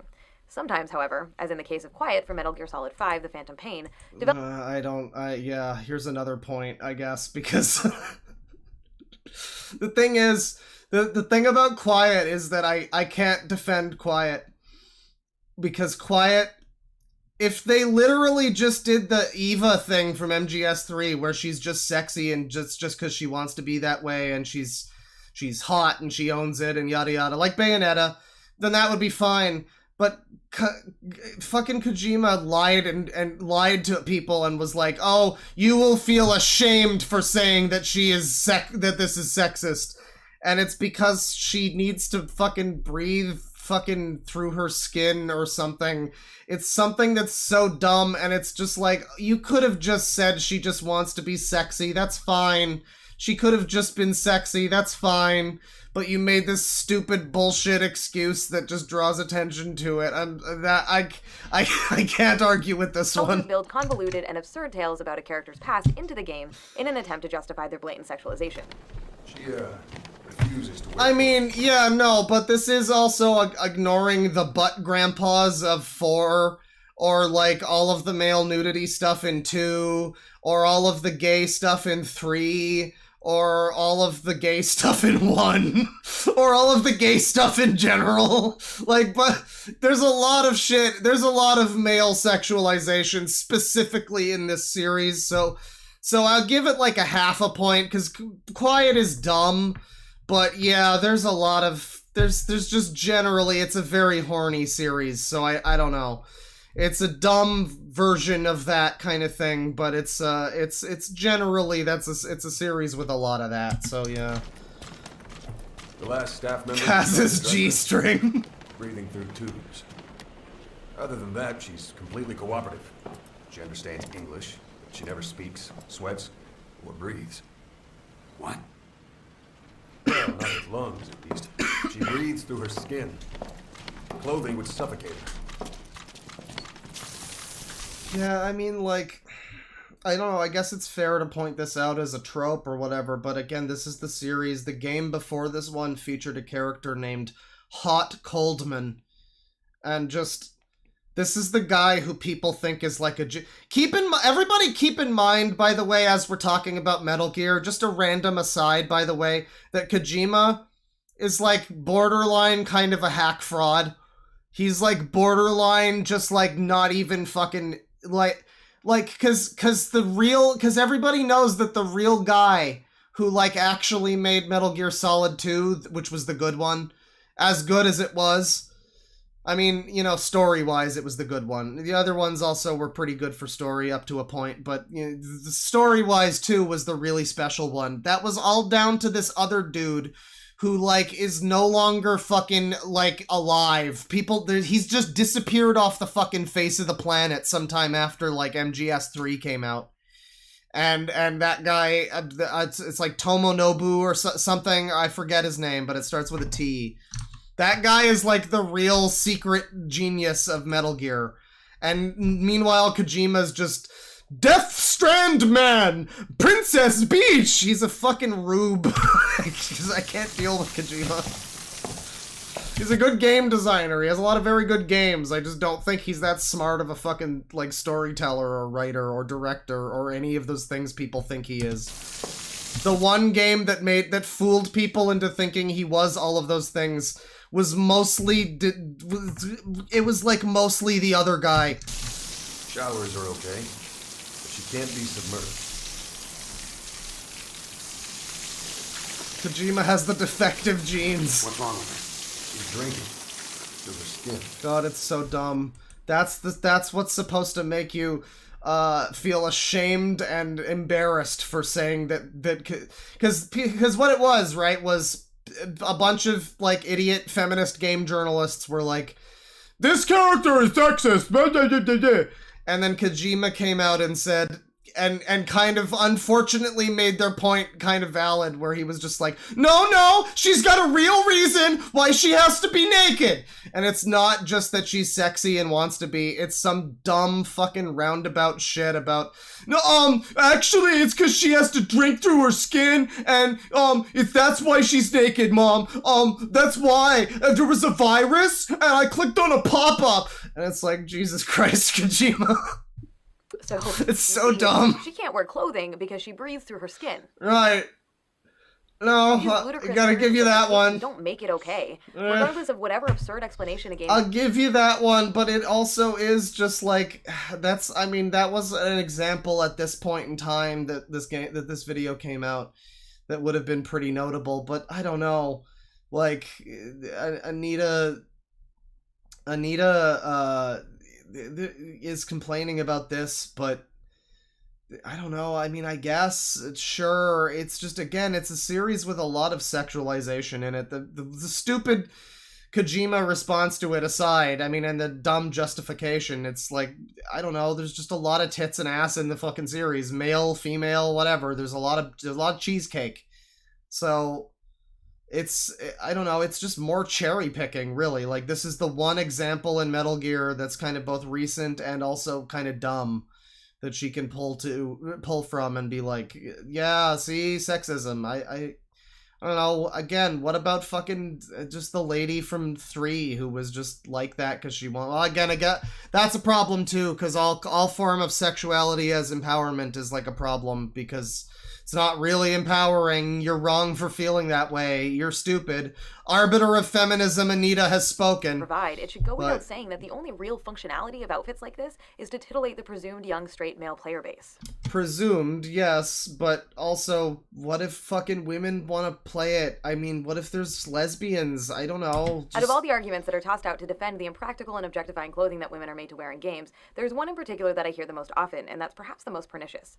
That argument is, maybe that's what she wants to wear. Well, okay, but also another thing too, right? I talking specifically about Metal Gear, but even like, I don't know, a lot of games like this, like Uncharted, you know, has like Elena or whatever. It has the various, there's different women in Uncharted, I think, but you know, like Nathan Drake is like a hunky hot man who I'm sure the women would be interested in playing a game with that. Like the presumably straight women would want to, you know, play a game because hot man, right? Like for the same reason that you would like wouldn't that sell you in the same way on fucking Big Boss? If you're like a straight woman, like, oh yeah, sexy guy with beard and he's like hunky and you can take his shirt off and all this stuff. Like, it's just sex sells. That's all this is, ultimately. It's both genders, it's everybody, it's anybody. I don't know why she has to be so uptight about this. Which is ridiculous. These women are fictional constructs. That means they don't dress themselves or pick out their own clothing. And don't bring the boss into this, lady. Don't bring the boss into this. She's had a hard life. Don't bring her into this. I believe I have to Come say on, this. man. All these visual designs are deliberate. Also, I'm sorry, is this the character from Parasite Eve, but from Third Birthday? Am I correct about that? Is this the Third Birthday version? Where everybody agrees that they, like, character assassinated her and made her more of, like, a weird, like, bimbo? I might be wrong. I think that might be who that is. Somebody says yes. Yes, that's the horrible... So there's 2 good games in Parasite Eve, the PlayStation ones, where they are... Yeah, that's a strong female character you could point to. And then the 3rd game for the PSP... They made it like this strange fucking shit. I don't even remember the details, but I remember my jaw hitting the floor when I heard the extent of it. Pat and Wooly talked about it at some point. It was great. Is made by the developers, and they serve a specific purpose. They communicate to straight male players that these characters exist primarily as sex objects to be consumed. In doing so, they also reinforce the larger notion in our culture that the value of real human women is determined largely by their sexual desirability to men. It's not hard to imagine what more practical clothing options It's not hard to imagine how people like me might have a problem with that. look like for some of these characters. But if you're having a hard time envisioning that, I'll let you in on a little secret. For those of you who aren't familiar, there's this thing called a sports bra. Sports bras are designed to keep breasts held in place to better facilitate athletic activities. In other words, they're used to prevent jiggle physics in real life. Right. Yeah, but people want the jiggle physics, Anita. It's like, thank you for informing people of a thing to stop the thing from... It really is just very anti-sex. I mean, it's just like, women cannot be sexualized at all. I mean, people joke about, like, women must wear burqa or whatever in chat, but that is kind of the vibe, isn't it? Of just, like, nothing sexual ever, no titties, nothing, button down all the time, constantly. Like, Jesus Christ, Anita. I think some people like to express themselves. I don't know. What the fuck is this? This is so, like, 50s conservative in modern day feminists' clothing. It's very strange. In the real world, there are many female martial artists, athletes, and women in combat roles that developers could use as inspiration when designing and dressing their female characters. It's important to note that the amount of skin shown is not the crux of the problem. Somebody says they're also uncomfortable. Yeah, I mean, I don't know. Maybe there's reasons why they wouldn't want to wear that, you know? Female athletes wear minimal, form-fitting clothing because it's more conducive Literally to their activities. haram. However, their outfits are not designed with the primary goal of sexualizing the athletes for the benefit of spectators. The problem of female characters wearing impractical, sexualized, and objectifying attire and being put on display for players is not a difficult one to solve, and developers already know how to do it. Even many fighting games that have several sexualized female characters on the roster often have one female option who is in more practical attire. Get ready! The Dark Souls games are generally pretty good about not making armor appear significantly different on female characters. Yeah, it's almost as if Dark Souls is a significantly more fucking, you know, serious series that it has, like, more realistic shit in it rather than, like, a wacky anime fighting game. Like, yeah, this series that's, like, a dark, down-to-earth world is not gonna have fucking titty armor. It's not Dark Stalkers, Anita. You made a great point there. You're right. Than it does on male characters.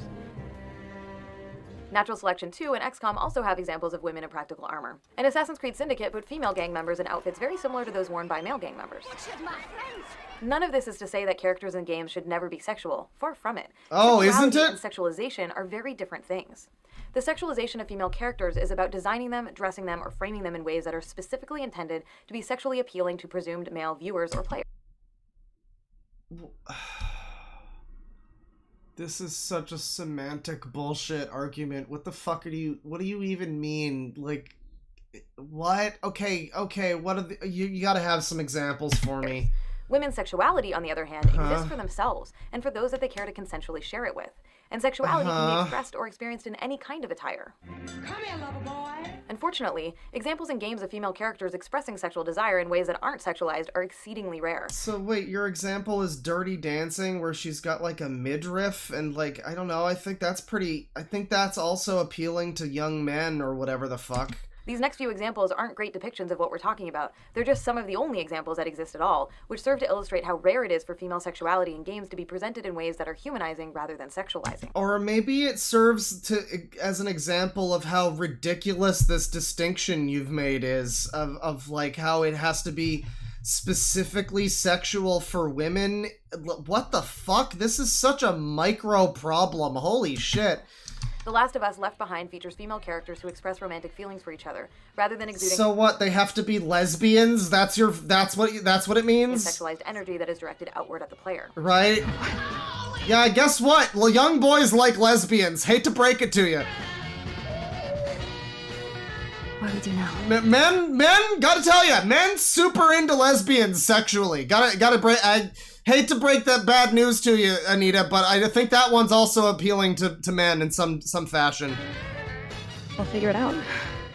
And in Firewatch, though it's only heard and not seen, Delilah expresses sexual desire for the player character Henry. I wish I was over there.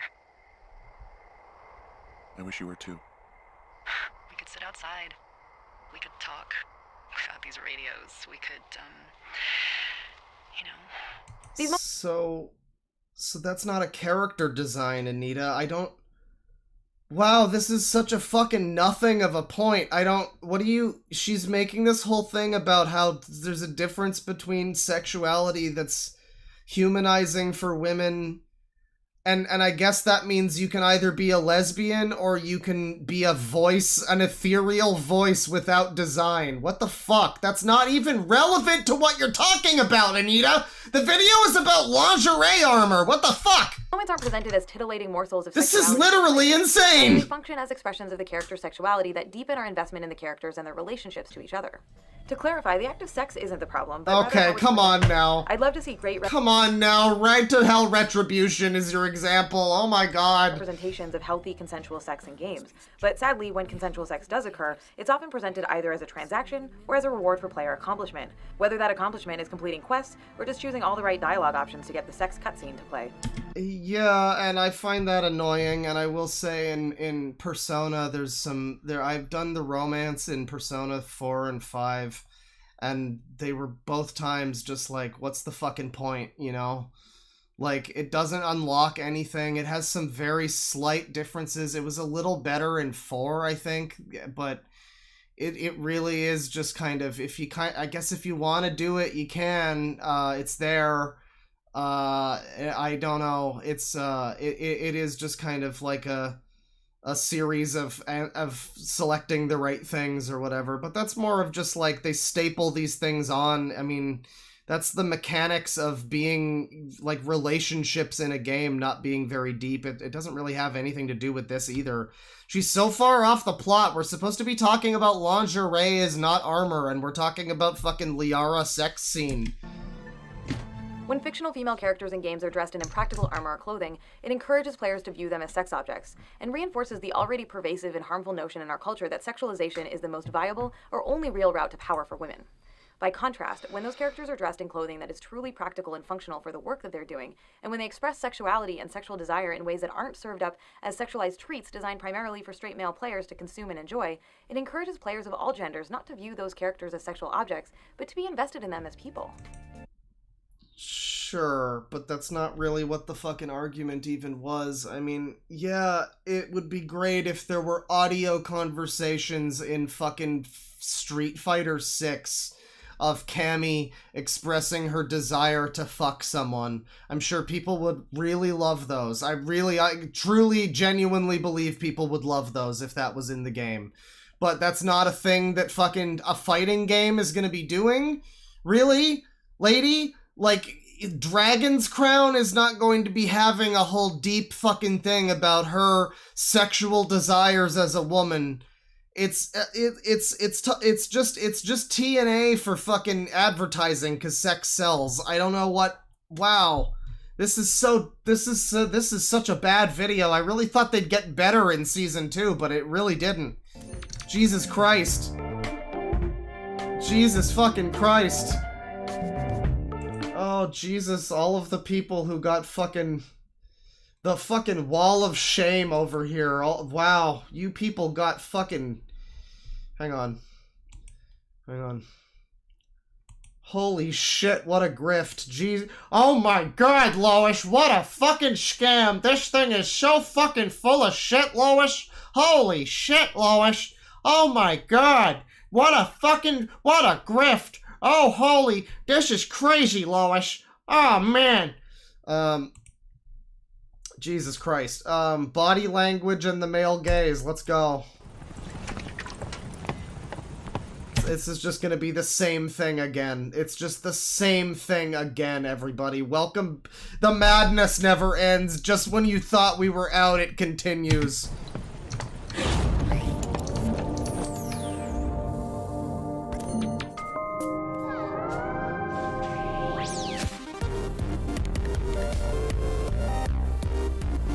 It's like all the same clips, too. Holy shit. Did you just forget that you already made this video? What the fuck? Movement can be a powerful thing. Most of us who play games can appreciate the importance of a well-timed jump in a platformer or a skillful dodge in a fighting game. But sometimes it's the seemingly ordinary movements that actually tell us the most about a character. The way they do simple things like walk or sit down. And like anything else about a character, movement can be used in ways that resist higher gender stereotypes or in ways that reinforce them. In Bungie's hugely successful online shooter Movement Oh, we're gonna talk about, like, women swaying their fucking hips. So just literally anything that identifies a woman as being female at all. This feels like it hates women. What the fuck? Like, anything. If you move your hips, if you have tits, if you have anything about you that looks female or feminine in any way, you're a problem. You're problematic. You should be ashamed. You should cover up, you whore. What the fuck is this garbage? Players start by creating their own characters. Holy shit! Who will fight to protect the last remnants of humanity. As with character creation tools in other games, this one lets you choose from different gender differences. In most ways, Destiny treats its playable female characters almost identically. But they have a waistline. That's evil. Treats its male characters. For instance, the armor you acquire when playing as a female character isn't sexualized, but looks just as practical and stylish as the gear equipped by male characters. However, there is one way in which the male and female characters are differentiated by gender, and it has to do with their movement. Watch how a male guardian sits down, taking a load off after a long, hard day fighting the forces of pure evil. Okay. It's simple. It suggests confidence. When a female character sits down, however, it's a completely different story. She sits like a delicate flower. This is supposed to be a hardened space war. Yeah, no, I was worried I had a little freak out and I was speaking too soon. No, it's exactly what I thought it was. It is legitimately just, there was a slight display of femininity. Femininity detected! Exterminate! Exterminate! And yet she's sitting around like she's Ariel from The Little Mermaid. A character's animation and movement is just as much a part of who they are as their appearance and their clothing. And like any other aspect of a character, game designers use movement to communicate information about them to the player. This isn't inherently a bad... Like, okay, Rayman is an example here. What is Rayman? He's not really even anything. He's just a protagonist guy. He's not really a man even that's in his name. I mean, I guess he's a he, but he's not like a person. So what the fuck are you even using Rayman as an example for? Expressive character animations are just a way for the game to contribute to our understanding of who a character is and what to find. Women be sitting. These women in their SUVs eating their hot dogs in suburbia. How a character walks, jumps, even how they sit down can tell us a lot about them. Sasquatch supremacy. Alright, hang on a second. I'm gonna go grab a drink. I'll be right back. You know what? I will... Hang on just a second. Let me see here. This raised over $1,000 to help to end abuse in the games industry. Well, that's actually sounds like a good cause from what we fucking heard. You know, I was gonna put a thing on as like a BRB, but well, no, actually I will. For anybody who didn't see it, this is from a few days ago. I found this video on the dark web of this crazy guy screaming about ice levels in video games. I don't know if anybody hasn't seen this yet. I put it up on the channel a few days ago. Some fucking whack job just complaining about ice levels. I don't know what's up with that. Maybe you'll enjoy it. I'll be right back. I gotta grab a drink. Yeah, here's this crazy guy. I don't know what his deal is. Anyways.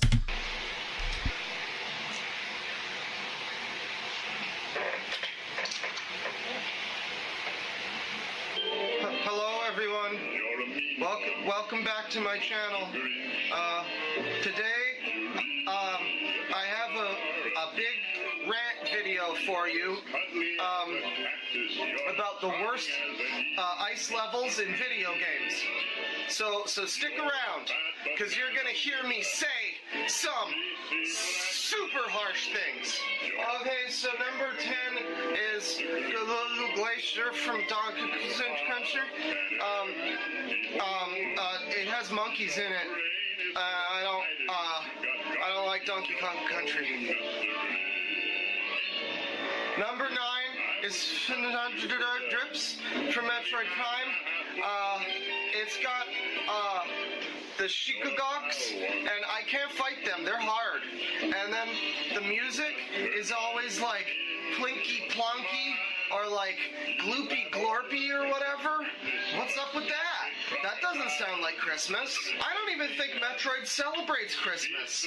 What the hell is that about?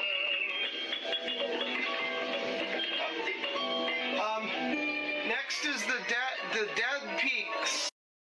Alright, sorry about that. I don't know, I just found this user on the dark web. He got telefaxed to me over the pipeline, so I just thought I'd share that with people.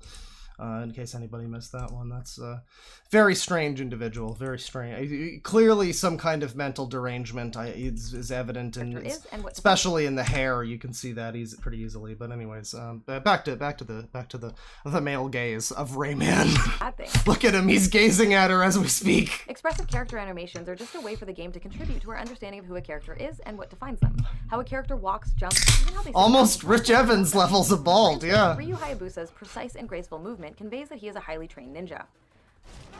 While the way Nathan Drake scrambles and fumbles in dangerous situations is meant to suggest that he's more of a relatable, ordinary guy who just keeps finding himself in extraordinary circumstances. We were almost in that. By contrast, the way that women move in games isn't just used to suggest their confidence or their skill or some other facet of their personality.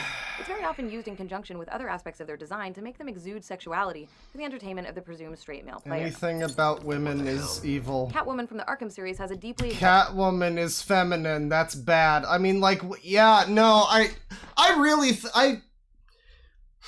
went into this and I'm like, okay, I get that the thesis of this is we're analyzing culturally these tropes and what that does to us and make, because I've said the same shit before, right? Like when we watch commercials from the from the fucking 70s or whatever, and it's like some woman advertising women's fucking Hungry Man's just for women or whatever. And it's like, why do they do this? Because what, like fucking marketing, for some reason it works, but why? You know, it's interesting. It's a psychological thing that's actually fucking interesting, but like, and so I saw people in chat that would start saying things like burqa on all women, and it's like, I start out thinking that that's like, no, that's, come on now, that's like, that's not what she's saying here. To be fair to her, but like, no, the further we get into this though, I mean, it really is just anything that's female at all that has any signs of femininity or any kind of fucking, like anything is a problem and should be diminished and should be sanded off into just a homogenous, genderless blob, I guess. This way when she walks. In combination with her clothing, she really is doing that to drive the player's focus to her highly sexualized butt. In Resident Evil Revelations, Jill Valentine somehow manages to wiggle her whole body while she runs. In Assassin's Creed Syndicate, Evie Frye is a character who avoids falling into many of the sexualizing traps that some playable female characters do, but she still walks with an exaggerated hip sway. Yeah, it literally is that. I can't believe I hit the nail on the head. I was thinking like, no, it's not gonna be the hips. That was like a joke. That was like a joke! That's really what this is fucking about! It's just the fact that women walk different! What the fuck, you weirdo! You can change your character's gender at any time. If you go to the clinic and swap your gender from male to female, you also come away with a newly sexualized walking animation, even though you're literally supposed to be the same character. Yeah, but that's the man's walking animation. It's not just the default walking it's the one for the male player character. And that's the one for the female. So the man's one is more swaggering and like, and I think you can change the walk animation too in Saints Row. If I'm not mistaken, I think you can. Male heroes are allowed to simply walk like normal human beings in ways that are average or strong or graceful or goofy. What do you even mean, you weird fucking bitch? Like, what the fuck? It's just a hip sway. Women walk like that. And men walk with more of like a shoulders first kind of thing. There's a difference between the fucking genders. What do you fucking want from me? Meanwhile, motion captured animations for female characters often make them look as if they're walking. Holy shit, this is stupid. Even when the characters Well, it's Bayonetta! It's Bayonetta! Oh my god, oh, but like the thing is though, is like, I recognize how dumb this is. And that's why people got upset, because the people like me who recognize it were calling it out and we were Gamergate, basically. And the people who were like too stupid, or not even stupid, I don't even want to say that, but the people who are not into gaming enough, and maybe they don't know, like, what Bayonetta is, and they'll just listen to her say this shit as if that, like, Bayonetta's not all about just being fucking sexy and cool, and I guess that's the problem inherently, but, like, it feels like it's playing super hard on people just not having a fucking frame of reference for what she's talking about.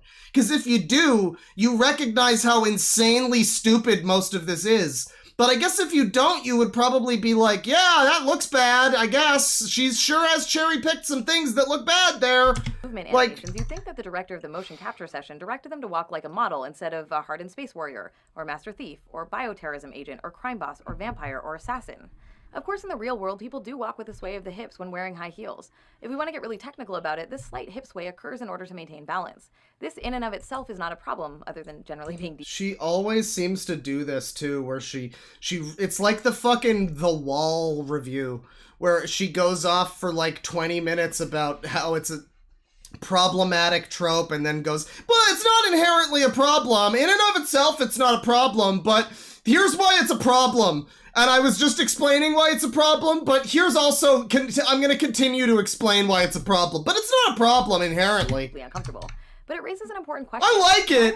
I do like The Wall. I'm just going to complain about it for 40 minutes is all. I'm not going to say anything good about it, but I like it. Combat roles wearing high heels. With all the fighting, running, and climbing these women have to do, dressing them in heels is clearly a decision rooted in sexualized aesthetic pleasure rather than believability. In fact, animating so many female characters in games to fit into this very gendered, sexualizing walk pattern is an example of one of the ways the male gaze manifests. I like the chat member. What's the deal with walking? You see, men characters be walking like this. Doody-doo, doody-doo, dum-de-doo. But woman characters walking more like this. La-di-da, la-di-da, la-di-da. That's great. That's a good chat message. The term male gaze was coined in 1975 by feminist film critic Laura Mulvey and refers to the tendency for the visual arts to assume and be structured around a presumed Yeah, what if you viewer, like the or male player. gaze? The male gaze manifests when the camera takes on a perspective of a stereotypical heterosexual man. Women be An walking. indisputable example of this is when the camera lingers, caresses, or hangs across a woman's body, although it's not always that obvious. Motherfucker. In games, it can be as simple as the in-game camera resting so that a character's butt or breasts or both. Okay, but oh man, good pause frame. So, but you're using Tomb Raider as an example. Okay, so aside from the fact that the Tomb Raider reboots are absolutely terrible, just the worst, most generic AAA garbage slop fucking trash you've ever fucking played. Just the most generic shit. But the Tomb Raider fucking reboot, I don't know. There's a lot of weirdly like sexualized screaming that she does every time she dies horribly. Like, I don't know. I don't know if you want to use that necessarily as a great example of whatever you're getting at here, Right. but sure. It can be a cutscene that rests on a woman's butt. It can be clothing that they are wearing or the way they talk. It could be a pause frame that rests on a woman's butt. It could be the fact that the camera is behind the woman and that means you could look at her ass. Or it can be as basic as the way a female character moves around the game world. Okay, oh my god, it's Vice City. It's a sexy beach bimbo. What do you fucking want? It's a cartoon game about nonsense. God, I hate this woman. The male gaze reinforces the notion that man looks and the woman is looked at. Or as art critic John Berger explains in the 1972 book Ways of Seeing, men act and women appear. Men look at women. Women watch themselves being looked at. This determines not only most relations between men and women, but also the relation of women to themselves. To be clear, the male gaze is not a hard and fast rule. It's a theoretical concept that is meant to help us understand the sometimes subtle and nuanced ways in which our culture influences media, and the way that media in turn can shape and reinforce existing gender dynamics in our culture. The male gaze is also not in any way limited to men or heterosexual people. You know, I think she just explained what the term male gaze means, and I think I still don't understand what the term male gaze means. And I never stopped and considered before that I don't think I've ever fucking understood what the term that's... Like, there's a lot of them, like, the patriarchy, I get what that means now, you know, like, internalized misogyny, sure, you know, a lot of these, like, buzzwords that I've heard for years, like, I used to not pay them much attention, but, like, you know, eventually, like, systemic racism was one where I was always like, there's no such thing, you can be poor and white and blah, blah, blah, like, some stupid shit, and just, like a Biden speech or something. But just, yeah, no, I don't think I've ever fucking understood, like, male gaze. I don't know, something, I guess, the way society perceives a woman, I guess, but it's, I don't know, man, that sounds like a skill issue. Almost all of us internalize and sometimes identify with the male gaze to some extent. Eradicating the male gaze is not as simple as introducing an inverse female gaze. Appealing to men, not just I guess. Equal opportunity sexual. Yeah, I guess she's never tried doing that. So isn't the answer, but also because it isn't actually equal.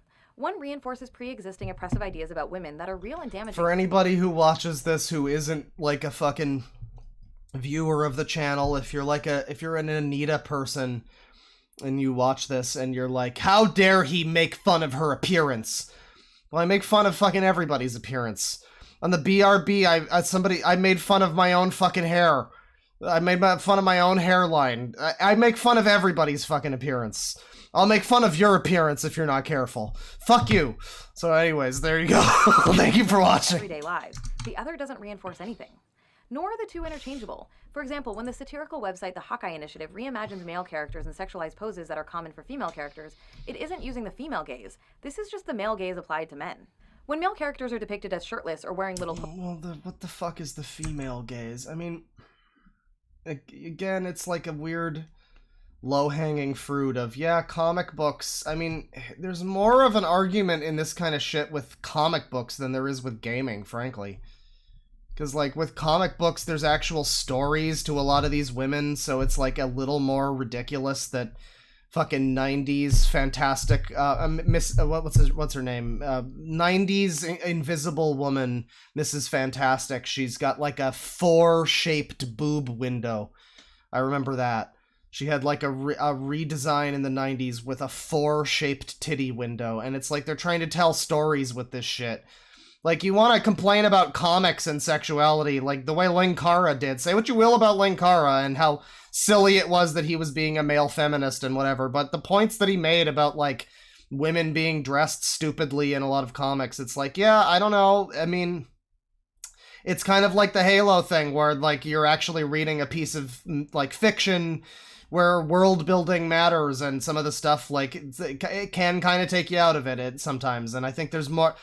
I don't think it's a much better point, but I think it's a better point that tropes versus women in fucking comics is a much bigger deal than video games. I think they got it better in video games. The female gaze. This is just the male gaze applied to men.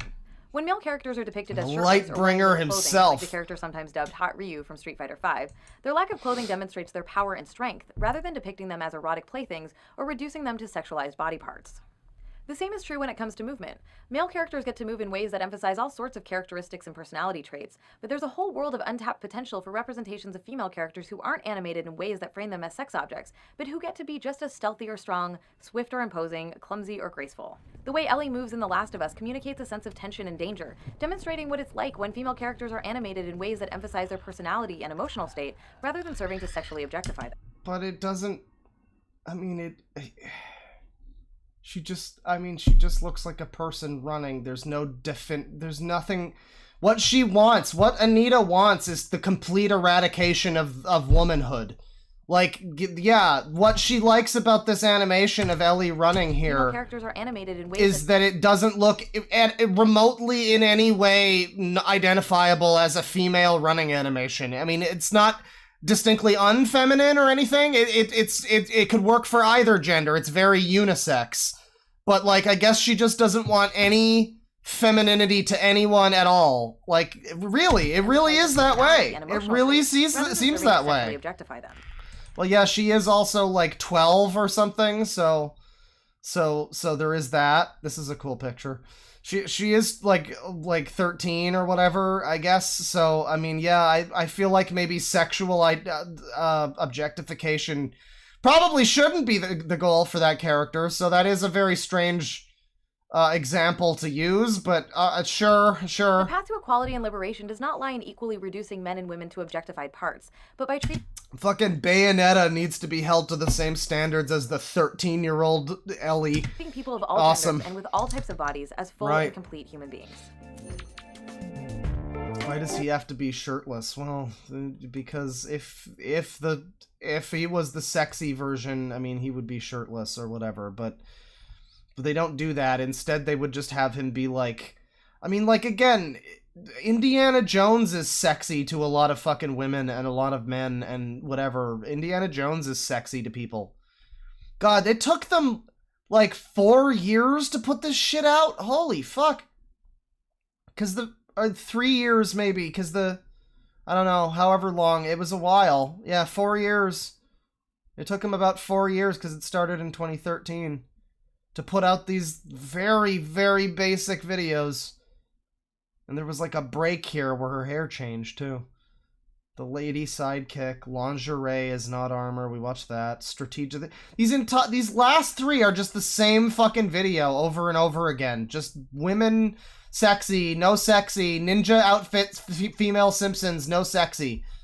Not your erotic fantasy, no sexy. Sinister seductress, no sexy. All the slender, like, no sexy. Are women too hard to animate? Yeah, because they're too sexy, no sexy. The lady sidekick. All right, what's this one? Is this just Miss Male character again? Here's Alex. She's a bad female character, everybody. Sorry. You thought Alex was cool? Thought she was hot? Guess what? She's not. It looks like I can open them from here, but I won't be able to come in with you. Here goes.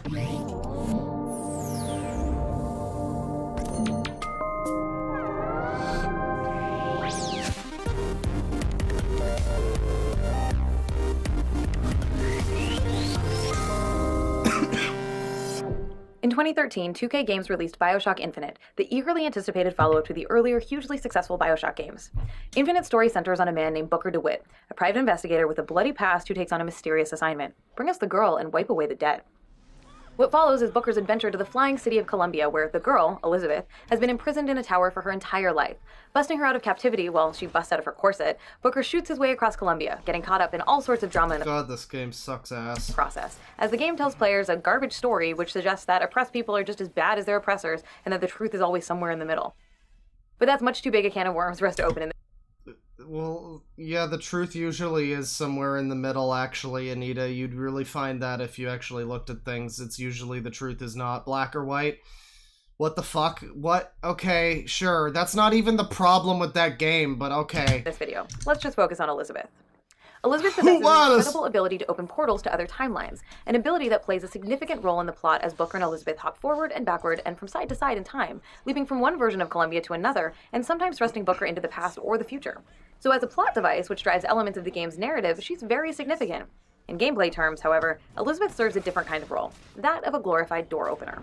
No, she throws you fucking healing items and stuff sometimes. I mean, she's a companion character. You're the one who's gendering it in this way. Like, the fact that she's female isn't really that relevant to her being, like, a door opener. There's a lot of male characters in games who do the same kind of shit. As with most shooters, BioShock Infinite often puts you into situations where you can't progress until you've cleared an area of enemies. The way it frequently does this is by blocking doors to the next area that can't be opened by Booker. Only Elizabeth can do this, which she does only when all the enemies have been killed. For all of her tremendous powers, Elizabeth is reduced by the game's mechanics to doing the most basic and menial of tasks, and waiting around for her to open a door becomes a significant aspect of how players... No, it wouldn't be a problem if she was a guy, because that wouldn't be the trope then, so it just wouldn't be something she mentions, because it wouldn't help to illustrate the point she's trying to get across to people, which only really works that well if you listen to only this exclusively and have no other frame of reference of anything. Experience her. Let me scout ahead, see if there's some way to move forward. Of course, she performs other actions as well, sometimes tossing Booker ammo, first aid, or other useful items, or opening tears through which he can have her summon things like weapons or killer robots to help him in combat. Of course she has multiple uses, and it's not just the way that I'm describing it, but anyways. Now, there's nothing inherently wrong with the idea of characters who play a supporting role in combat situations, but Elizabeth is an example of a female sidekick who is reduced to a tool. There aren't gameplay mechanics that allow you to have meaningful interactions with her. She just Oh my god, it's like that meme about why can't we talk to the demons in Doom. It really is like, why can't we stop the fucking game to have, like... I mean, I don't know, yeah, it would probably be better if the game had more conversations and story and dialogue, you know? Like, ultimately, you're right, but for what the game is, it's a shooter game. Like, it's a fucking shooting game. They're not going to turn it into the Walking Dead Telltale game for fucking 20 minutes. Like, what the fuck? Opens doors and dispenses useful things, and Jesus her tear-opening Christ. powers are not her own, but yours to call on and control with the press of a button. Elizabeth, a little help? Looks simple enough. At other times, she's less like a person and more like a sexualized slot machine tossing you the occasional coin. As a glorified gatekeeper, Elizabeth joins a long tradition of female sidekicks, including Alex from Half-Life 2 and its follow-up episodes, and Yorda from the much-beloved Aiko, whose magic is needed to activate doors, staircases, and other mechanisms that allow players to advance. Yorda also has a distinction of being the quintessential example of what I call the damsel escort mission. You know, after making 3 whole videos about damsels, I'd kind of... Oh god, I can't believe we only watched the first one. hope to never have to talk about them again. But yeah, I really hope to never have to hear about them again, and I only watched the first one. gaming's love of using helpless women as both narrative and gameplay devices was too much for even those videos to contain. Jesus Damsel escort Christ. missions occur when a female character joins the male player character, but is largely helpless, and rather than being a clear benefit to the player, she feels more like a burden. In Aiko, players free Yorda from a cage early on. She then joins Aiko. Oh, she is saying the name wrong. It is Eco, isn't it? Yeah, because it's Japanese. And she's saying Aiko. That's cool. This woman reminds me of all of those people that were like, "Oh, Japan, you're so wacky," in like the 2010s and the late 2000s. Just like that whole like weird anti-Japanese sentiment of like, I don't know. It's not really, I don't know. It's this and just like the weird, she keeps trying to assert like Western cultural shit onto Japanese games, and like, I'm sorry, Anita, I'm sorry they come from one of those other countries, Anita, one of them foreign countries, but you're gonna have to just put up with that, you know? On this journey, like, and they much have of the game's different, business of solving puzzles, so they that have Yorda, different who stuff. can't make leaps or climb walls on her own, can traverse the environment. You Meanwhile, could say Adam Sessler-Claw, it's okay to do so. We talked about him last time too on the plot. Last Loud Equals Funny podcast, me and Bane and Tristan, we were talking, and somehow Anita came up, and that's how this stream came about, because we found out that that Feminist Frequency is now bankrupt or something. But like, yeah, Adam Sessler and that Japanese anti-Japanese sentiment of that era was brought up. Just the kind of weird dismissiveness of like, Aiko, whatever it's called. players also need to protect her from the shadow monsters who sometimes try to whisk her away. Spoiler alert, yes, in the ending cutscene, Yorda carries Aiko out of the crumbling castle, but what the narrative tells us or shows us in the end doesn't undo the impact of how we experience a character through the gameplay. Another classic damsel escort mission occurs in Resident Evil 4, where Ashley Graham, the president's daughter, has caused players tremendous frustration over the years by burdening them with the need to protect and manage her. Like, if you really think about it, so many of these examples, too, are Japanese. I mean, what? Bayonetta, every Nintendo game, Resident Evil, fucking, she used Castlevania at one point. It was the arcade game, but still, like, that's Konami. Yeah, Amy Rose from Sega. Like, the fucking majority of these are Western, or are Japanese, rather, and most of her examples of stuff that's not what she's talking about is usually Western game. This woman is this woman racist? Does this woman just hate Japan because they have, like, different views? Like, yeah, I guess it's less feminist or whatever, but it's just another country. They have different, like, they have a different culture, man. I don't know. Whether they're presented as capable or helpless, female companions often encounter situations in which they just can't proceed on their own. Ellie in The Last of Us, for instance, is hardly a Yorda-like damsel, but when she encounters a body of water, she may as well be, and Joel has to go out of his way to get her across. Now look, there's a lot to admire about The Last of Us, but I guarantee you nobody's favorite part of that game was helping Ellie get across the water.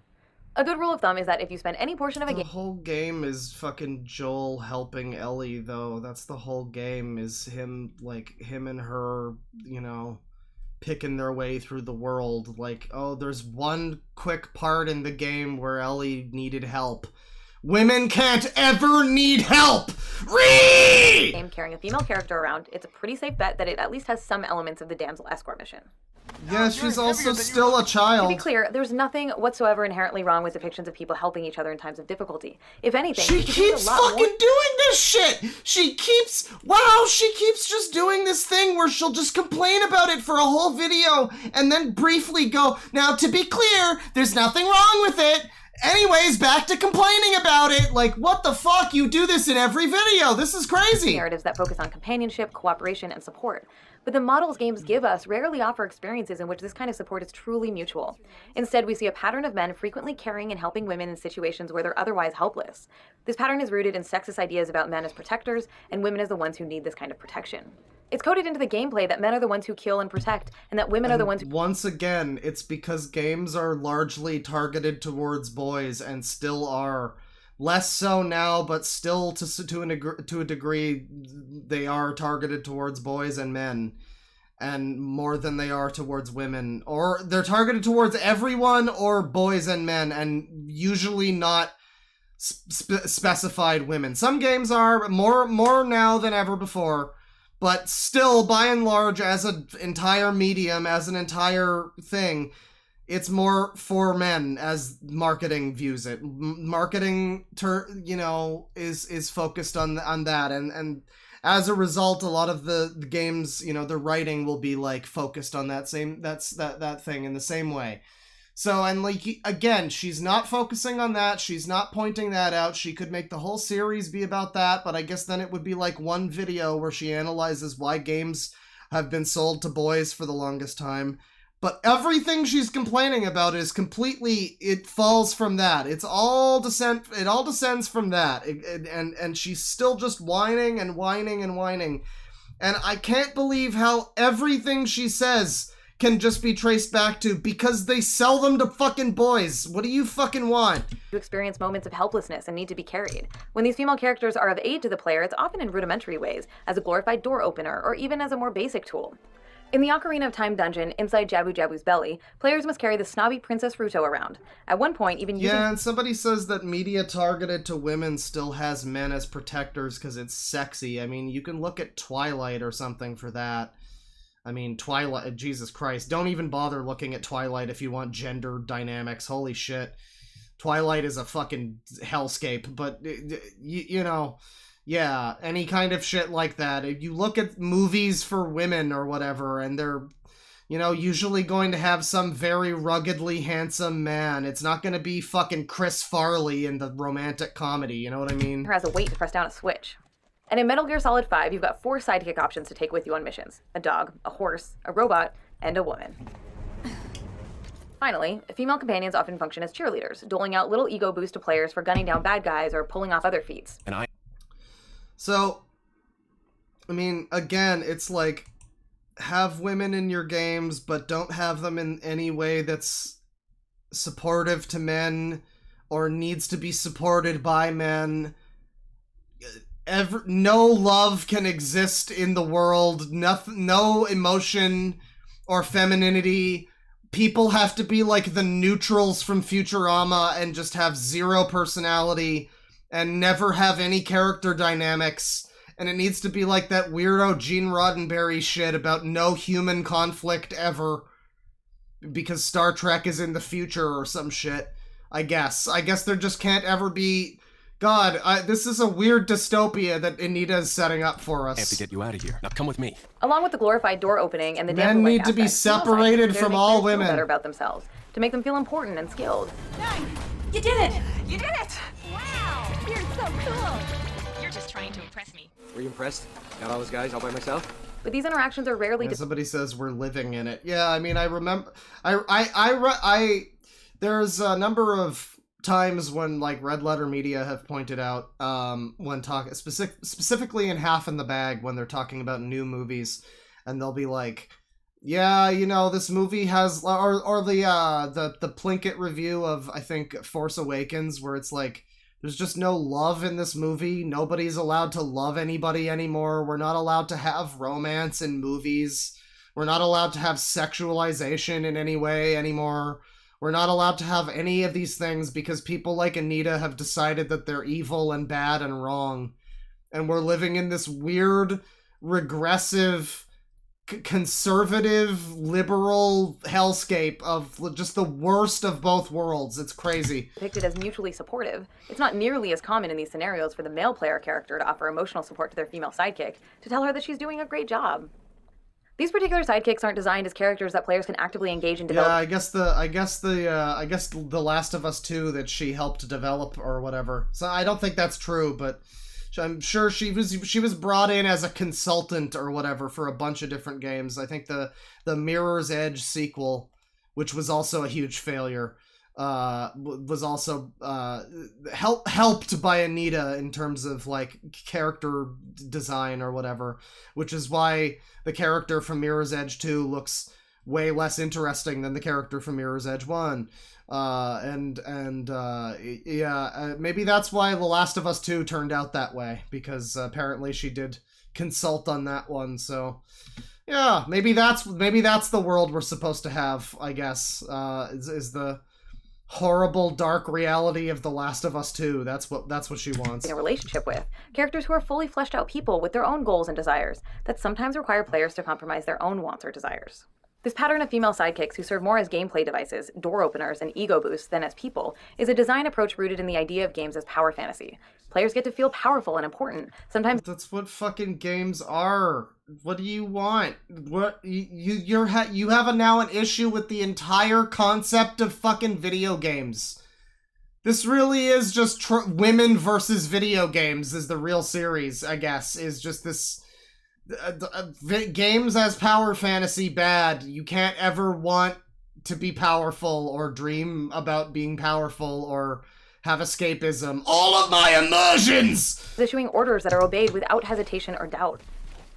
Companion dynamics in games almost never model what equal footing, cooperation, and collaboration in a relationship might look like, but instead serve to make the player feel like the center of the world, the one in control, which is not at all a model for healthy relationships. Of course, a huge number of games focus on men fighting alongside other men, and in these games, the male companions often have some of the same characteristics we sometimes see in female companions. That's at least 10 more confirms, Hunter 2-1, good shooting. It's very common for male characters to compliment the player on their good shooting, or to breach a door that the player character can't open himself.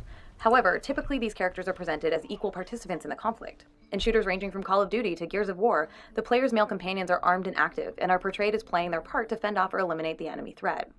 Occasionally in these games, male characters do have to protect...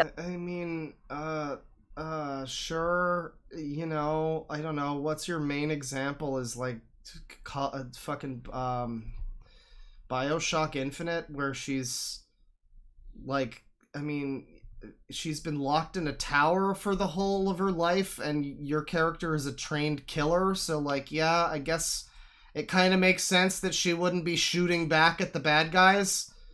You know, and also maybe The Last of Us, where you're like a dad character helping a, you know, not your child, but like a child, father figure, daughter figure thing. Like maybe, yeah, you know, maybe a dad protects his fucking kids kind of deal. Maybe that's the point of that one. I don't know. Gears of War is a military game. Her examples are, yeah, games where they're all equal combatants in a fucking military. Or something. I mean, what? Other men. But unlike scenarios in which men protect women, these less common instances don't reinforce pre-existing cultural attitudes about men, women, and gender. Similarly, the occasional situation in which a female character protects a male one, which happens in the 2013 Tomb Raider reboot, among other games, also isn't a problem, because it doesn't work to reinforce limiting, harmful ideas about women or men that already exist in our culture. In other words, we live in a culture that says, generally speaking, we live in a society. Men should be the protectors and women should be the protected. When women function as competent... I like how she's complaining about this in video games. Like, this is, yeah, I mean, that's... Remember the old Jerry Seinfeld joke about men flip all around on the channels, but women, they'll just stay on one thing, because men hunt and women nest.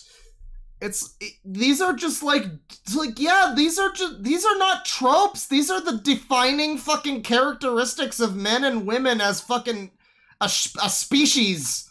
And you're gonna complain about this in video games? What the fuck is wrong with you? Yeah, I'm amazed that it's like that in video games when it's like that in fucking everything else and all people's perception of gender and reality.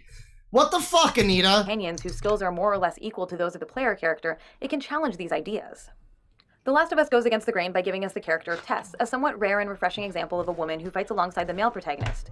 And the later Gears of War games do a decent job of including female Somebody says this is hypnosis. They're repeating the same things for hours, and yeah. I guess so. I guess so. I mean, it really is mostly the same things, yeah. It's the mostly very, very, very surface level shit because I don't know. Why can't she go any deeper than any of this? Just like very, like pointing at women in games and going, she's sexy, that's bad. And just like, why is she designed that way? Because of the male gaze. Okay. But why then? I mean, I guess we've come to that conclusion, so I guess we can end the fucking series. No, but we're just gonna keep complaining about Gears of War or something. Members who are on equal footing with their male counterparts. femcell And thankfully, we're hypnosis. seeing more games that complicate and subvert the old patterns, providing players with relationships with supporting characters who don't function as mere extensions of the player, but who feel like separate individual people. The 2016 indie title One Night Stand throws players into a situation with a female... Oh, it's always some fucking hipster indie bullshit. It's never a fucking real game. It's always one of these games made for these types of people, you know? Like, look, wow, some fucking person who's like me made a game that's like this, and it's probably miserable and insufferable, just like me. Female character who Go clearly play Gone Home today. has her own feelings and her Depression own Quest, Communicating with everybody. her is a matter of trying to find some common ground for mutual understanding, not one in which the player is in total control of the situation. In Left Behind, the wonderful add-on for The Last of Us, Ellie's companion Riley is not someone players can issue orders to or someone they have to protect. Riley is constantly active, often taking control of the situation, sometimes competing and being playful with Ellie, and as a result, she doesn't feel anything like the companion characters in most games, or even anything like Ellie herself felt in the original game. Instead, she feels much more like a real person accompanying Ellie on the journey. Yeah, I mean, probably sounds like a good example, I guess. Sure, there you go. And while Trico in 2016's The Last Guardian may not be a human character, he does possess some of the characteristics we'd like to see more of in human companions in games. Asking Trico to do things isn't a simple matter of pushing a button and watching him immediately obey. He's not a simple tool, not just an extension of the player. Wait, are you fucking serious, bitch? No, I'm sorry, you want more games to be like this game where the whole point of it is that it's annoying that you're trying to beg your companion to follow your directions and they just won't listen to you or do anything you say? Yeah, that sounds great, lady. Oh yeah, I really wish more games were less responsive and that sounds so awesome if every game was like that. That would be great. That would really be Sometimes great. he's hesitant, reluctant, Wow. even frustrating. But this makes it feel more like he's a living, breathing creature with thoughts. Yeah, are women supposed to be animals in this scenario? She's not even using the female pronouns, so what the fuck is even the point? Feelings of his own. She's not even talking about sidekicks in, like, the video's about the lady sidekick, but it's just now you're not even talking about a female character. This is like, let alone human, but a female, this is a male animal, apparently. So it's just about companion characters in games, I guess, broadly. By taking time to pet him, you can sometimes barely express even your about connection in ways feminism that fall anymore. outside of the requirements of the gameplay and the story. And crucially, Trico is often the one protecting the player, rather than the other way around. He does not exist to fuel a power fantasy, but to allow for gameplay mechanics that focus on cooperation, care, and helping each other. When supporting female characters in games don't have this kind of depth, when they exist primarily to be protected or to be ordered around, they not only reinforce harmful ideas about gender, they also fail. Woman, open the door! And then the woman only honks and sits down while you get shot. Yeah, she sits down daintily, of course, you know. Primarily to be protected or to be ordered around, they not only reinforce harmful ideas about gender, they also fail as characters. Regardless of their gender, race, class, or sexuality, a person is more than a tool, and more than a burden, and games can and should give us mechanics and stories that reflect that. Yeah, a person is more than a tool, and if you're writing a story that's an actual story that's trying to be a story, then having a character who's ostensibly there to just be a helpful tool companion character is probably not conducive to that. I'll give you that much. I mean, again, ultimately, a lot of what she complains about comes down to just, like, lazy writing. I mean, yeah, you can just... most of it is just... people don't try very hard, and, like, this is something that we did for gameplay purposes, and it has unfortunate story ramifications, like in the case of Elizabeth from BioShock there. You know... It kind of becomes a thing where she is like a slave companion character because mechanically that's what the game needs her to be. But yeah, I mean, ultimately the video's not even fucking about women in general. It's about, I mean, it's called the lady sidekick, but it's just about companions, really. I mean, and companion AI and like, okay, sure, Sinister basically this entire fucking season 2 is just no sexy. Like, outside of the lady sidekick there, everything else is don't be sexy, don't sway your hips, don't be female at all whatsoever. And then fucking season 1 here, shit, women as background decoration, women as reward. I mean, Jesus Christ, it's all the same shit. It's all the same shit. Again, at least she talks about Jade. I like Jade, but fucking, you know, I don't know, shit. We'll do part 2 of Damsel in Distress. How can she elaborate on this thing that she's already driven into the ground?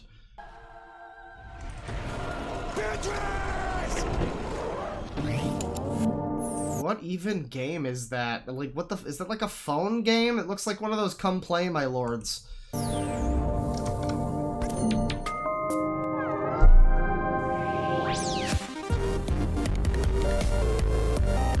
Maria! Welcome to the second episode in our multi-part series. Classic Anita. Oh, I love this era of Anita. Exploring the roles and representation. You know, it's when she gets the red in her hair and she sort of looks a little better later on. That's probably, you know, like Anita now looks fine. She looks like a normal person now, but just this era where she with the hoop earrings and everything. Oh, magnifique. Magnifique. This project examines the tropes, plot devices, and patterns most commonly associated with women in games. Dante's Inferno, is that going to be in here? I don't know about that. Isn't that the one where they had some guy at EA spend like months of his life meticulously modeling Satan's cock? I remember that. I remember that there's like a highly detailed Satan penis.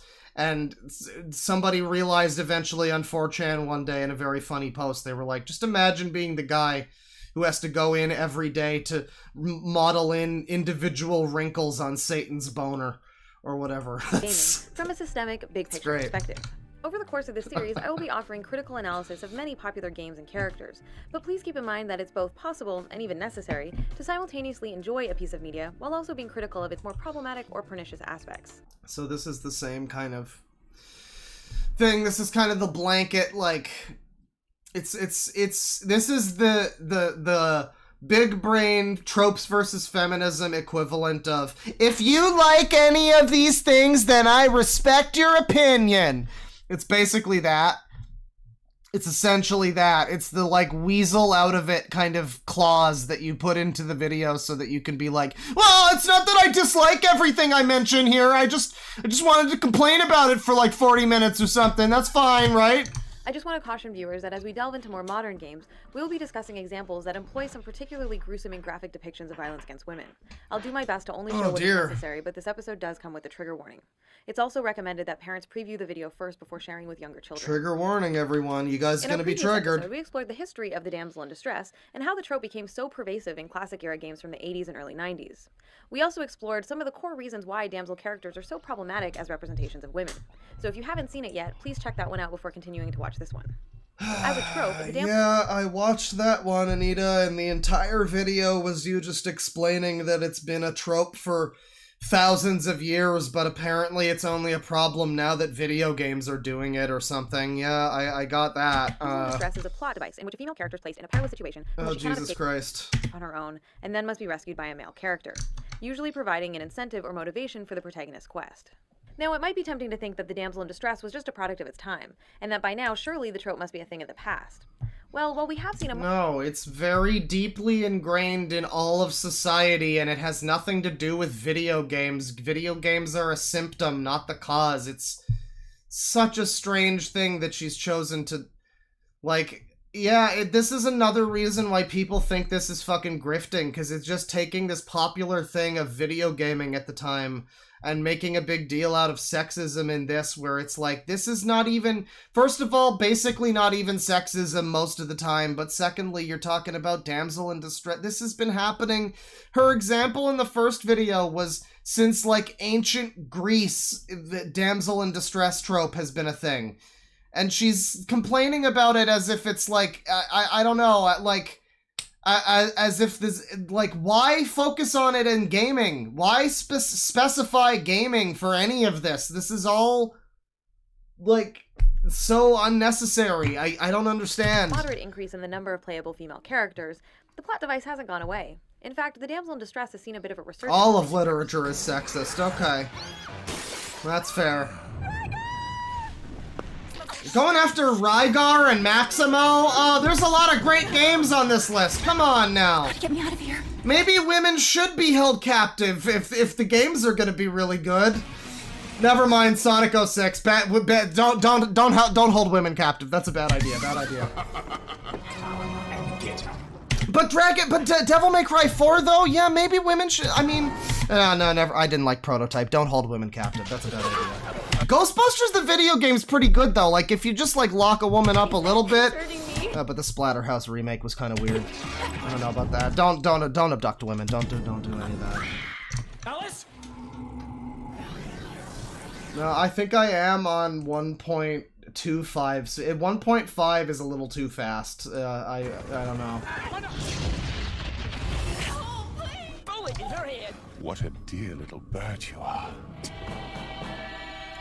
And that's just the tip of the iceberg. Suffice it to say, the trope is alive and well even today. And since the majority of these titles still focus on delivering crude, unsophisticated male power fantasies, developers are largely unwilling to give up the damsel in distress as an easy default motivation for their... Yeah, she really just seems to be, like, this is really taking me back. Like, I don't know, I think I am starting to understand why people were so mad about these videos back in the day, because, yeah, she doesn't seem like she likes video games very much. She's using beloved games, like specifically always Japanese ones too. It's always like Devil May Cry and Wonderful 101 and all of these Japanese games, and being like they're crude and unsophisticated, like belittling them and acting like they're not good because yada yada, all these ridiculous fucking stipulations that she's laid out. Like, I can see why people who, you know, played fucking video games might have been like, fuck off, bitch, you know, like, you don't know fucking anything about Devil May Cry. It's not aiming to be it's not aiming to be sophisticated. Yeah, it's trying to be a male power fantasy. What the fuck do you want? What's wrong with that? What is wrong with that? There are female power fantasies. Most media is fucking power fantasies. What the fuck is wrong with that? And guess what? It's a really exceptionally fucking good one. Fuck you. Recruiting male heroes or anti-heroes. Motherfucker. Remember that as a trope, the damsel in distress is a plot device used by writers, and not necessarily always just a one-dimensional character type entirely defined by victimhood. Now and then, damsel characters may be well... Yeah, boo, feminism, yeah! Get her, boys, that's right, exactly. Boo, vagina! Listen, man, I started out this stream trying to be, you know, trying to be open-minded, trying to be open to this stuff, and a lot of it, you know, is pure fact, where she's like, hey, Zelda could stand to be more of a fucking person. I can't argue with that.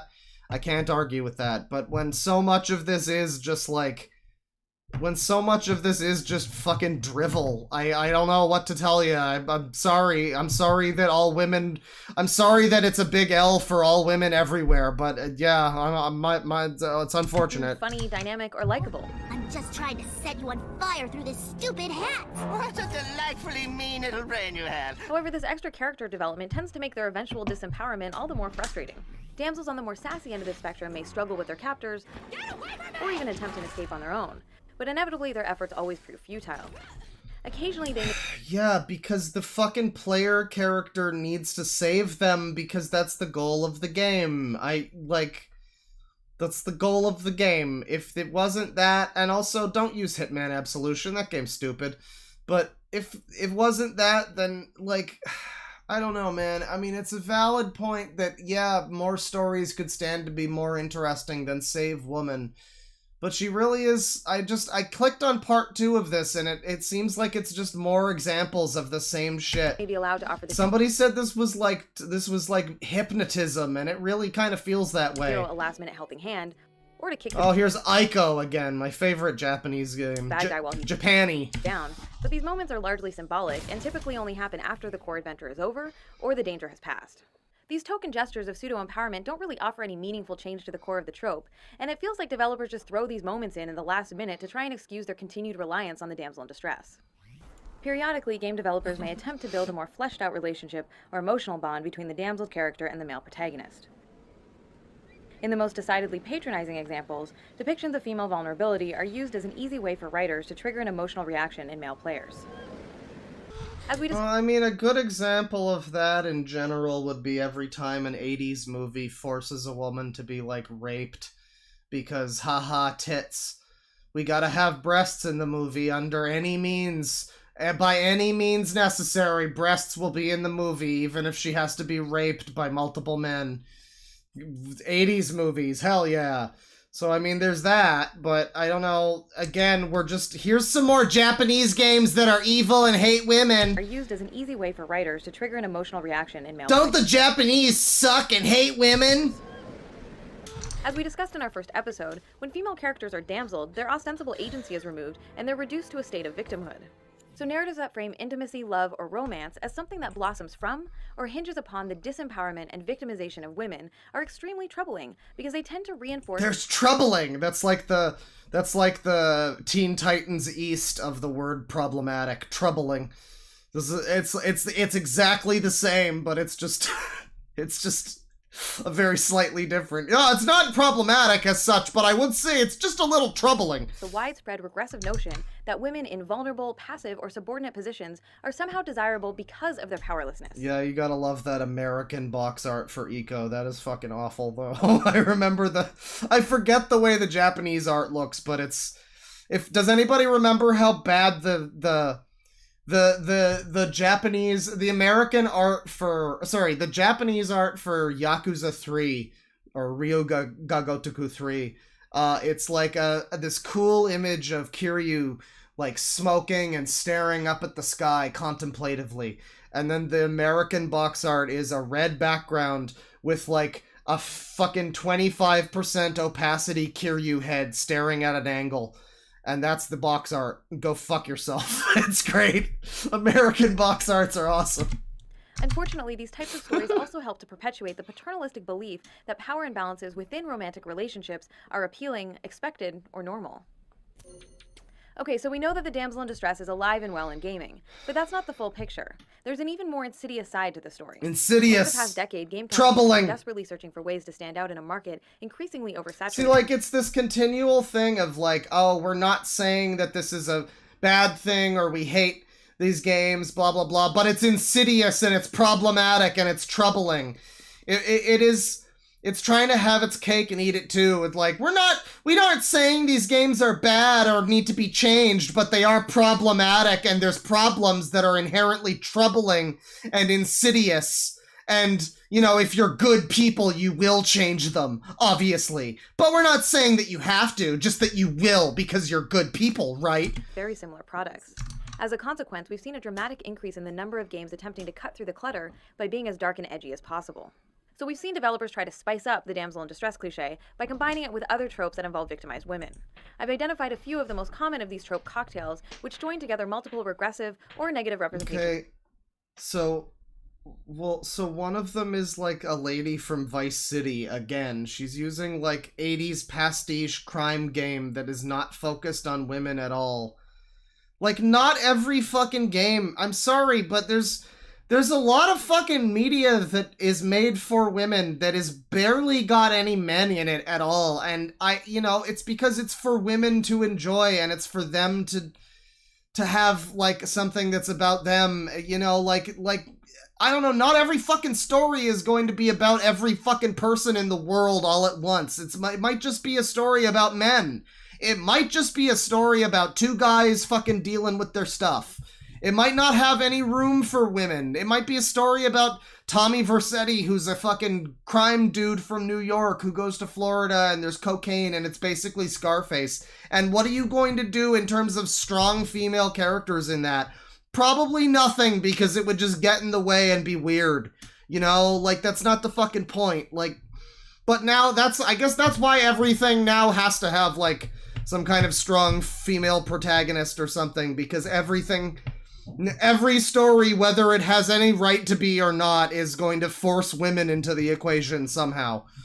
Fucking women, I swear to God. The women, including the disposable woman, the mercy killing, and the woman in the refrigerator. Oh, refrigerator! Refrigerators was coined in the late 1990s by comic book writer Gail Simone. Oh, that's Liberty City Stories. Comic book characters who are routinely brutalized or killed off as a plot device designed to... We really are talking about the fridging shit. God damn it. Oh, this and the Bechdel test were like the biggest buzzwords of 2010 feminism. Move the male character's story arc forward.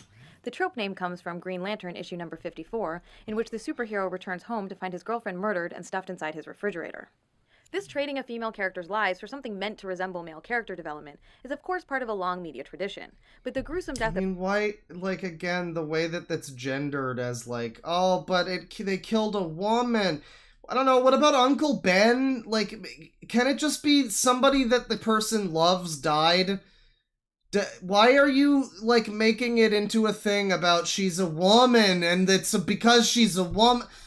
It's just someone that the character loves. It could have been his fucking dad. It could have been his brother. I'm sure there's examples other than Uncle Ben, but, like, fuck. of women for shock value is especially prevalent in modern gaming. The women in refrigerator trope is used as the cornerstone of some of the most famous contemporary video games. It provides the core motivational hook behind both the Max Payne and the God of War series. Yeah, and your child dying, too. In each case, the protagonist's wife and daughter are brutally murdered, and their deaths are then used by the developers as a pretext for their inevitable... You can't be a loving father who is avenging your wife and daughter. That's wrong, I guess. bloody revenge quest. God. It's interesting to note that the reverse scenario, games hinging on a woman vowing revenge for her murdered boyfriend or husband, are practically non-existent. The gender role reversal is so unusual that it borders on the absurd.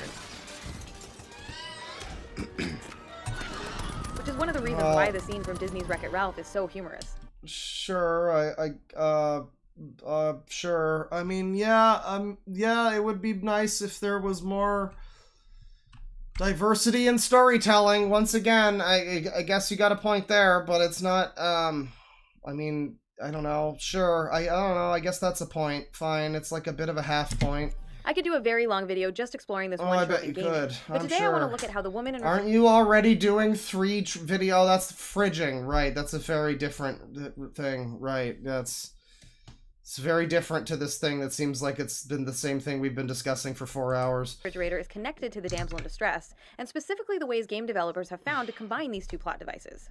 One popular variation is to simply use both tropes in the same plotline, so as to have the male protagonist's wife stuffed in the fridge while his daughter is damseled. In Outlaws, your wife is brutally murdered and you then have to rescue your daughter. Who did this? They've taken Sarah. In Kane and Lynch, your wife is brutally murdered and you then have to rescue your daughter. I'll find them all before they find Jenny. In Prototype 2, your wife is brutally murdered and you then Boy, lazy writing happens. have to rescue your daughter. In Inversion, your wife is brutally murdered and you then have to rescue your daughter. Boy, it sure would be cool if more games had better writing. Where is she? In Asura's Wrath, your wife is brutally murdered and you then have to rescue your daughter. Boy, it would be nice if more games had more interesting stories and writing and characters. Empress is brutally murdered and you then have to rescue her daughter, though it's heavily implied that she's your daughter too. Find Emily. I've never heard of Inversion either, I don't know. Protect her. It's no coincidence that the fridge plot device and the damsel plot device work in much the same way. Both involve female characters who have been reduced to complete states of powerlessness by the narrative, one via kidnapping, the other via murder. The two plot devices used together then allow developers to exploit both the revenge motivation and the good old-fashioned save the girl motivation. And I'd like, this video is like looking into the fucking abyss, because it's just, you know, okay, sure, yeah, damsel in distress, so what's the problem with that? And she goes, oh, well, it reduces women, yada, yada, yada. And it's like, well, no, but it doesn't actually. Because they're characters in a video game, so, you know, that's not real life, Anita. And then it's just a wall of static washes. And that's the whole rest of the video. Believe it or not, there's another more insidious version of this particular trope hybrid, which I call the damsel in the refrigerator. Now, you may be asking yourself, how can a fridged woman still be in distress? Since by definition, being fridged usually sort of requires being dead. Well, here's how it works. The damsel in the refrigerator occurs when the hero's sweetheart is brutally murdered, and her soul is then trapped or abducted by the villain. This oh-so-dark and edgy twist provides players with a double dose of female disempowerment, and allows developers to again exploit both the revenge motivation and the saving the damsel did we get another Insidious? Damn. motivation, but this time with the same woman at the same time.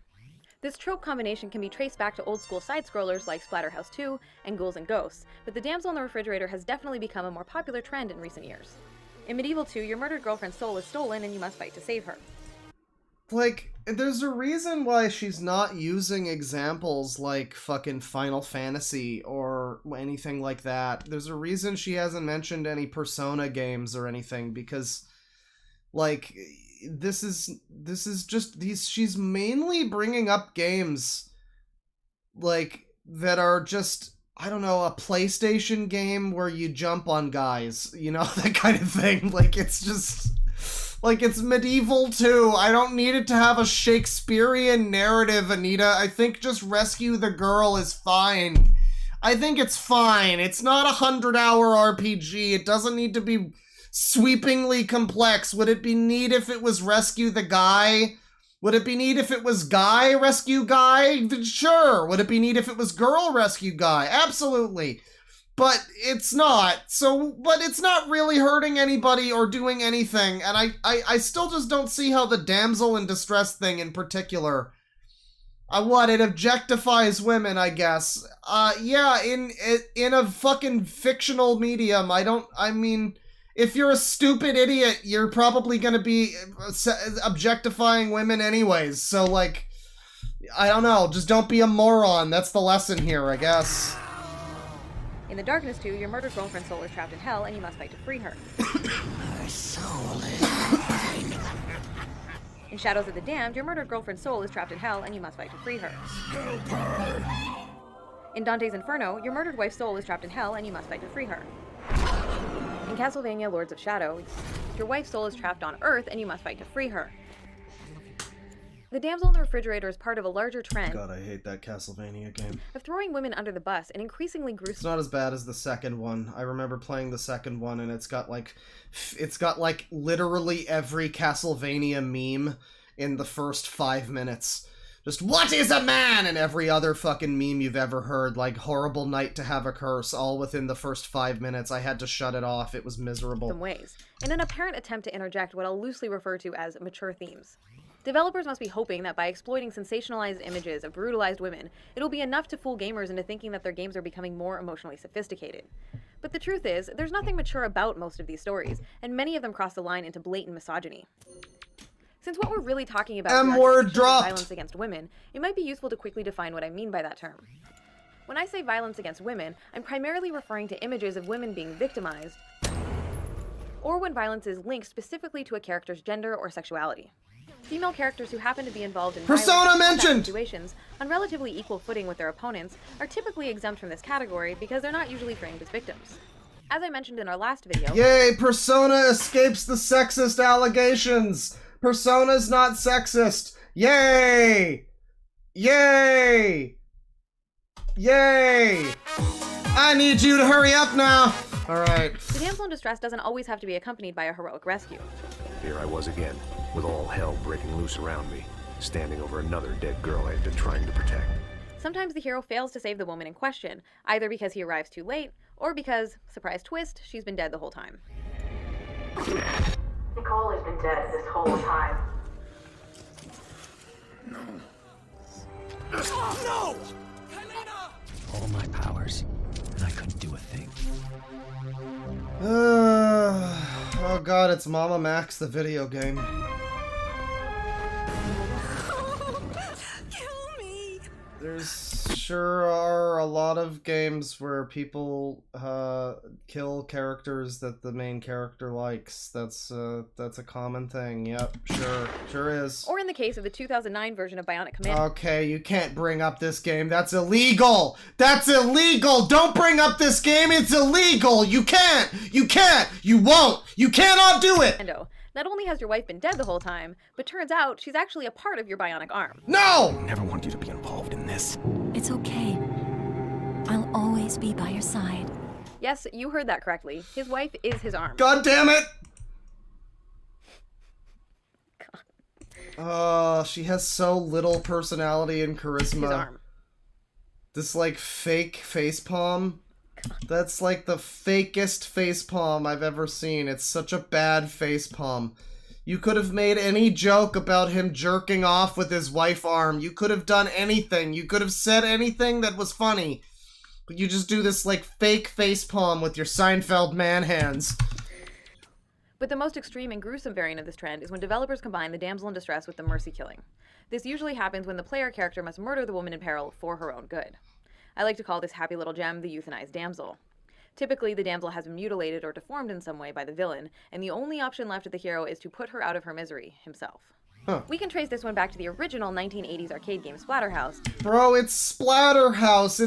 It's a game based on horror movies and shit. Like, are you not going to bring up the fact that horror movies exist and, like, you know, there's a lot of Friday the 13th movies? Ooh, baby, ooh, baby. You're not going to bring up any of those? Possessed, and the player is forced to fight and kill her. Squadala, we're off! His bitten beloved in Castlevania Lament of Innocence, the hero must... You cannot bring up Lament of Innocence! Do not piss on hospitality! I won't allow it! Oh, you can't bring up the good Castlevania games that I like! You can't! Kill her to gain the power to defeat the Vampire Lord. Bro, but it's cool though, because the entire Castlevania lore is based on his love for her, though. Bro, fuck you! And she becomes the whip. It's actually very similar to Bionic Commando, but it's better though. In Breath of Fire 4, Alina has been turned into a hideous monster and then begs you to kill her. In Gears of War 2, Dom is motivated to rescue his captured wife Maria. When he finds her, she has been starved and possibly tortured into a catatonic state, and so he shoots her. In Tenchu Shadow Assassins, do it. You must. The princess meekly asks the hero to cut her down to get to the villain, which he does. This seems like such a bizarre thing to complain about, too. This is such a minor, like, examples of women who are being turned into monsters, so the guy has to kill... Like, okay, damsel in distress, common trope. Fridging, relatively common trope, even if it's a bit of an annoying buzzword that Twitter people like to use, but this is like a weird one. I don't know, I guess there's some examples, I guess. I've never really considered that as a thing, but sure, alright. A particularly egregious example can be found in Grand Theft Auto 3, when after you've rescued Maria Latour... Yeah, I'm assuming that was big spoilers right there, I don't know. Implied that the protagonist suddenly shoots her because she's talking about stereotypically girly things. I broke a nail and my hair is ruined. I mean, can you believe it? This one cost me $50. Oh, but that's really funny, though. Fuck off, Anita. That's really funny. I wish more shit would end with something stupid and comedic like that, where it just like takes the whole concept of the thing you just played or watched and just makes it like completely invalid. Just like, yeah, actually, we just saved her life, but whatever, fuck her, shoot her. That's really funny, come on. The writers deliberately wrote the character to annoy the player, so in the end, the violence against her becomes the punchline of a cheap misogynist joke. Sometimes these killings happen via cutscene, while other games ask the player to participate directly by pulling the trigger themselves. In the Castlevania Dracula X Chronicles remake, again, if you don't rescue Richter Belmont's beloved Annette, she will turn into a vampire and you'll then have to kill her. Oh my god, Annette. I'm so sorry I didn't save you. But you know what I do to vampires. What I have to do. No, what I have to do. I'll make you mine forever. The captured women in Duke... It's an anime game, dude. I don't know. Has she ever heard of Japan? I don't know. Beg you to kill them throughout the game. It's a Duke Nukem game, lady! What is wrong with you? The scene is regurgitated and actually made worse. Like, the point of the game is misogyny! That's the joke! The whole point of it is misogyny! He's a fucking jackass! That's the point of the game! We can't have anything funny that's like, where the joke is like, oh god, this is why Hillary lost, goddammit. This is it. Because these fucking liberals can't take a fucking joke. You can't take Duke Nukem seriously, you crazy bitch. It's just a joke series. It's just it's a lighthearted, tongue-in-cheek game about male bullshit machismo. That's the whole point. You're telling me the joke of Duke Nukem flew over your head? Are you fucking kidding me? 2011. Holy shit! Nukem Forever, developed by Gearbox. God damn it! Another popular Gearbox game, Borderlands 2, also uses this plot twist when Angel asks... no, Duke is not a misogynist, but the whole game is that kind of game. That's the point of it. It's to be... Yeah, there's bimbos. There's a game called Duke Nukem Land of the Babes. That's what it's all about. And why can't it be about that? There's just a game that's like that. It's Duke Nukem. You can have one series that's about it. It's Duke Nukem. Why can't that one series do that as a joke? What is fucking wrong with that? And like Leisure Suit Larry and a couple... Why can't a thing exist that does this thing as a joke? It's not endemic of everything out there. Motherfucker! To murder her as a way to try and thwart the villain's evil plan. Destroying the iridium injectors that keep me alive will stop the key from charging, and it will end a lifetime of servitude. The end of Alone in the Dark gives the player the choice between killing your girlfriend yourself. Quickly, carrier. Kill her. I am the light bringer. I'm the fucking universe. You alone can decide. Or letting Satan kill her by being reborn in her body. Okay, but from what I remember of this game, isn't this woman, like, evil or something? I think, isn't she, like, I don't know, isn't she, like, a piece of shit? I feel like this character is, like kind of a bad character or something. I don't know. I know this whole game is... This is a very interesting game, because this Alone in the Dark 2008 is, like, it's kind of weirdly ahead of its time, but it's also very of its time, but it's also... like, really bad, but also kind of good in some ways, and people have kind of warmed up to it over the years. I don't know, but it's also got some very interesting, funny, bad moments in it, so... I don't know. This is like a Deadly Premonition tier game to have in this list, you know? The Wii game Pandora's Tower includes one ending in which Elena begs... Another mention of Pandora's Tower. How about that? I mean, like... So I've mentioned before, she's not really bringing up a lot of RPGs and stuff. Like, there's no Final Fantasy on here. There's no, again, Persona. There's no, like, Chrono Trigger. None of the, you know, no like, RPGs. No Western RPGs either. Where's KOTOR on here? Where's Mission Val on this list of characters? I guess because she's actually a pretty good character, they wouldn't have her on here. But, like, you know, you could have...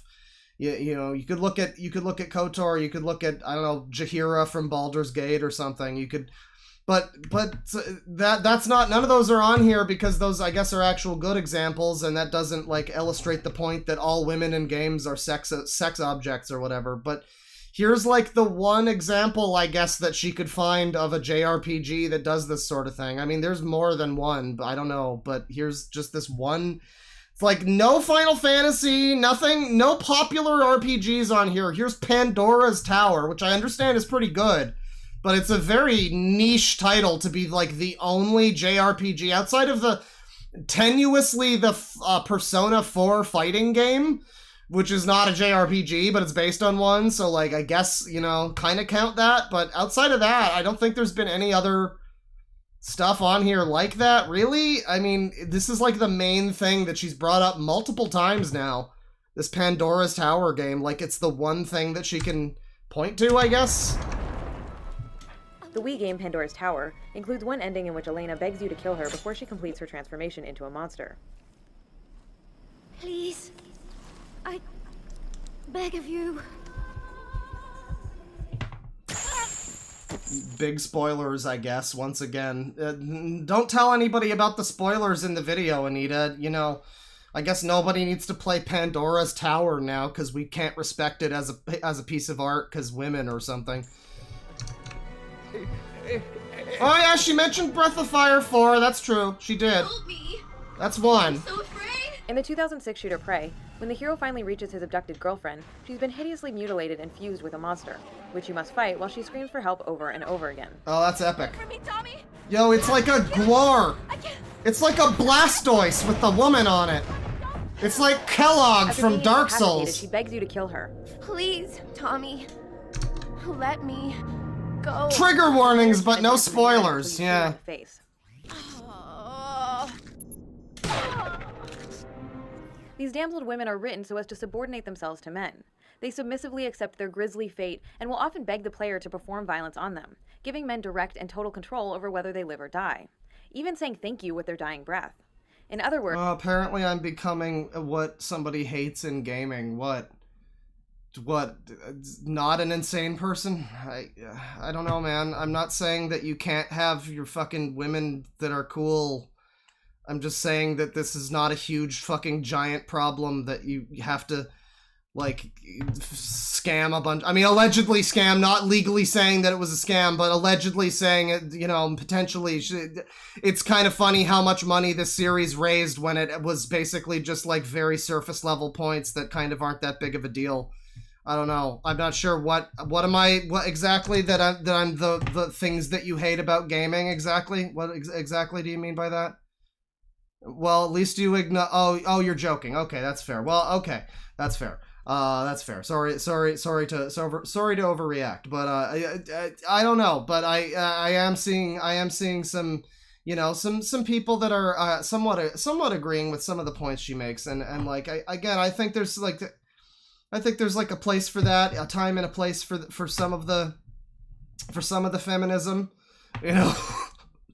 Like, again, I think that there's games where, like, you know, having a woman in the game and like having her role as a female person and her, like, I don't know, like, that's valid to have in some games. And then in other games, it's like Pac-Man, and like, maybe we don't need to whine about that, you know? I guess that's ultimately the thing, is that it's not as big of a deal a lot of the time, you know? I don't know. These women are asking for it, quite literally. The euthanized damsel is the darkest and edgiest of these trope hybrids, but it's also an extension of a larger pattern in gaming narratives where male protagonists... I've never heard too much about the euthanize, like this thing where you have to kill your darlings as they're turning into monster. That's, I mean, yeah, I guess there's some examples of it. You've shown those, sure, but I didn't know that was... I would never have particularly noticed that as being a big thing, and I mean, okay, I guess it's a trope, sure, you've identified that it is a trope. I didn't know that, but sure. Are forced to fight their own loved ones who have been possessed or brainwashed by villains. When Kratos finds his a lot of this series really is just pointing at thing and going, that trope, it's a trope. Like, as if that's a problem inherently. I don't know. In the PSP game God of War Ghosts of Sparta. Oh, the PSP game didn't have a very good story. She morphs into a hideous beast, forcing you to fight and kill her. An act for which she thanks you with her dying breath.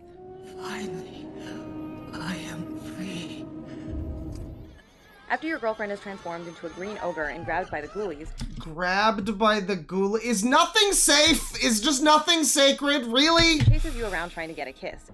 Later, you must beat her unconscious before she can be returned to normal. The final boss in Shadows of the Damned turns out to be your own girlfriend. Wasn't Shadows of the Damned like this because of the publisher?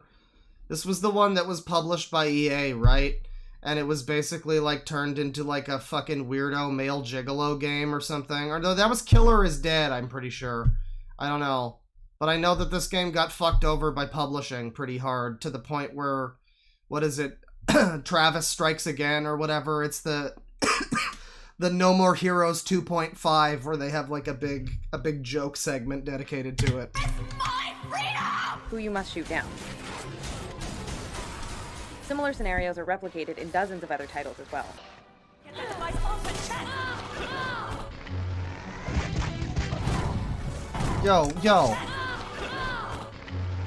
Yo, you're bringing up fucking Rido, you're bringing up Devil Summoner, you fuck off, Anita, fuck off, Anita. God damn, I need to play more of this game. What a great soundtrack. You guys ever played Persona 3? You ever wanted more of the Persona 3 soundtrack? Go play Devil Summoner, Rido, Kuzunoha, whatever the name of it is.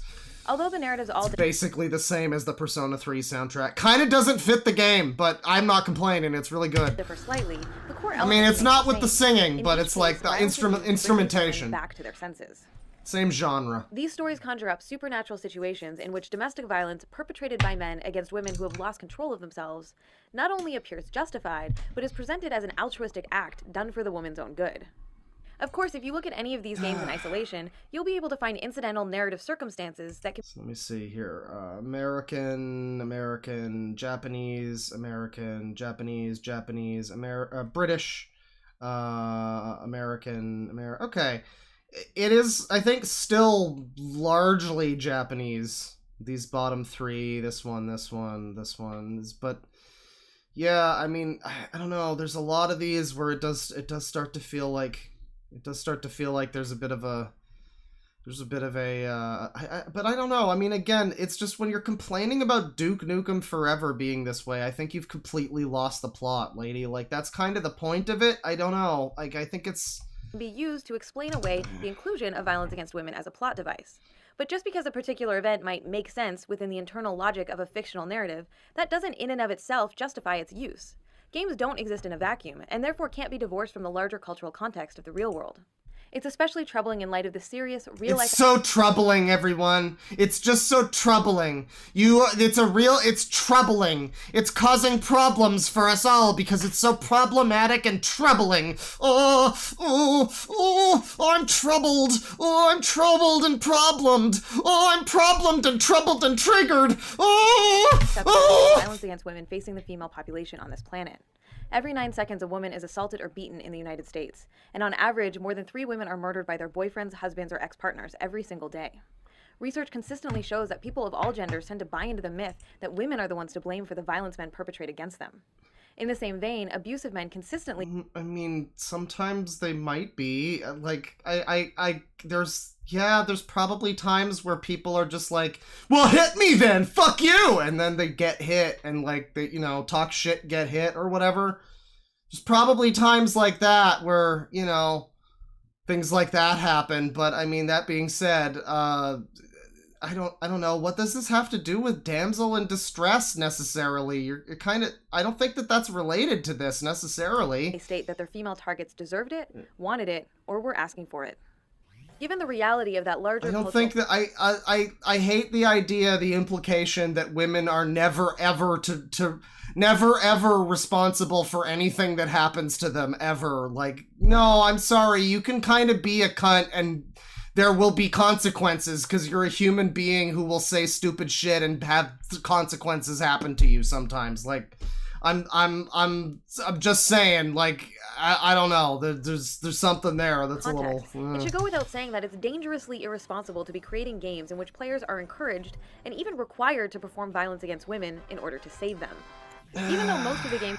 I mean, sure, I guess the idea of saving them by killing them... But that's really just, like, cheap, dramatic, Shakespearean bullshit or whatever, I don't know. I guess that's something. It's a little bit weird if you point it out, sure, I guess, but I don't know. It's not... I don't think it's, like, a huge deal until you... Like, again, I've never even noticed that that's really a trope. I mean, I don't think I've played too much of any of those games. I'm familiar with some of them, but... The examples she uses of games that do that, I don't know. I guess that might be a thing. Maybe I've just missed it, but I don't know. I guess it's troubling and pernicious though, and maybe that's what leads to violence against women to some extent. I kind of doubt it, but I mean, sure, maybe there's something there. That we're talking about don't explicitly condone violence against women. Nevertheless, they trivialize and exploit female suffering as a way to ratchet up the emotional or sexual stakes for the player. Despite these troubling implications, game creators aren't necessarily all sitting around twirling their nefarious-looking mustaches while consciously trying to figure out how to best misrepresent women as part of some grand conspiracy. Aren't they? Oh, that's... Okay, god damn it. I guess I'm gonna stop playing games then. What a shame. Probably just haven't given much thought to the underlying messages their games are sending. And in many cases, developers have backed themselves into... And yeah, then you get back around to this, like, it's not that they're evil, it's just that they're stupid, and we have to educate them and make them do better. Smiley face. It's just that. It's just that cool shit. It's just that really cool, smug, fucking patronizing bullshit that these people love to do. It's just that, When violence is the primary gameplay mechanic, and therefore the primary way that the player engages with the game world, it severely limits the options for problem solving. The player is then forced to use violence to deal with almost all situations because it's the only meaningful mechanic available, even if that means beating up or killing the women they're meant to love or care about. One of the really insidious things about systemic and institutional sexism is that most often regressive attitudes and harmful gender stereotypes are maintained and perpetuated unintentionally. Likewise, engaging with these games is not going to magically transform players into raging sexists. We typically don't have a monkey-see, monkey-do direct cause-and-effect relationship with the media we consume. No, so the general point she tries to make is that it's not that, the game is going to make you sexist, but it's that the tropes existing in such prevalence and being so commonplace are leading to a type of mindset that is... more willing to look at women as a commodity or as an object or something like that. And I mean, to a degree, again, I think that there's some validity to that. I don't think she's entirely wrong when she says stuff like that. I'm saying that she's overreacting about a lot of the things, but on the macro scale, the overall, like, yeah, I think you could make some degree of argument about that. I think that in general, some improvement has been done when it comes to things. I mean, you know, there's certainly the element where we're not allowed to have relationships anymore or whatever, because that's sexist, but you know, not allowed to have sex or sexiness or show skin at all, because that's sexist. But like, you know, having more diverse types of dynamics in storytelling and things like that, that's always good, and it shifts the needle, and it makes things you know, yeah, it's nice to have it be less homogeneously just guy save woman from monster, you know, every video game plot forever. And you know, it's good to have things shake up in that way, but man, when you get down to the micro level of like a lot of the examples that she uses, a lot of them don't make sense, and a lot of her points don't make sense, and I try to be you know, kind to this and be like understanding, I guess, of the point that's being made. I understand that it's not, I don't think it's the intent of the video to shame all sexuality, much in the same way that she doesn't see video games as intending to promote violence against women. I think that it's just, she unintentionally, accidentally displayed with her videos that she has a very strange view of sexuality, that it's not to be something to be ever displayed in any context, except like, I don't know, the very weird way that she described it in like the Firewatch example, where it was just a voice on a radio. That's apparently the only way sex can work for women, or something. Like, just the way that men have apparently, you know, promoted violence against women with video games, with Duke Nukem or whatever. I think Anita has accidentally shown that she is very sex negative, sort of very conservative. I mean, look at the way she's dressed. This is like so, like, buttoned down with this like bun. She looks like she works for a conservative think tank. She looks like she works under Based Mom. She's like Based Daughter. These fucking... God, we called her Based Mom. That's how fucking brainwashed we also were. Jesus Christ. Listen, none of us were without sin. I'm just saying. But, like, she's so weirdly conservative, and she doesn't even fucking know it. And that's just by complete accident. She's made her video, she's made her whole series wrong. It's great. As a joke. Works in much more subtle and complicated ways. However, media narratives do have a powerful cultivation effect. Plain, cultural yes. attitudes and opinions. So when developers exploit sensationalized images of brutalized, the background does look like PragerU. Yes, it does. Women over and over and over again. Hey, look, it's Mama Max. The dominant gender paradigm, which casts men as aggressive and commanding, and frames women as subordinate and dependent. Although these stories use female trauma as the catalyst to set the plot elements in motion, these are not stories about women. Nor are they concerned with the struggles of women navigating the mental, emotional, and physical ramifications of violence. Instead, these are strictly male-centered stories, in which, more often than not, the tragic damsels are just... Because, say it with me now, games are made for men, and why is that? If only someone would just make a video series talking all about that. Anita, that was the point of this whole venture. Why didn't you just make this whole video series talking about that? Dun dun dun dun dun dun dun dun dun dun dun dun dun dun. Hey! Empty shelves, whose deaths are depicted as far more meaningful than their lives. Generally, they're complete. Every game, you fucking... Yeah, I mean, you could use some examples of games that aren't like that, but I guess that wouldn't help your point, so yeah. Defined by their purity, innocence, kindness, beauty, or sensuality. God. In short, they're just symbols meant to invoke the essence of an artificial feminine ideal. Why can't these fucking vaginas just play The Sims and shut up? In fact, these games usually frame the loss of the woman as something that has been unjustly taken from the male hero. Get in my belly! So now, I take from you. Jackie, this is not your fault. the implication being that she belonged to him, that she was his possession. Once wronged, the hero must go get his possessions back, or at least exact a heavy price for their loss. Yeah, and that's why John Wick was so refreshing, that it was him going after his dog. It's much like, I think John Wick was actually inspired by Doom, where canonically the motivation of the Doom guy is to save his pet bunny Daisy, which is just wonderful. That's just classic. I love that. Surface, victimized women are framed as the reason for the hero's torment. But if we dig a little deeper into the subtext, I'd argue that the true source of the pain stems from feelings of weakness and or guilt over his failure to perform his socially prescribed patriarchal duty to protect his women and children. And I hated myself for allowing this to happen to her and our little girl. In this way, these failed hero stories are really about the perceived loss of masculinity and then the quest to regain that masculinity, primarily by exerting dominance and control through the performance of violence on others. Oh man, Final Fantasy VII is woke. Damn, you're right. I forgot about Sid. He was pretty woke, actually. Consequently, violent revenge-based narratives repeated ad nauseum can also be harmful to men because they help to further limit the possible responses men are allowed to have when faced with death or tragedy. Well, no, this is actually a very good point. I actually enjoy... I like that she brought this up. Yes, that's a good point to make about this. The side thing of all of these things that she's talking about is that it does have negative effects with, like, in the same way of, like, reinforcing stereotypes of women. Yeah, it reinforces that men are also all supposed to be beefcakes who rescue the woman and go fucking vine swinging through jungles and being like chads and, basically like that.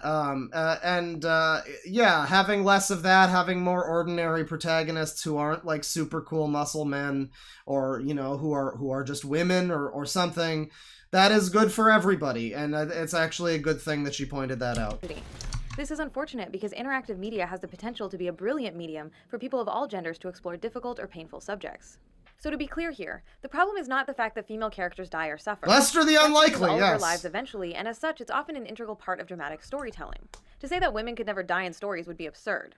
But it's important to consider the ways that women's deaths are framed and examine how and why they're written.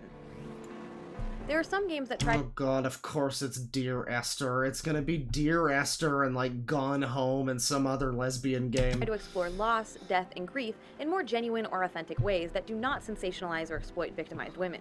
Dear Esther... Listen, I joke. God, look at this game. This is the other thing, right? Like, back in that era where the Gamergate happened and all that, it's like, why did it happen? Oh, it's because the game journalists were trying to package up this bullshit to people as if anybody gave a shit. When the games that people were actually interested in that were coming out were just getting called sexist because they had tits in them or whatever. No, you gotta go play this fucking garbage. Passage. Jesus Christ. To the Moon are a few indie games that investigate these themes in creative, innovative, and sometimes beautiful ways. Somebody says, "What's Gamergate?" It's a type of ant. It's an ant genus, actually. These more contemplative style games are a hopeful sign, but they're still largely the exception to the rule. This is like a joke. No, I mean, I understand, I know at least Dear Esther is, like, apparently good. I don't know, but it's good according to these types of people, so who fucking knows. I think To the Moon is good, too. I don't know. I've heard good things about that. I've heard better things about that. I think I was going to play it at one point, and then I didn't. It does sound interesting, from what I remember of it. But it's funny to see these, like, the examples she uses. They're all, like, these kind of pixel indie games or whatever, like, the Dear Esther just looks like the most boring fucking game you've ever seen. It looks like a joke. It looks like you go to see, like, it looks like the Simpsons go to see an art movie kind of video game. Like, it's come on now. The industry is still unfortunately trapped in the established pattern of building game narratives on the backs of brutalized female bodies. Violence against women is a serious global epidemic. Therefore, attempts to address the issue in fictional contexts demands a considerable degree of respect, subtlety, and nuance. Women shouldn't be mere disposable objects or symbolic pawns in stories about men and their own struggles with patriarchal expectations and inadequacies. Okay, here's the thing. So the order of these images is wrong. I don't even know if these are all supposed to be the same characters. Why didn't you line up each damsel with the man who rescues her? Because I noticed there's the lady from Dishonored who isn't even... I mean, she gets killed, and then you protect the daughter. But then you cut over here, and it's... I think this is Shadows of the Damned guy, but then Corvo's over here. You could have very easily lined it up so that it was all the guys that are the counterpart to these women.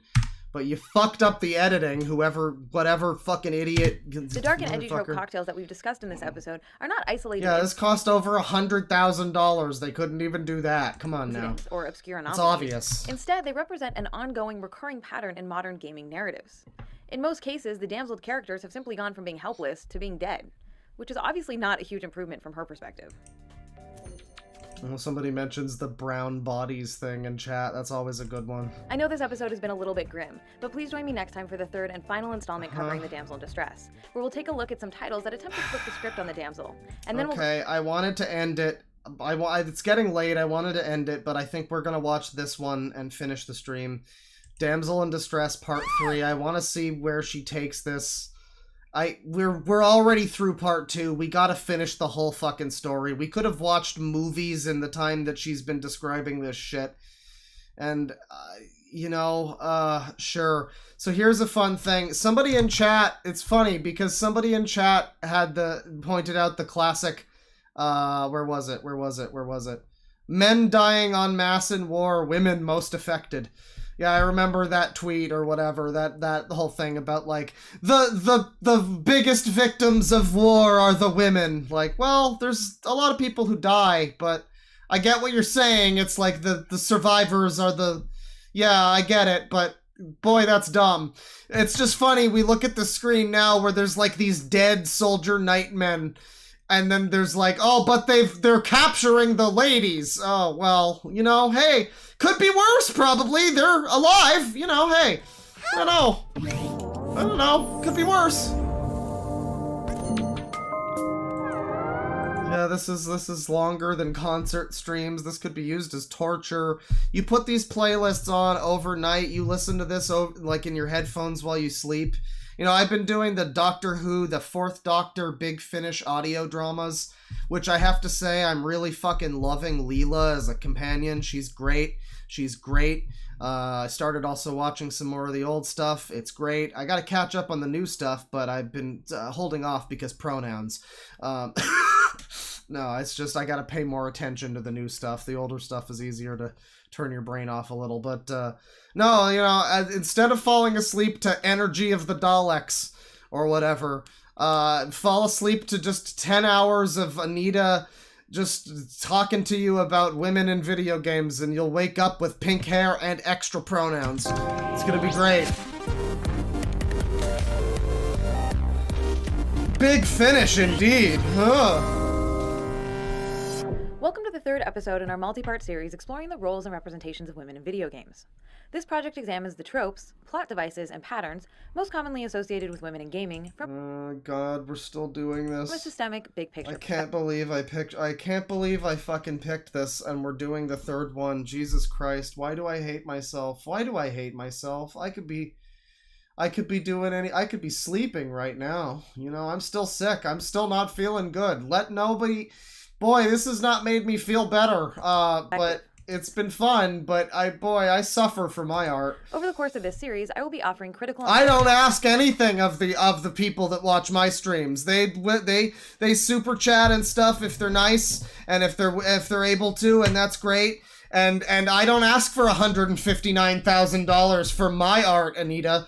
You could learn something from that. I wonder what's gonna happen to Anita now, though. Now that they're bankrupt now, apparently. I wonder, like, her career is not gonna die. She's gonna continue speaking at the UN or whatever. Whatever. People are gonna she's still a name. She's managed to somehow become relevant, and stay relevant. I mean, maybe I just have too much faith in mankind, because her talking points are so basic, but maybe people just are that dumb, and it really is groundbreaking that she says the really surface level, like, hey, Chat GPT, tell me about feminism kind of shit, you know? Games and characters. But please keep in mind that it's both possible, and even necessary, to simultaneously enjoy a piece of media while also being critical of its more pernicious aspects. In our previous 2 episodes on this topic, we've discussed how the damsel in distress trope has been, and continues to be, one of the most pervasive representations of women in gaming, showing up in hundreds of titles from old-school classics to more modern-day blockbusters. But what about the reverse? Are there games starring heroic women who must go on a quest to save a dude in distress? Of course. Well, yes, they do exist. And we super haven't mentioned Metroid at any point. You guys notice that there has been 0 mention of Metroid in this entire series?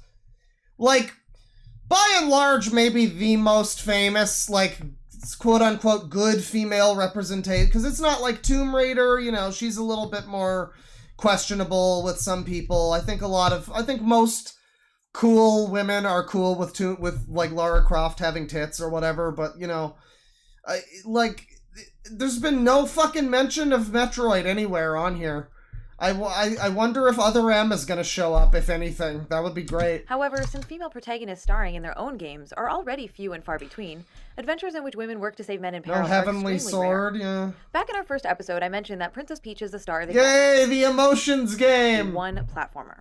That game is called Super Princess Peach, and it was released in 2000. By the way, I think everybody has forgotten that there's that new Princess Peach game coming out that looks fucking banging. That game looks really dope. 2006 I'm for the looking Nintendo forward to DS it. handheld system. Once upon a time, princesses were called to rescue 2 captured plumbers. They trained intensely to master the skills necessary for survival. If you can stand up to really mean people, maybe you have what it takes to be a princess. The premise is a simple inversion of the standard franchise formula, with Bowser abducting Mario and Luigi, while Peach is tasked with their rescue this time. So finally, after being kidnapped in 13 separate Super Mario games, Peach gets to be the hero for once. In a game that's all pink and dainty and lovely. And that is one thing I will say, the new Princess Peach game seems like it's distinctly a Peach thing, and, you know, girly, but also not like this, you know, where it's just like a fucking Barbie game, basically, but with Peach in it. Like, it looks like a cool game. I think it's gonna be, I think it appeals to everyone, you know? The new Peach game is what, like, girl games should be, where it's like, it's kind of a girl game, but it's, you know, it looks like a fun game for everybody. It looks like I'd enjoy it, too. But don't get too excited, because everything else about the game ends up in a train wreck of gendered stereotypes. Nintendo introduced... Yeah, it doesn't look that different from a Mario game. I will say, it looks kind of like a Yoshi game more than anything. I don't know. Yeah, I will say, yeah, it kind of looks like a Yoshi game. It's mostly the fact that I know what the game's about and that it's about, like, emotions and dainty bullshit. But don't get too excited, because everything else about the game ends up in a train wreck of gendered stereotypes. Oh, no. Nintendo introduced a new gameplay mechanic for Peach where the player can choose from 4 special powers, or vibes as they're called. And you know what those powers are? Her mood swings. That's right, Peach's powers are her out-of-control... Didn't want to feel like a slave to your mood swings, and I'm not saying anything I wouldn't say on feminist frequency. ...control frantic female emotions. She can throw a temper tantrum and rage her enemies to death. Oh, women be raging! Ball her eyes out and women be unreasonably angry! Bad guys away with tears. Oh, women be crying! Women be unreasonably sad! Actually, Nintendo has turned a PMS joke into their core. They sure did, though. It's pretty funny. As if that weren't bad enough, Peach is not even featured in any of the game's narrative cutscenes. Instead, they will focus on the backstory of her parasol, who it turns out is really a cursed boy named Perry. So while it's definitely... Yeah, she could just be a bipolar, I don't know, maybe. But okay, so the game's actually about the parasol. That's cool. Nice to see Peach starring in her own adventure. The dude in distress role reversal premise here feels like it's just intended as a lighthearted joke or niche market novelty. Similar gender inversion plot devices have been... Well, any game like that is just a niche market novelty. It's all a gimmick. Ms. Pac-Man is a gimmick. The whole fucking thing is a gimmick. Representation is a gimmick. Feminism is a gimmick. Life is just a marketing gimmick. Consume product, Anita. Used in a handful of games over the years, including Niche. Kid for the original Game Boy, in which Alice must search for her lost little brother. Nah, fam, she's on the rag. Revolves around finding Kaya's half-brother Frank. Yo, Kaya Dark Lineage mention. Interesting. All right. You know, I'll give her this. There are some deep cuts in here that are, you know, she did do some research probably, unless this all comes from like some BuzzFeed article, which I suppose it could have. But, you know, I mean, I suppose some research was done into certain games that, you know, would fit the bill. I mean, I say BuzzFeed article, but you could probably even find, like, GameFAQs threads from 2005 that would be like, hey, what are some cool games with ladies in them? And, you know, just kind of plunder those for results, I guess. But, I mean, I guess that counts as homework to some degree, hey. Frank! I'm gonna get you out of here. In Primal, Jennifer Tate travels to demonic realms. And then Primal too! Yeah, PS2 had some good ones. Her kidnapped boyfriend, Lewis. In one of my favorite games of all time, Beyond Good and Evil. At least, hey, a stop clock is right twice a day, you know? Jade's sidekick, Uncle Paige, is captured and held prisoner for a portion of the adventure. One of the best games ever made. It's probably not a coincidence that the majority of these titles were produced and released during the run of the popular TV show Buffy the Vampire Slayer, which led the girl power trend in mass media entertainment that briefly took hold in the late 1990s and early 2000s. You might remember Charmed, Sabrina the Teenage Witch, or the British pop sensations the Spice Girls, who, in many ways, exemplified the phenomenon. The Spice Girls are here now. This is also Damsel in Distress. What the fuck's happening?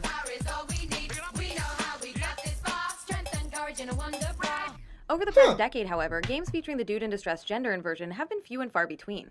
One rare example is the 2007 indie game Aquaria, in which Naja travels through an underwater world, making sushi, learning about her past. I mean, this looks kind of interesting. I think it seems like a kind of an explory game or something, but it also looks like it's furry bullshit. And must eventually rescue her love scaly, interest, whatever. So what is the difference between traditional narratives that place female characters in powerless positions and stories in which a male character requires rescuing by a woman? On the surface, the Dude in Distress and the Damsel in Distress may appear similar. However, they're not actually equivalent. To understand— Yeah, there was a cool era when girl power was a thing that was kind of fun before it became woke propaganda. That's a good point. You can't really do that anymore without it seeming like you're one of these people. You know, there used to be like an Avril Lavigne kind of era when, you know, you could have a Mean Girls or whatever, and it felt a bit girl power, and then nowadays it would just be, you know, just be 2 hours of Lindsay Lohan girl-splaining to you. And why they're different, we need to examine the broader historical and cultural implications of the two plot devices. We bringing it back? First, there's been no shortage of men in leading or heroic roles in video games, or in any other creative medium for that matter. In fact, one recent study found that only about 4% of modern— She does sound kind of weird. She is kind of sounding more Ben Shapiro-y. Like, you can really hear the Femme Shapiro angle with this. She's... Like, she even kind of looks like a female Ben Shapiro a little bit, too, doesn't she? I mean, I'm sorry, I know it's offensive because she, you know, she can't just be her own person. She's got to be the female whatever, but, you know, female version of a male person. But it's just Ben Shapiro, the way he, like, talks, the way he delivers his points. She's so dry like him. She's so boring like him. I mean, at least Ben Shapiro has some more, like, memeable, funny parts, funny moments. She's just so lame. I can't get over how much she sucks. I mean, like, aside from any point she's making, whatever you have to say, if you agree with stuff she's saying, whatever, she is just really uninteresting to listen to. She's so dry and dull. Ben Shapiro is, like, as a joke, he's a very boring, dry, like, lame person, but even then, he's more funny and, like, interesting to listen to than this. Jesus Christ. Are exclusively designed around a woman in the leading role.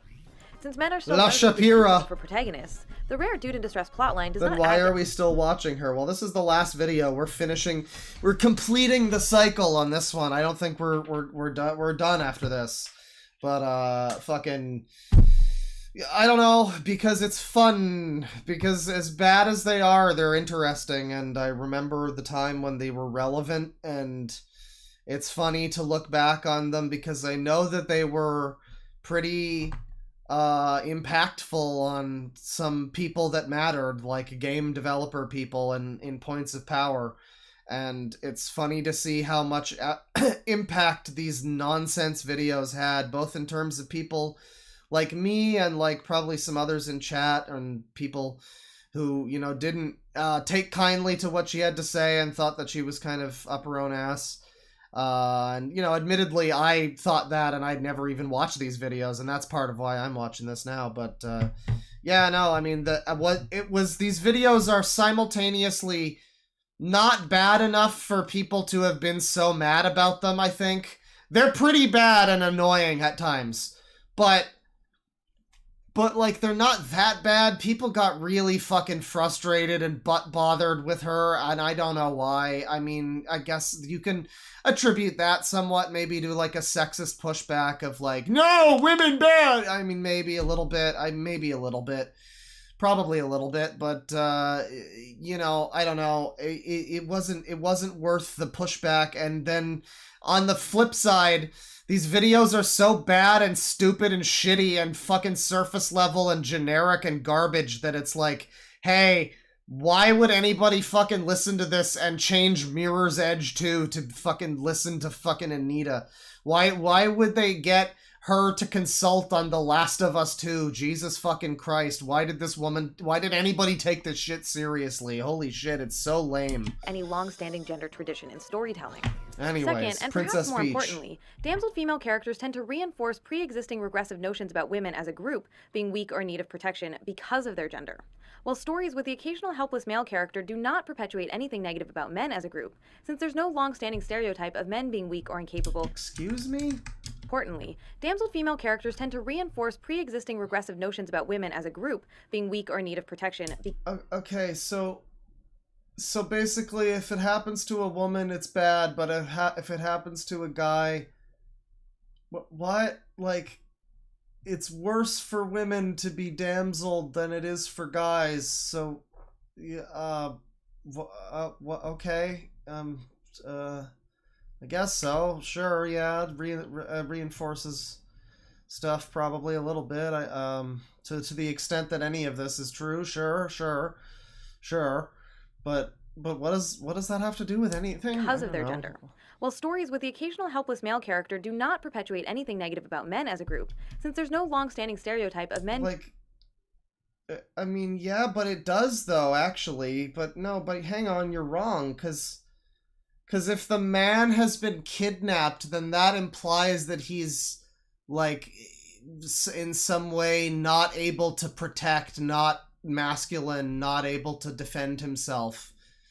Then I think that's even worse for men, actually. For a man to be emasculated in that way and be, like, depowered or something, especially the protagonist of a series like Mario in that case. I mean, I think that's actually worse for that in that case. I don't know. I mean, if anything, I'd say it's equal. Being weak or incapable because of their gender. They're cowards and nerds. To help illustrate this point, let's quickly take a look at the indie game Spelunky.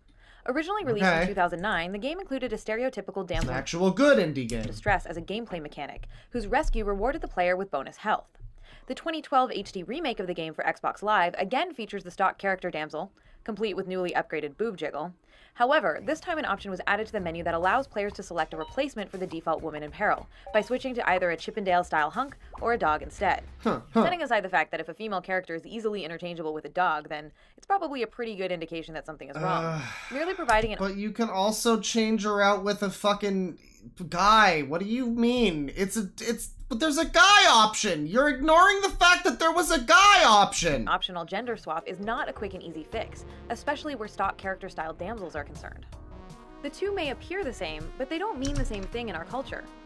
This is still a problem, while this is a problem! Again, because... Why is this... Oh god, I hate this more and more with the second. Because one reinforces pre-existing stereotypes about women, while the other does not reinforce any pre-existing stereotypes about men. No, but women...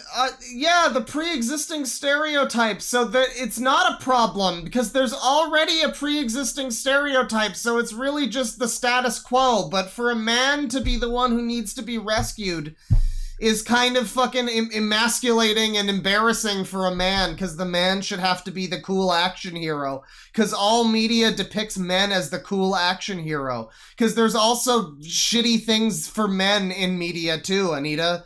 You know, like, I think it's actually kind of worse for the Chippendale lad than it is for the fucking lady, if you want to really look at it that way.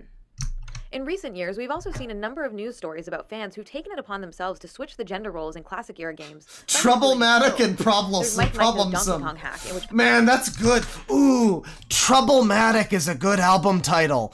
That's a good... Don't take that... Nobody take that album title. That's my album title. Fuck you. Troublematic and Problemsome. Maybe that could be the album title. Both. That could be... It could be 2 albums.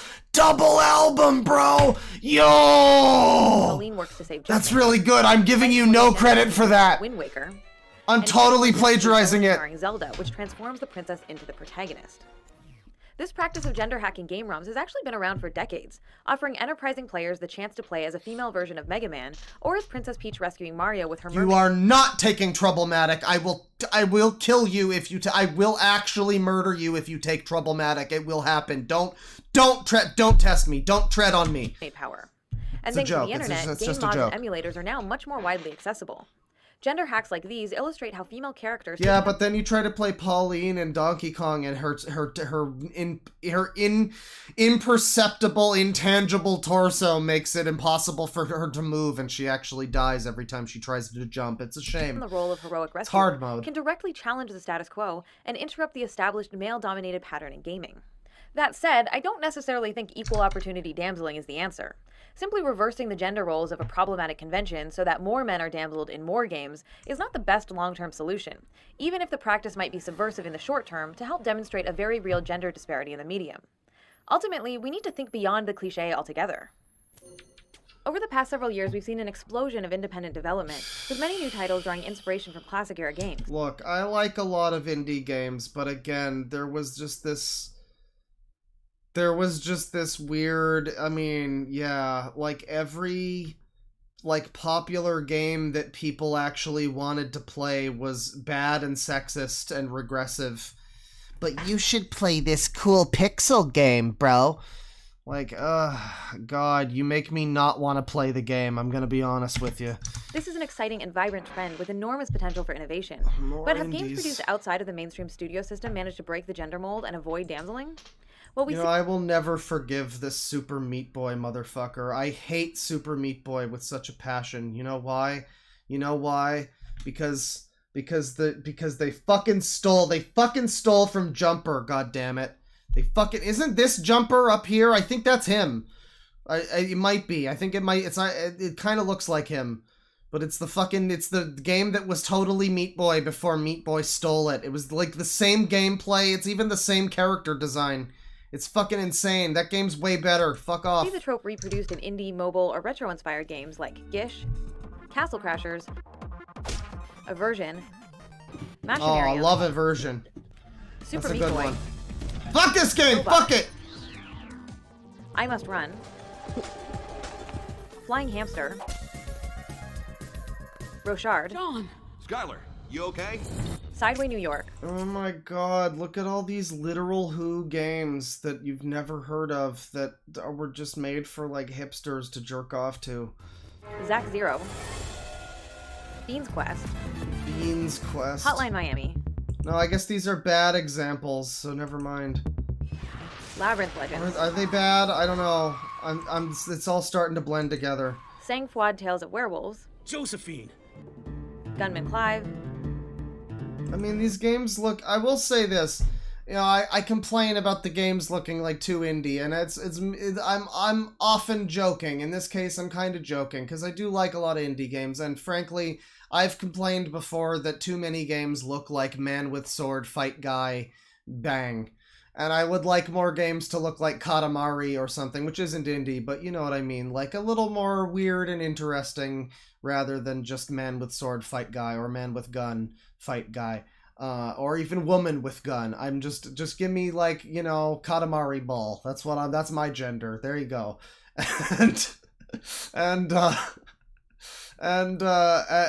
Yeah, some of these, I'm sure a lot of these games are cool. I mean, I'm sure they are. I just think it's funny how many of these are what the fuck is this? This looks so, a lot of these look very indie.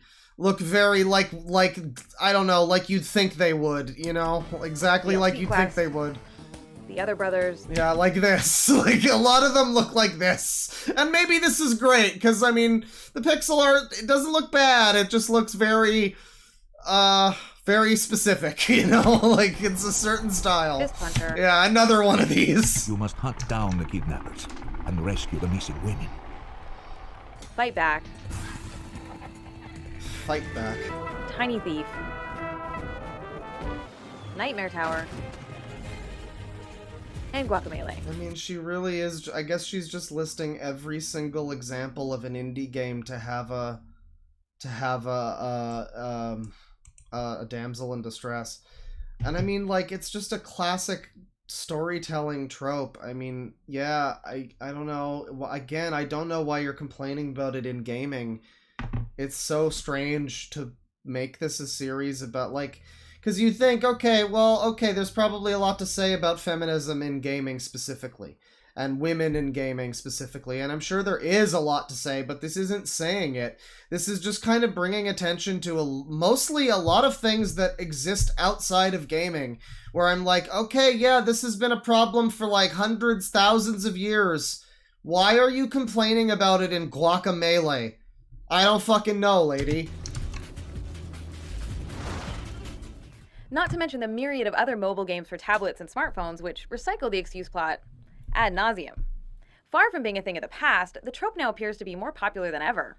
And since mobile, indie, and retro-inspired games are built upon a legacy of inequality in the medium, the new wave of 80s and 90s nostalgia has brought with it the resurrection of the worst of the old-school damsel in distress stereotype. No, fat princess. Indeed, many of these new titles essentially function as love letters to the trope, as a way of paying homage to classic games of years gone by. This approach is no doubt intended as a kind of shallow meta-commentary on the tired old convention, suggesting developers are only employing the trope because the games that inspired them did so. But this type of ironic self-awareness does not challenge or disrupt what the damsel in distress trope says about the role of women in such narratives.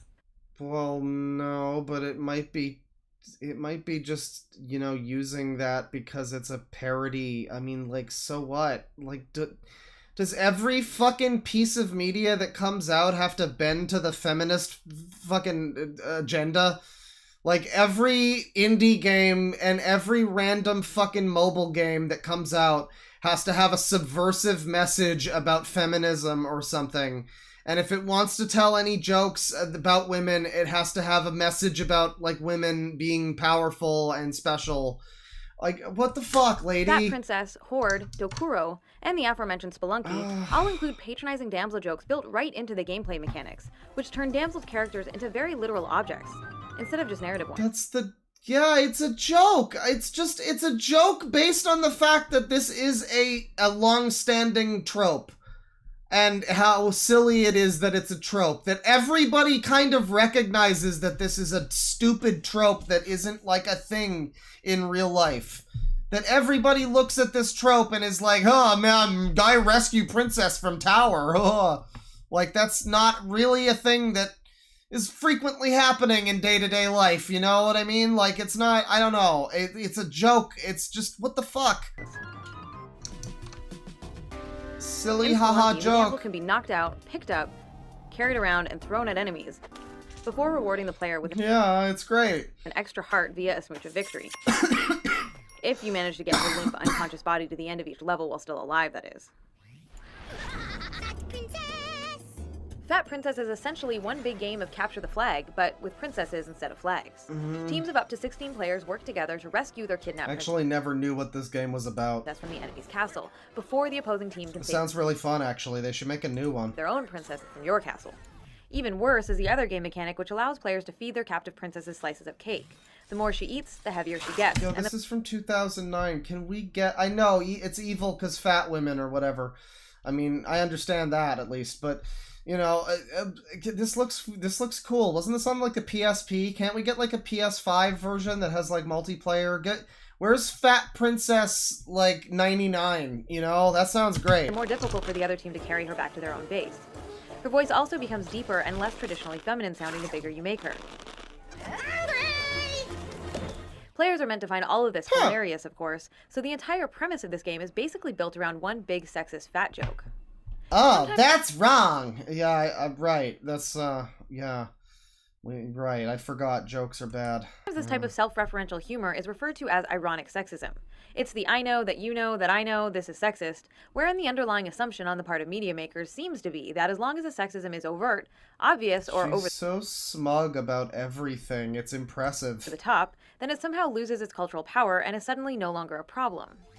Ironic sexism is It's like dependent. she's so above everything that has ever existed and has ever, like, she's super above it all and has analyzed it all with her big fucking woman brain. Upon the false assumption that people no longer really hold retrograde sexist beliefs, and therefore the very idea of sexism is now just a hilarious joke. But nothing could be further from the truth. Words like parody and satire are often thrown around to describe or defend these comedic depictions of yet more helpless female characters. But a simple wink and nod to the audience acknowledging a sexist trope, while actively reproducing that trope, does not automatically grant a free pass to continue exploiting the trope. You call this a rescue? Who said I was here for you, princess? Every medieval fairy tale ever written? More often than not, the ironic humor is just an excuse used by developers as a way to try and have their cake and eat it too, so to speak. They want to use the trope, but not be held accountable for the inherent negative gender implications that come with it. Incidentally, a few games might have the option to play as a woman in multi-character lineups, but just because you could choose to play her, does not mean that this is then magically okay. What? Yeah, but it's not okay either, you crazy woman. Jesus Christ. Take your PMS meds. A handful of other games attempt to get away with reproducing the damsel in distress by offering the ability to unlock and play as the damsel Guys, Anita is hysterical. I can't deal with this. character. Her womanly emotions. I can't deal with this. But typically only after the game has first been completed with the default male hero. However, these types of token role reversals do absolutely nothing to diminish the issues inherent in using the trope in the first place.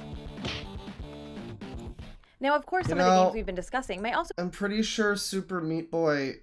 I'm pretty sure Jumper also didn't have sexism, you know? Like, I think that game didn't have a female in distress or whatever, so that game's also better. Why did Super Meat Boy get popular when it was just a ripoff of Jumper, man? I fucking hate it. It would be well made or super fun to play, aside from their regressive gender representations. But the widespread resurrection of old school style damsels most of these games that are being depicted, except for Machinarium there, I guess that one seems a little more serious.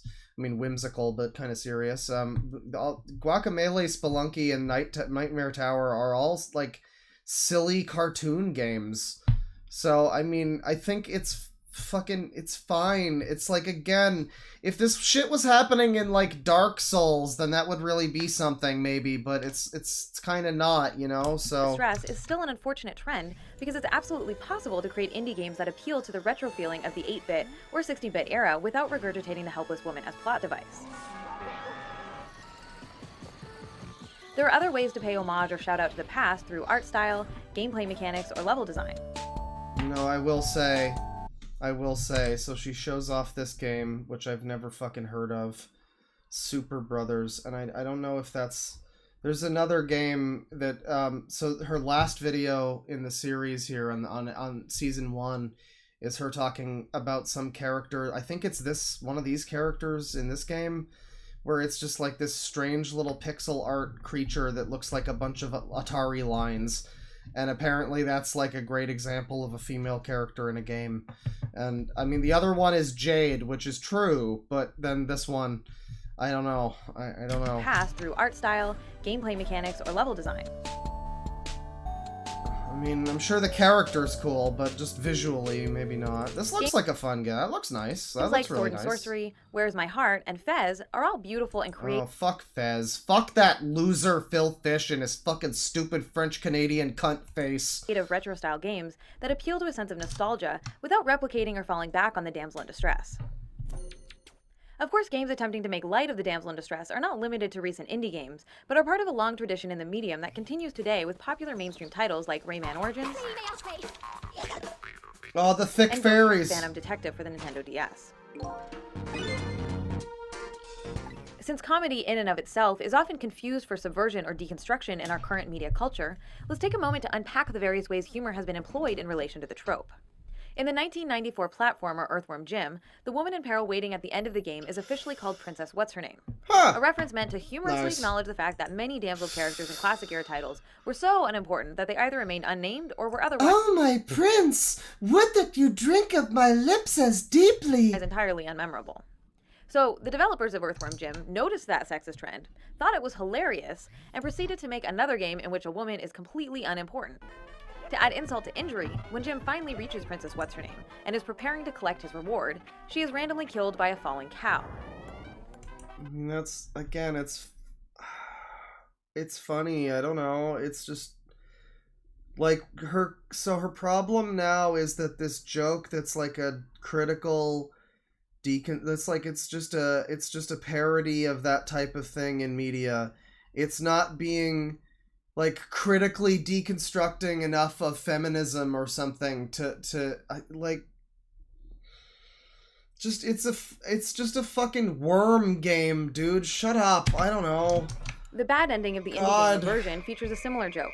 When the hero finally reaches the princess, don't she spoil turns into a monster and Eversion. keeps you alive. Come on, man. Don't spoil endgame punchline Eversion can for also be found in people. Castle That Crashers. sucks. After you saved the fourth princess and then fought and killed your friends. Literally, the whole thing with that game is to not tell people what it's about, and then she's just like, and then in the ending of it, like, God, fuck you. Blame her. Fuck it turns you. out that she has a horrible clown face. Society! In each case, the joke derives from the fact that after completing the long and perilous journey to save his woman, our hero is hilariously cheated out of his rightful reward.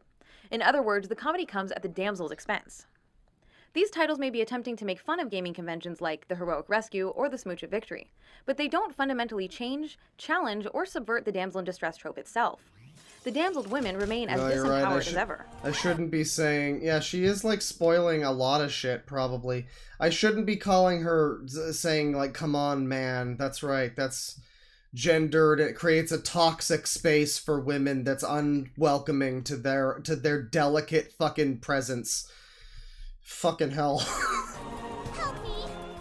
Now, some will no doubt contend that jokes have no cultural power or significance, and should just not be— I just love how much this, like, all this shit, so much shit like this, like these videos and a lot of stuff like it, where it's meant to be like this sort of, I don't know, this shit to, like, it's for women, it's feminist, supposedly, but it's like, this just makes women seem like the most fucking weak fucking, like, shut up. Are you really mad about this? Holy fucking shit.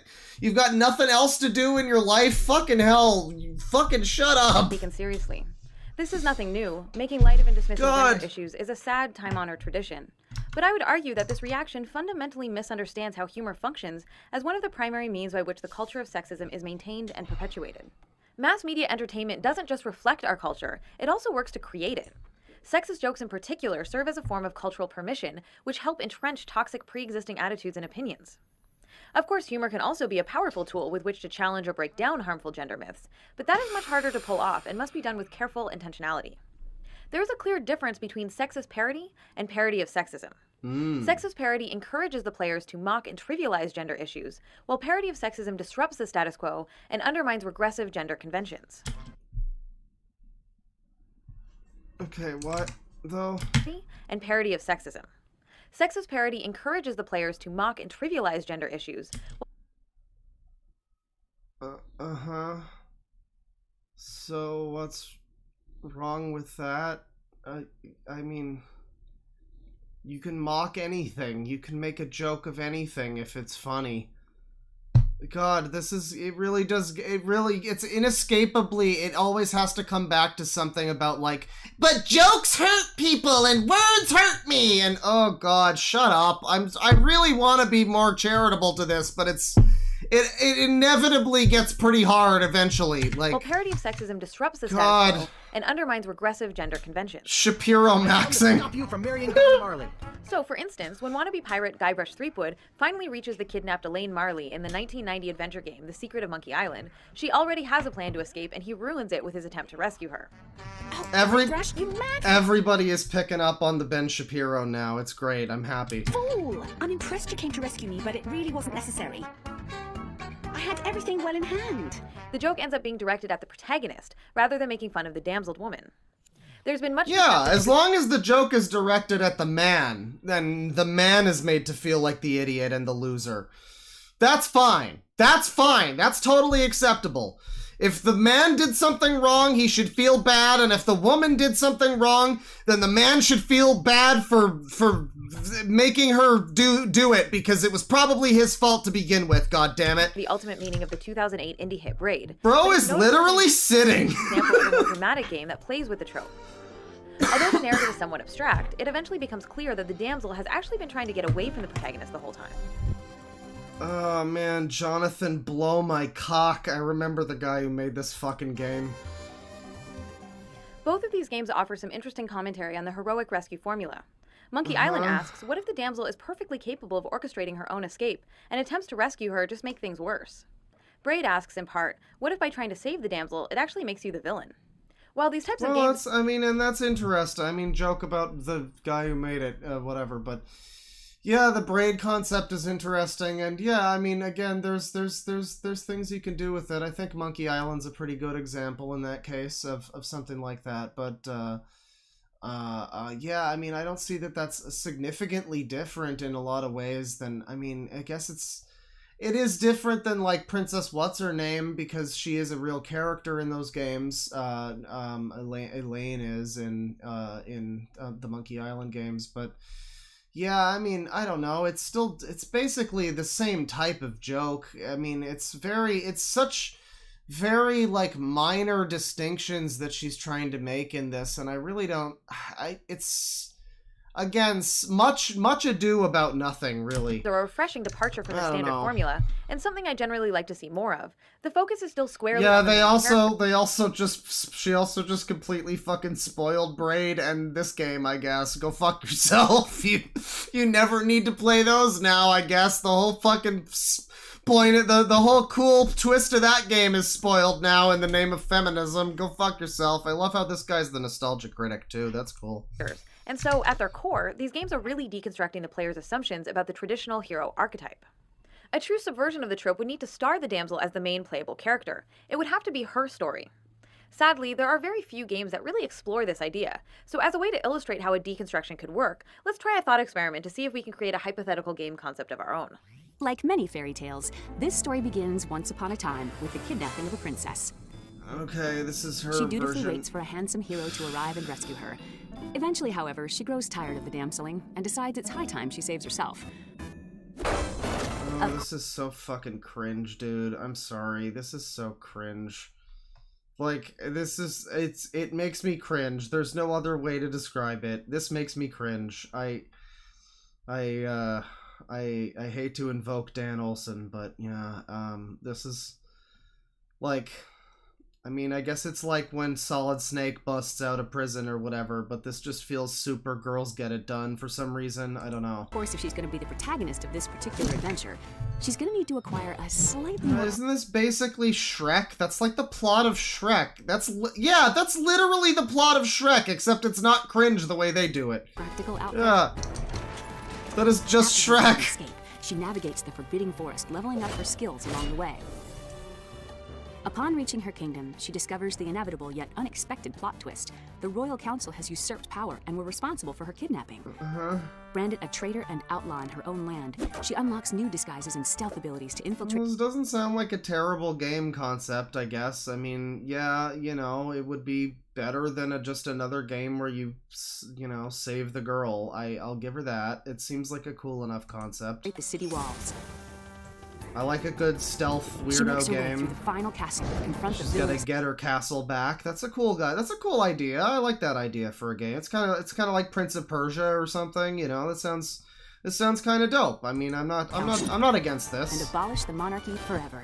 The art style's a little A story AIDS, idea like but, this one would work to actively subvert. This character is just Zelda, but with different colors. This is just like alternate costume number 5 for Zelda. Traditional narrative expectations. The princess is placed in a perilous situation, but instead of being made into the goal for a male protagonist, she uses her intelligence, creativity, wit, and strength to engineer her own escape, and then become the star of her own adventure. Yeah, not a Now, I'm great certainly not design, but arguing the that all idea is stories must cool. include completely fearless, hyper-individualistic, heroic women who pull You could mention Shantae or something.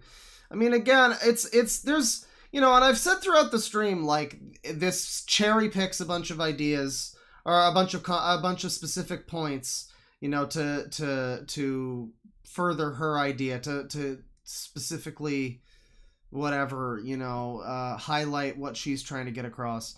And it does feel that way, you know, it does feel that way, like it's cherry picking, but at the same time, and I haven't really drawn attention to this, and this is like a devil's advocate kind of thing, like at the same time, she's trying to illustrate a point. So like, is she gonna spend the time to talk about all of the examples that aren't what she's talking about? Wouldn't that bog the video down somewhat? Like if she did bring up Shantae, if she brought up Metroid and all of the positive examples, I mean, I feel like it would be more balanced then. Like, I don't know, I would rather have it that way. I would rather have a more, because I know about a lot of these examples, but even then I would like to have more examples of positive women, like female roles in games and stuff. That would be cool to know some more. And there's some that she could mention that she hasn't mentioned, like what about the fucking Siberia games or some shit, you know? Like, there's examples out there, the Dreamfall games too, for another adventure series. Like you could point at a lot of stuff. And she could spend a while bringing up stuff like that. And I know about some of these examples, but then there's a lot of people, even in the chat, who probably don't, who, you know, if they just watched her talk about this and didn't know about these things, they might get just the very one-sided view that this gaming is seemingly very, very sexist and like these are most of the, like, the only examples of stuff that you seem to be getting in these videos are like the negative examples. And I mean, would it bog it down to talk more about the positive stuff? I don't know. I think it would be good to have a better, I think it would be good to illustrate a better general picture of what it's actually like for women, you know, as characters in games and stuff like that, depictions of women in games, because I feel like this is very one-sided. This is very heavily weighted in a certain direction, and it's just not bringing up a lot of examples of things. There's some very controlled opposition examples of, like, occasionally here and there, here's a game that does this right, and that's cool, but there's just very few and, like, big notable things that are being left out. Like, where are, like, I don't know, all the Final Fantasy games where, like, Yuna gets agency, or fucking, I don't know, FF13 with Lightning's entire quest and for her sister, and like you could talk about that. You could talk about a lot of stuff like that. You could talk about the Persona games, which have some weird sexist stuff too, but like, you know, there's some interesting subversive stuff that it does as well. And I don't know, she just doesn't bring any of that up. I don't know, it's very frustrating. It's very frustrating to know about a lot of these things and know that a lot of people who saw this probably didn't know about them and just got a very one-sided fucking view. And so, yeah, it does kind of come across as kind of grifty a little bit, yeah. Themselves up by their bootstraps and never need anything from anyone. Key-rah from FF6. Of course, there's absolutely nothing wrong with offering or occasionally needing assistance. Is that a straw man? Are you doing the Reddit thing where you tell me I'm being a straw man? Oh man, I guess so. I mean, maybe. I don't know. I mean, aren't straw man arguments like ever valid? I don't know. I'm not. Am I doing a straw man? Am I making her a straw? I don't think so. I remember the meaning of that. I remember the meaning of that. I guess she's doing the straw man argument, is what you're saying. I think she's doing it. Kind of. Yeah, I would say she's doing it to some extent. I mean, it's not even. It is that. I mean, it is that. I guess it's. Yeah. Basically. Yeah.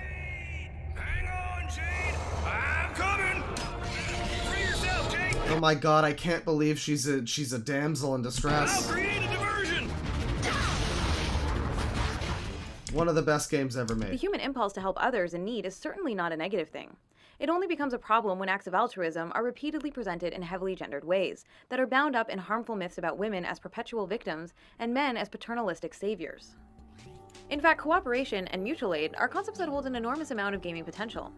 Man, I really want to play that game. What is this? What is this? In fact, where is my heart? This looks delightful. Look at this little game. Cooperation and mutual aid are I mean, concepts. I bitch about the indie style or whatever, but when it looks nice like this looks like eating a Pop-Tart as a video game. Hold an enormous amount of gaming potential.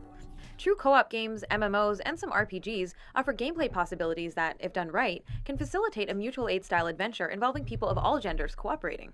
Where Is My Heart and Thomas Was Alone both employ innovative examples of mutual aid by having a single player control multiple characters working together towards a common goal. Huh? Well, that's great. As we've established, the damsel in distress is part of a long tradition of mythological narratives dating back through the ages. But those historic roots are no excuse for the continued use of a trope that perpetuates regressive and patronizing myths about women. You know, just the fact that this fucking trope has existed since the Middle Ages, there's no excuse for it to be happening. Like, the fact that it's been around for most of recorded human history, like, you know, there's no excuse for, like, why haven't we stopped it yet, man? That's so dumb. Jesus Christ. Why haven't video games specifically stopped it when it's been happening since the fucking Middle Ages? Yeah, I don't know. That's a great question, Anita. It's been 100 years since a woman... Why haven't we just immediately halted everything that has ever been like feminine or whatever, just immediately in 2010, honestly, you know? ...tied to the railroad tracks in this 1913 Keystone Cops short. And it's been over 3 decades since the hit arcade game Donkey Kong helped entrench the damsel in distress as a default motivation for male heroes in video games as a medium. Yet, here we are, still seeing the same old cliché trotted out again and again. It's long past time to disrupt the established pattern, break the cycle, and create new gender paradigms. Break us all! Migrate us all!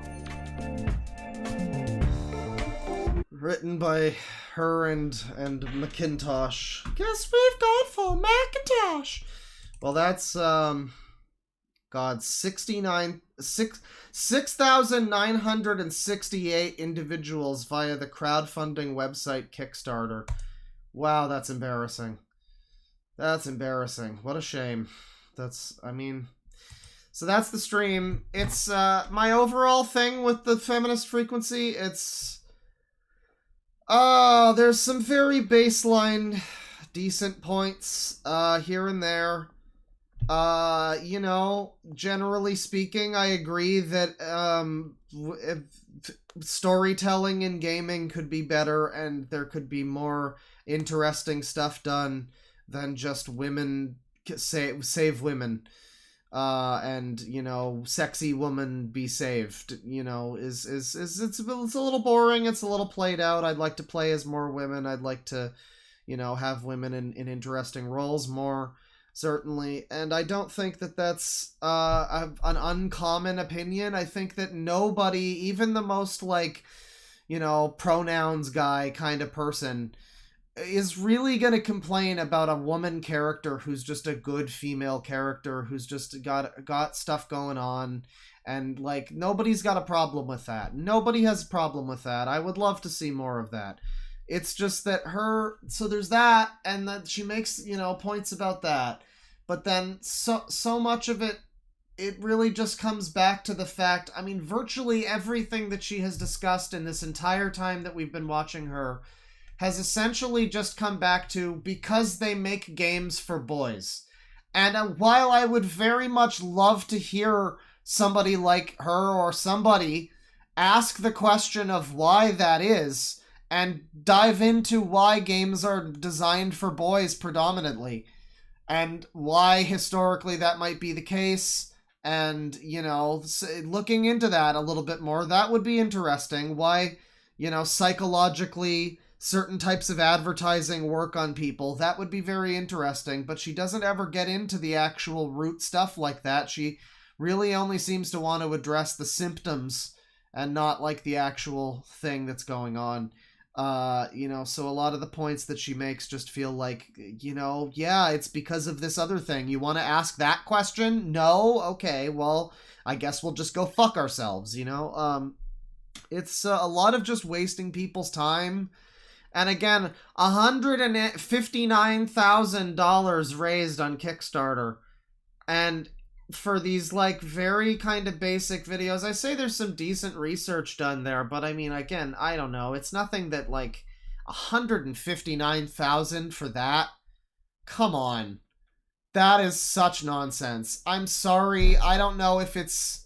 I'm not saying it's a scam. I'm not saying it's grifting. I'm not legally saying any of that, but I'm just saying that, wow, that is so fucking suspicious. I don't know, man. That is kind of fucking sus. Like, because there's so much stuff that's done by people like, who probably would be on Anita's side. Like the BreadTube people. Like, they are making videos of that type of thing. Fucking infinitely better than she ever did and ever could have, and making better points than she ever could have. Fucking people like ContraPoints, I've never watched one of her videos, but I know she makes like really interesting stuff that's like all edited and whatever you gotta say about the content of it, it's a lot better than fucking what she's doing, from what I've heard anyway, and the stuff that I have seen from people like Sarah Z or whoever. They are generally better. Like an H-Bomber guy video is going to be infinitely better put together than this fucking nonsense was. This was such trash, and it was just such rambling nonsense. I'm sorry. Yeah, somebody needs to collect their woman and shut her up. Anyway, that's the stream.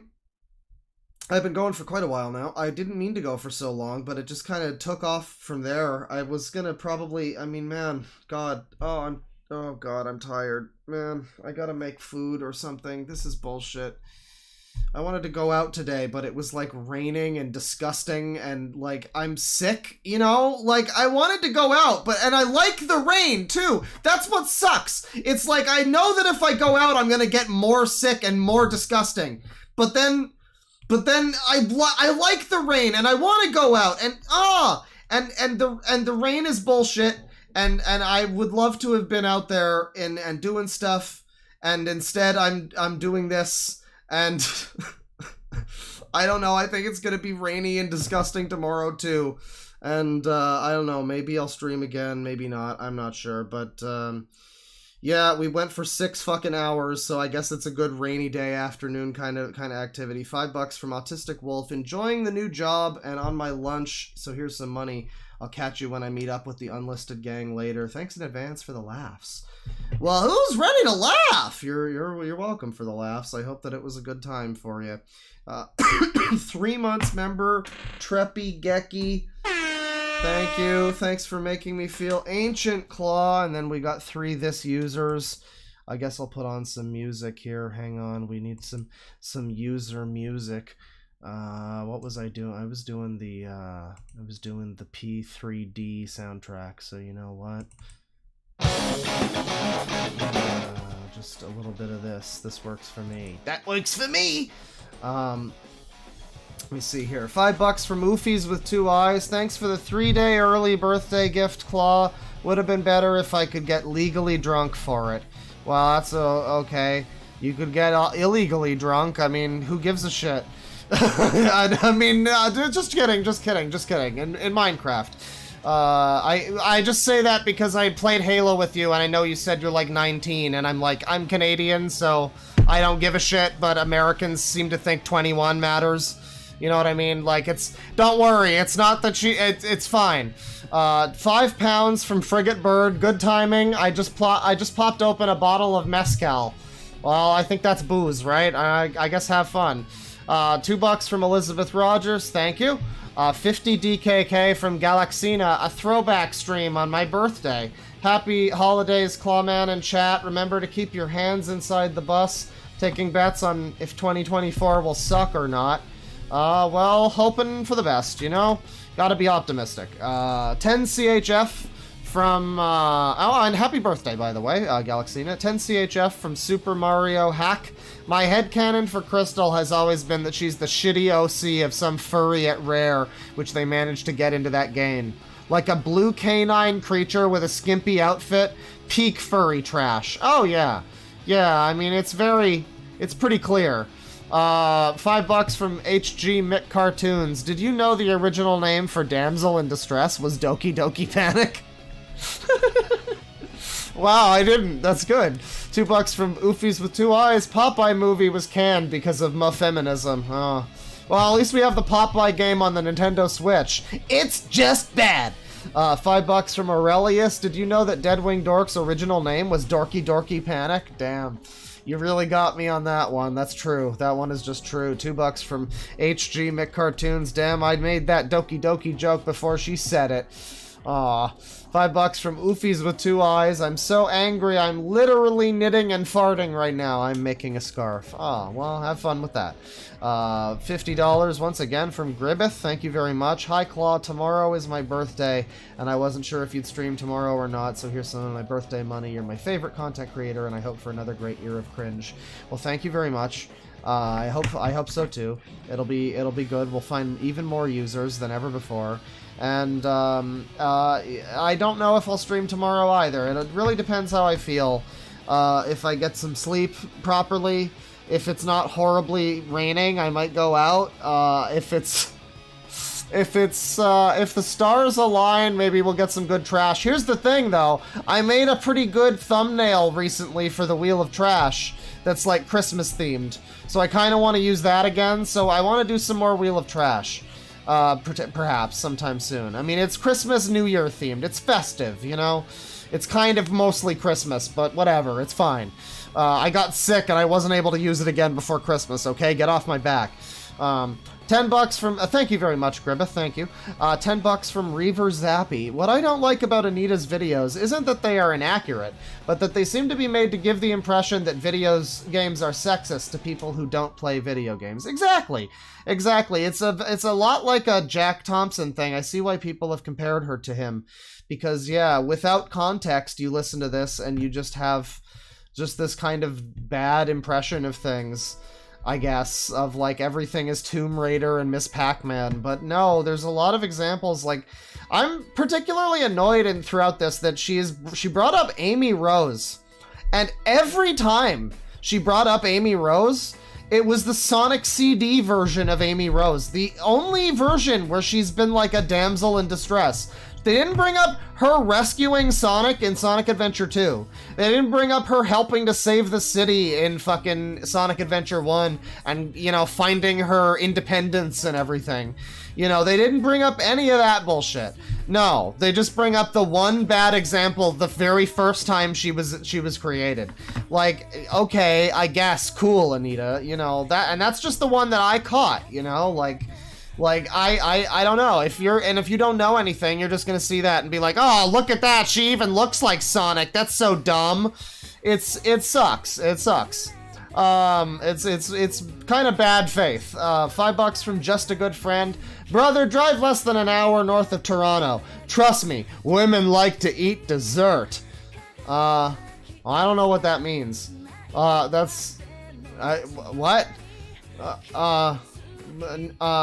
No? $5 from Reverend Cudgel. Culturally regressive. I thought these people thought that all cultures are valid, and if you aren't from them, you can't have an opinion on them. Well, yeah, you'd think so, wouldn't you? You'd fucking think so. Again, a lot of this stream was just weirdly conservative, regressive kind of talking points that I would expect from like a Fox News lady or something. But like packaged in a way that's like vaguely leftist or something. It's really interesting, actually, how much that horseshoe overlap kind of goes. $5 from Oofies with 2 eyes. Did you know Ms. Pac-Man goes by Pac-Mom now? I wish I was kidding. Well, didn't they like change Ms. Pac-Man to a new shitty one because of legal bullshit? I don't know. Whatever. Ms. Pac-Man sucks now. The old one's good. $5 from Storba. Femfrek is shutting down. We should check in on Movie Bob and make sure he's okay. Well, not today, but maybe soon. Maybe soon. $5 from NoobNut08. If you're taking her arguments at face value, then you've fallen for her trap. She's commie, trying to be divisive. She should have been ignored. I don't know about commie or whatever necessarily, but I do think that there's definitely a Ben Shapirian degree of like bad faith, you know, trying to Yeah, so discourse, culture war kind of bullshit. It's, you know, grifting, if you want to call it that. Legally, I'm not calling it that, but, you know. $10 from Michael Morbius, just got here. If you don't already know what it is, basically everyone does. The Galbrush paradox is a counter to all of her points. All of them. It's worth looking up if you aren't aware of it. Is that like Galbrush Threepwood? Hang on. Galbrush paradox. Let's take a look.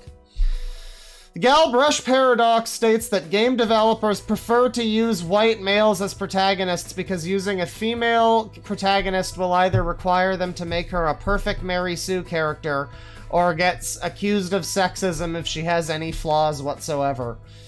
I think there's some definite truth to that. I would say there's some truth to that. I don't know if it's exclusively true, but I think that's an interesting point to make. It's tough to walk that line. $10, $5 from NoobNut08. She was being divisive and it worked. Her arguments didn't have to be good. Well, you know, I mean, that's true. A lot of people tend to do that sort of thing. You know, I guess that was a pretty functional strategy for her, so a lot of people are doing it now in a slightly different way, but, yeah, I think that there's some truth to that, yeah. $2 from AK. If she got on P4, she'd just complain about Risei. Yeah, well, she should. $10 from Michael Morbius. This is literally why Marvel and Disney are losing money. On top of bad writing and rushed productions, they pivoted from a primarily male demographic to a female demographic, alienating both. Well, I wouldn't even say they've done that with the Marvel thing. They're just trying to, like, have their cake and eat it too, represent everyone, yada yada yada. And like, I don't know, it's like, yeah, the people that wanted to watch your movies were men for one reason or another. Mainly, there were a lot of women too, but a lot of them primarily were the sweaty fat neckbeard men, you know? And like, yeah, you tried to like skirt away from them as much as possible. And, I mean, yeah, that's probably why their movies are not doing so well anymore. If you just focused on appealing to the people who actually want to go fucking see the movies, you know, at least, you know, then you wouldn't be losing everybody now. I think there's some truth to that. $5 from Gay Twitter Artist. Everything is racist, everything is sexist, everything is homophobic, and you need to point it all out. Yeah, that is an Anita Sarkeesian quote. That is an actual quote from Anita Sarkeesian. That everything, you need to point out all of it, all the time. All of it. Oh god, imagine being with this person. $5 from Michael Morbius. The person who made the Bechdel test has openly said it wasn't meant to be taken seriously, at least as seriously as people do take it. Yeah. No, I know, it's not even for that, it's not even for what it's used for. It's for like some other thing, I forget. $2 from Luis Andrade. Crystal Chronicles on Switch is $12. Worth if solo? On Switch? I don't know. I mean, I guess. I would say... I don't know. I would say play the GameCube version even without the Game Boy bullshit. Maybe try to emulate the GameCube version. I don't know. I think they did some weird shit to the Switch version. Here's the thing, the Switch version has like voice acting and shit. Don't play that. Play the GameCube version. One thing I really like about original Crystal Chronicles, there's no voice acting outside of the narrator lady, who is also the singer for the theme song of the game. She's the only voice in the game, and the rest of it, I don't know, it's got a cool vibe because there's no voice acting. It's just got this like weird mystical kind of, it's interesting. It's like how Zelda has no voice acting. It kind of ruins it, and it's bad voice. It's like, let's go on an adventure. It's that kind of shit. So don't play the Switch version. Just play the GameCube version. Don't bother with the Game Boy stuff. It's cool if you can manage to make it happen. If you can emulate the Game Boy Advance stuff, then play that. I should play that sometime. But it's one of my favorite games of all time, just for the single player Diablo stuff, you know, and the cool non-linear story that you have to kind of engage with to to find out about it, and yeah, play the GameCube version. Super Mario Hack has become a member. I still don't get why people buy games because there are hot girls in it. Like, just go to a prawn site, unless it's like a dating game.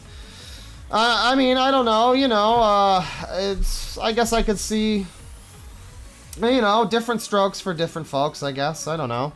Some people like that sort of thing. If it's a game that's good, like if it's, you know, Bayonetta or something, I mean, that's fine, you know, I don't know. It depends on the game. $5 from the Cat Warrior. It's interesting that Anita isn't mentioning gay men who enjoy the muscular men, or lesbians who like boobs, or bisexual people, or anyone else. No, yeah, it's all very much down to the men and the women, and she talks about, like, the gender binary and yada yada, but she's kind of pretty rigidly stuck to that in her own way. Ignorantly so, perhaps. I don't know. I mean, I don't know that she would even necessarily still stand by these videos. They are fairly old at this point, and I'm sure... I want to say that it's possible she's evolved as a person in some way, but, I mean, there's a lot of question about if she even, you know, if any of this was fucking legit to begin with, you know. Allegedly is all around. $10 from Michael Morbius. I forgot who said it, but I agree with this statement. I remember. Women, particularly those of the shapely kind, are generally more appealing to look at. Same for their male counterparts. Well, yes. I mean, there's just a reason. Like, I'm sorry to all the, you know, I mean, all the people like, you know, like me. I mean, I've got the hook hand. They don't make games about people. Oh wait, no, most games are about people like me now, actually. Never mind. Yeah, most games are about a guy who gets their arm cut off and replaced with a super arm now. So actually, it's pretty based being like me actually now. I can't complain. But but you know, if you were ugly or something, like, you know, it's sorry. Sorry that you're ugly and all that, but, like, you know, people make things that are meant to be consumed and purchased, so people are going to go with, like, attractive character designs and people that are attractive, and it's like, yeah, it would be cool to see more representation artistically of, like, ugly people, but that's just capitalism and all of that, so, I mean, you know, there you go. Let's see here. Which song is this? Damn. This is Deep Breath? Deep Breath? What the fuck? This is a remix of Deep Breath? I don't hear it, but okay. Alright then. I like it. It's weird. Let me see here. $10, $2 from Reverent Cudgel. She is the living stop having fun meme. A little bit, yeah. $2 from Bimp Lisket, the Black Dragon. Women and their, reads card, hips and walk cycles. Women be walking and moving, like, that was such a strange part. 416 from Exiled Postman. So this is all basically just Anita's opinion. Seemingly, a lot of it, I mean, she kind of alludes to her intelligence in some way, and, like, it's implied that there's more to it than just her opinion, but it kind of does seem that way. $2 from Cyberbug. She talks like a in-the-closet priest. That's kind of funny. $5 from Oofies with 2 eyes. I'm a woman, and I thought that GTA 3 joke was very funny. Yeah, it was fine. That was a good joke. I mean, it's a dark, stupid game with that kind of comedy. For GTA, yeah, that's the kind of joke I expect. 300 ISK from Baneblade. Anita's perfect game would have no women in it. Yeah, ironically, I'm sure that's true. $2 from Merc Infinite Odd Future. I'm super late to the stream. Sorry. We're sorry. It's fine. It's fine. Don't worry. I'm sure you'll catch me on the rebound. You'll catch the unlisted, or maybe I'll cut this down or something. I don't know. I don't know if I trust Feminist Frequency not to fucking copyright strike a man. But, you know, we'll see what happens. I guess they're fucking bankrupt now, but they had a video from, like, a week ago, so, like, it wasn't even, like, a farewell. It was just them talking about a movie on their podcast or something, so, I mean, they might be continuing in some capacity. I don't know. But, you know, interesting to see what happens there, I guess. 590 from Exiled Postman. What do you think it would be like to be married to this user? I mean, I don't know.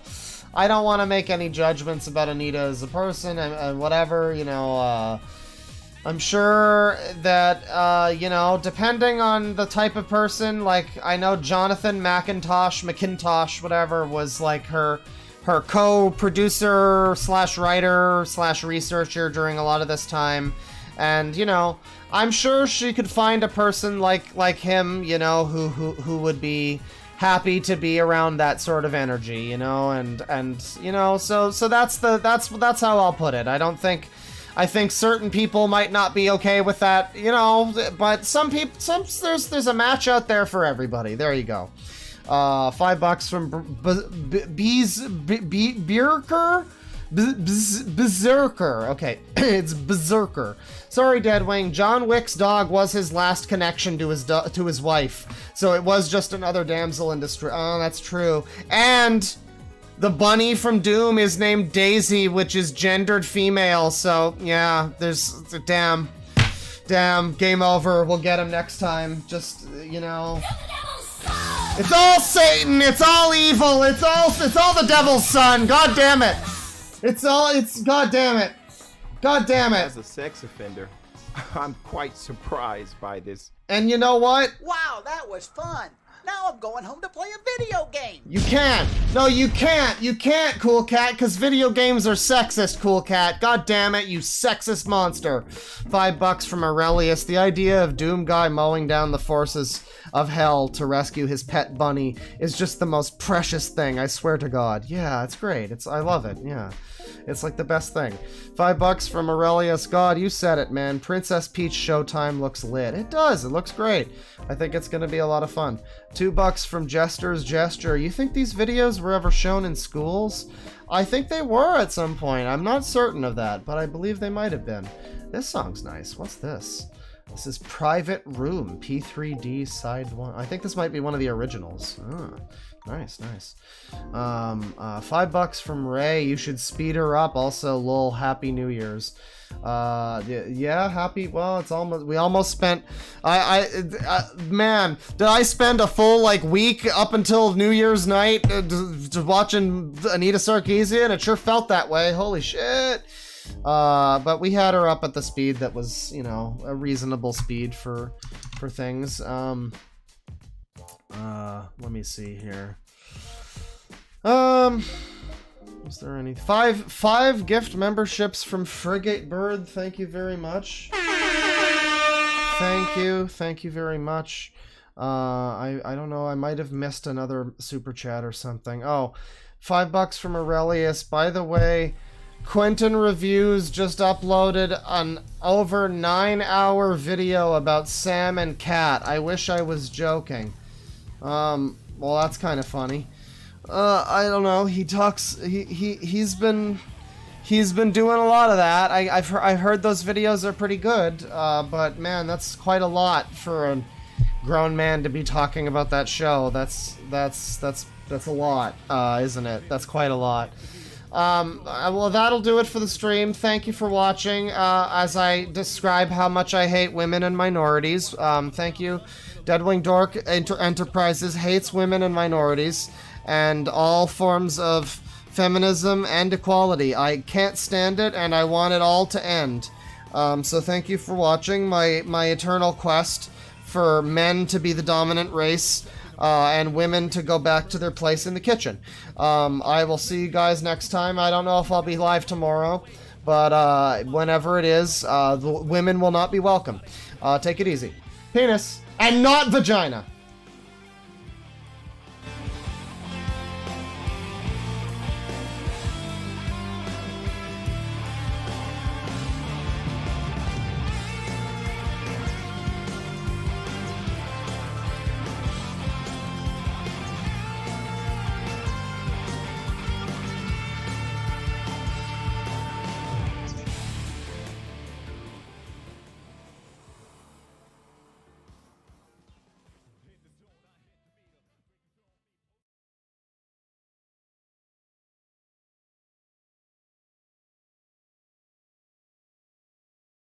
Oh, look at me. I'm female. I like shopping and fashion. Oh, I'm so fucking female. Look at me. Oh, I need to be saved by the man. Oh, yeah. Save me, boy. Save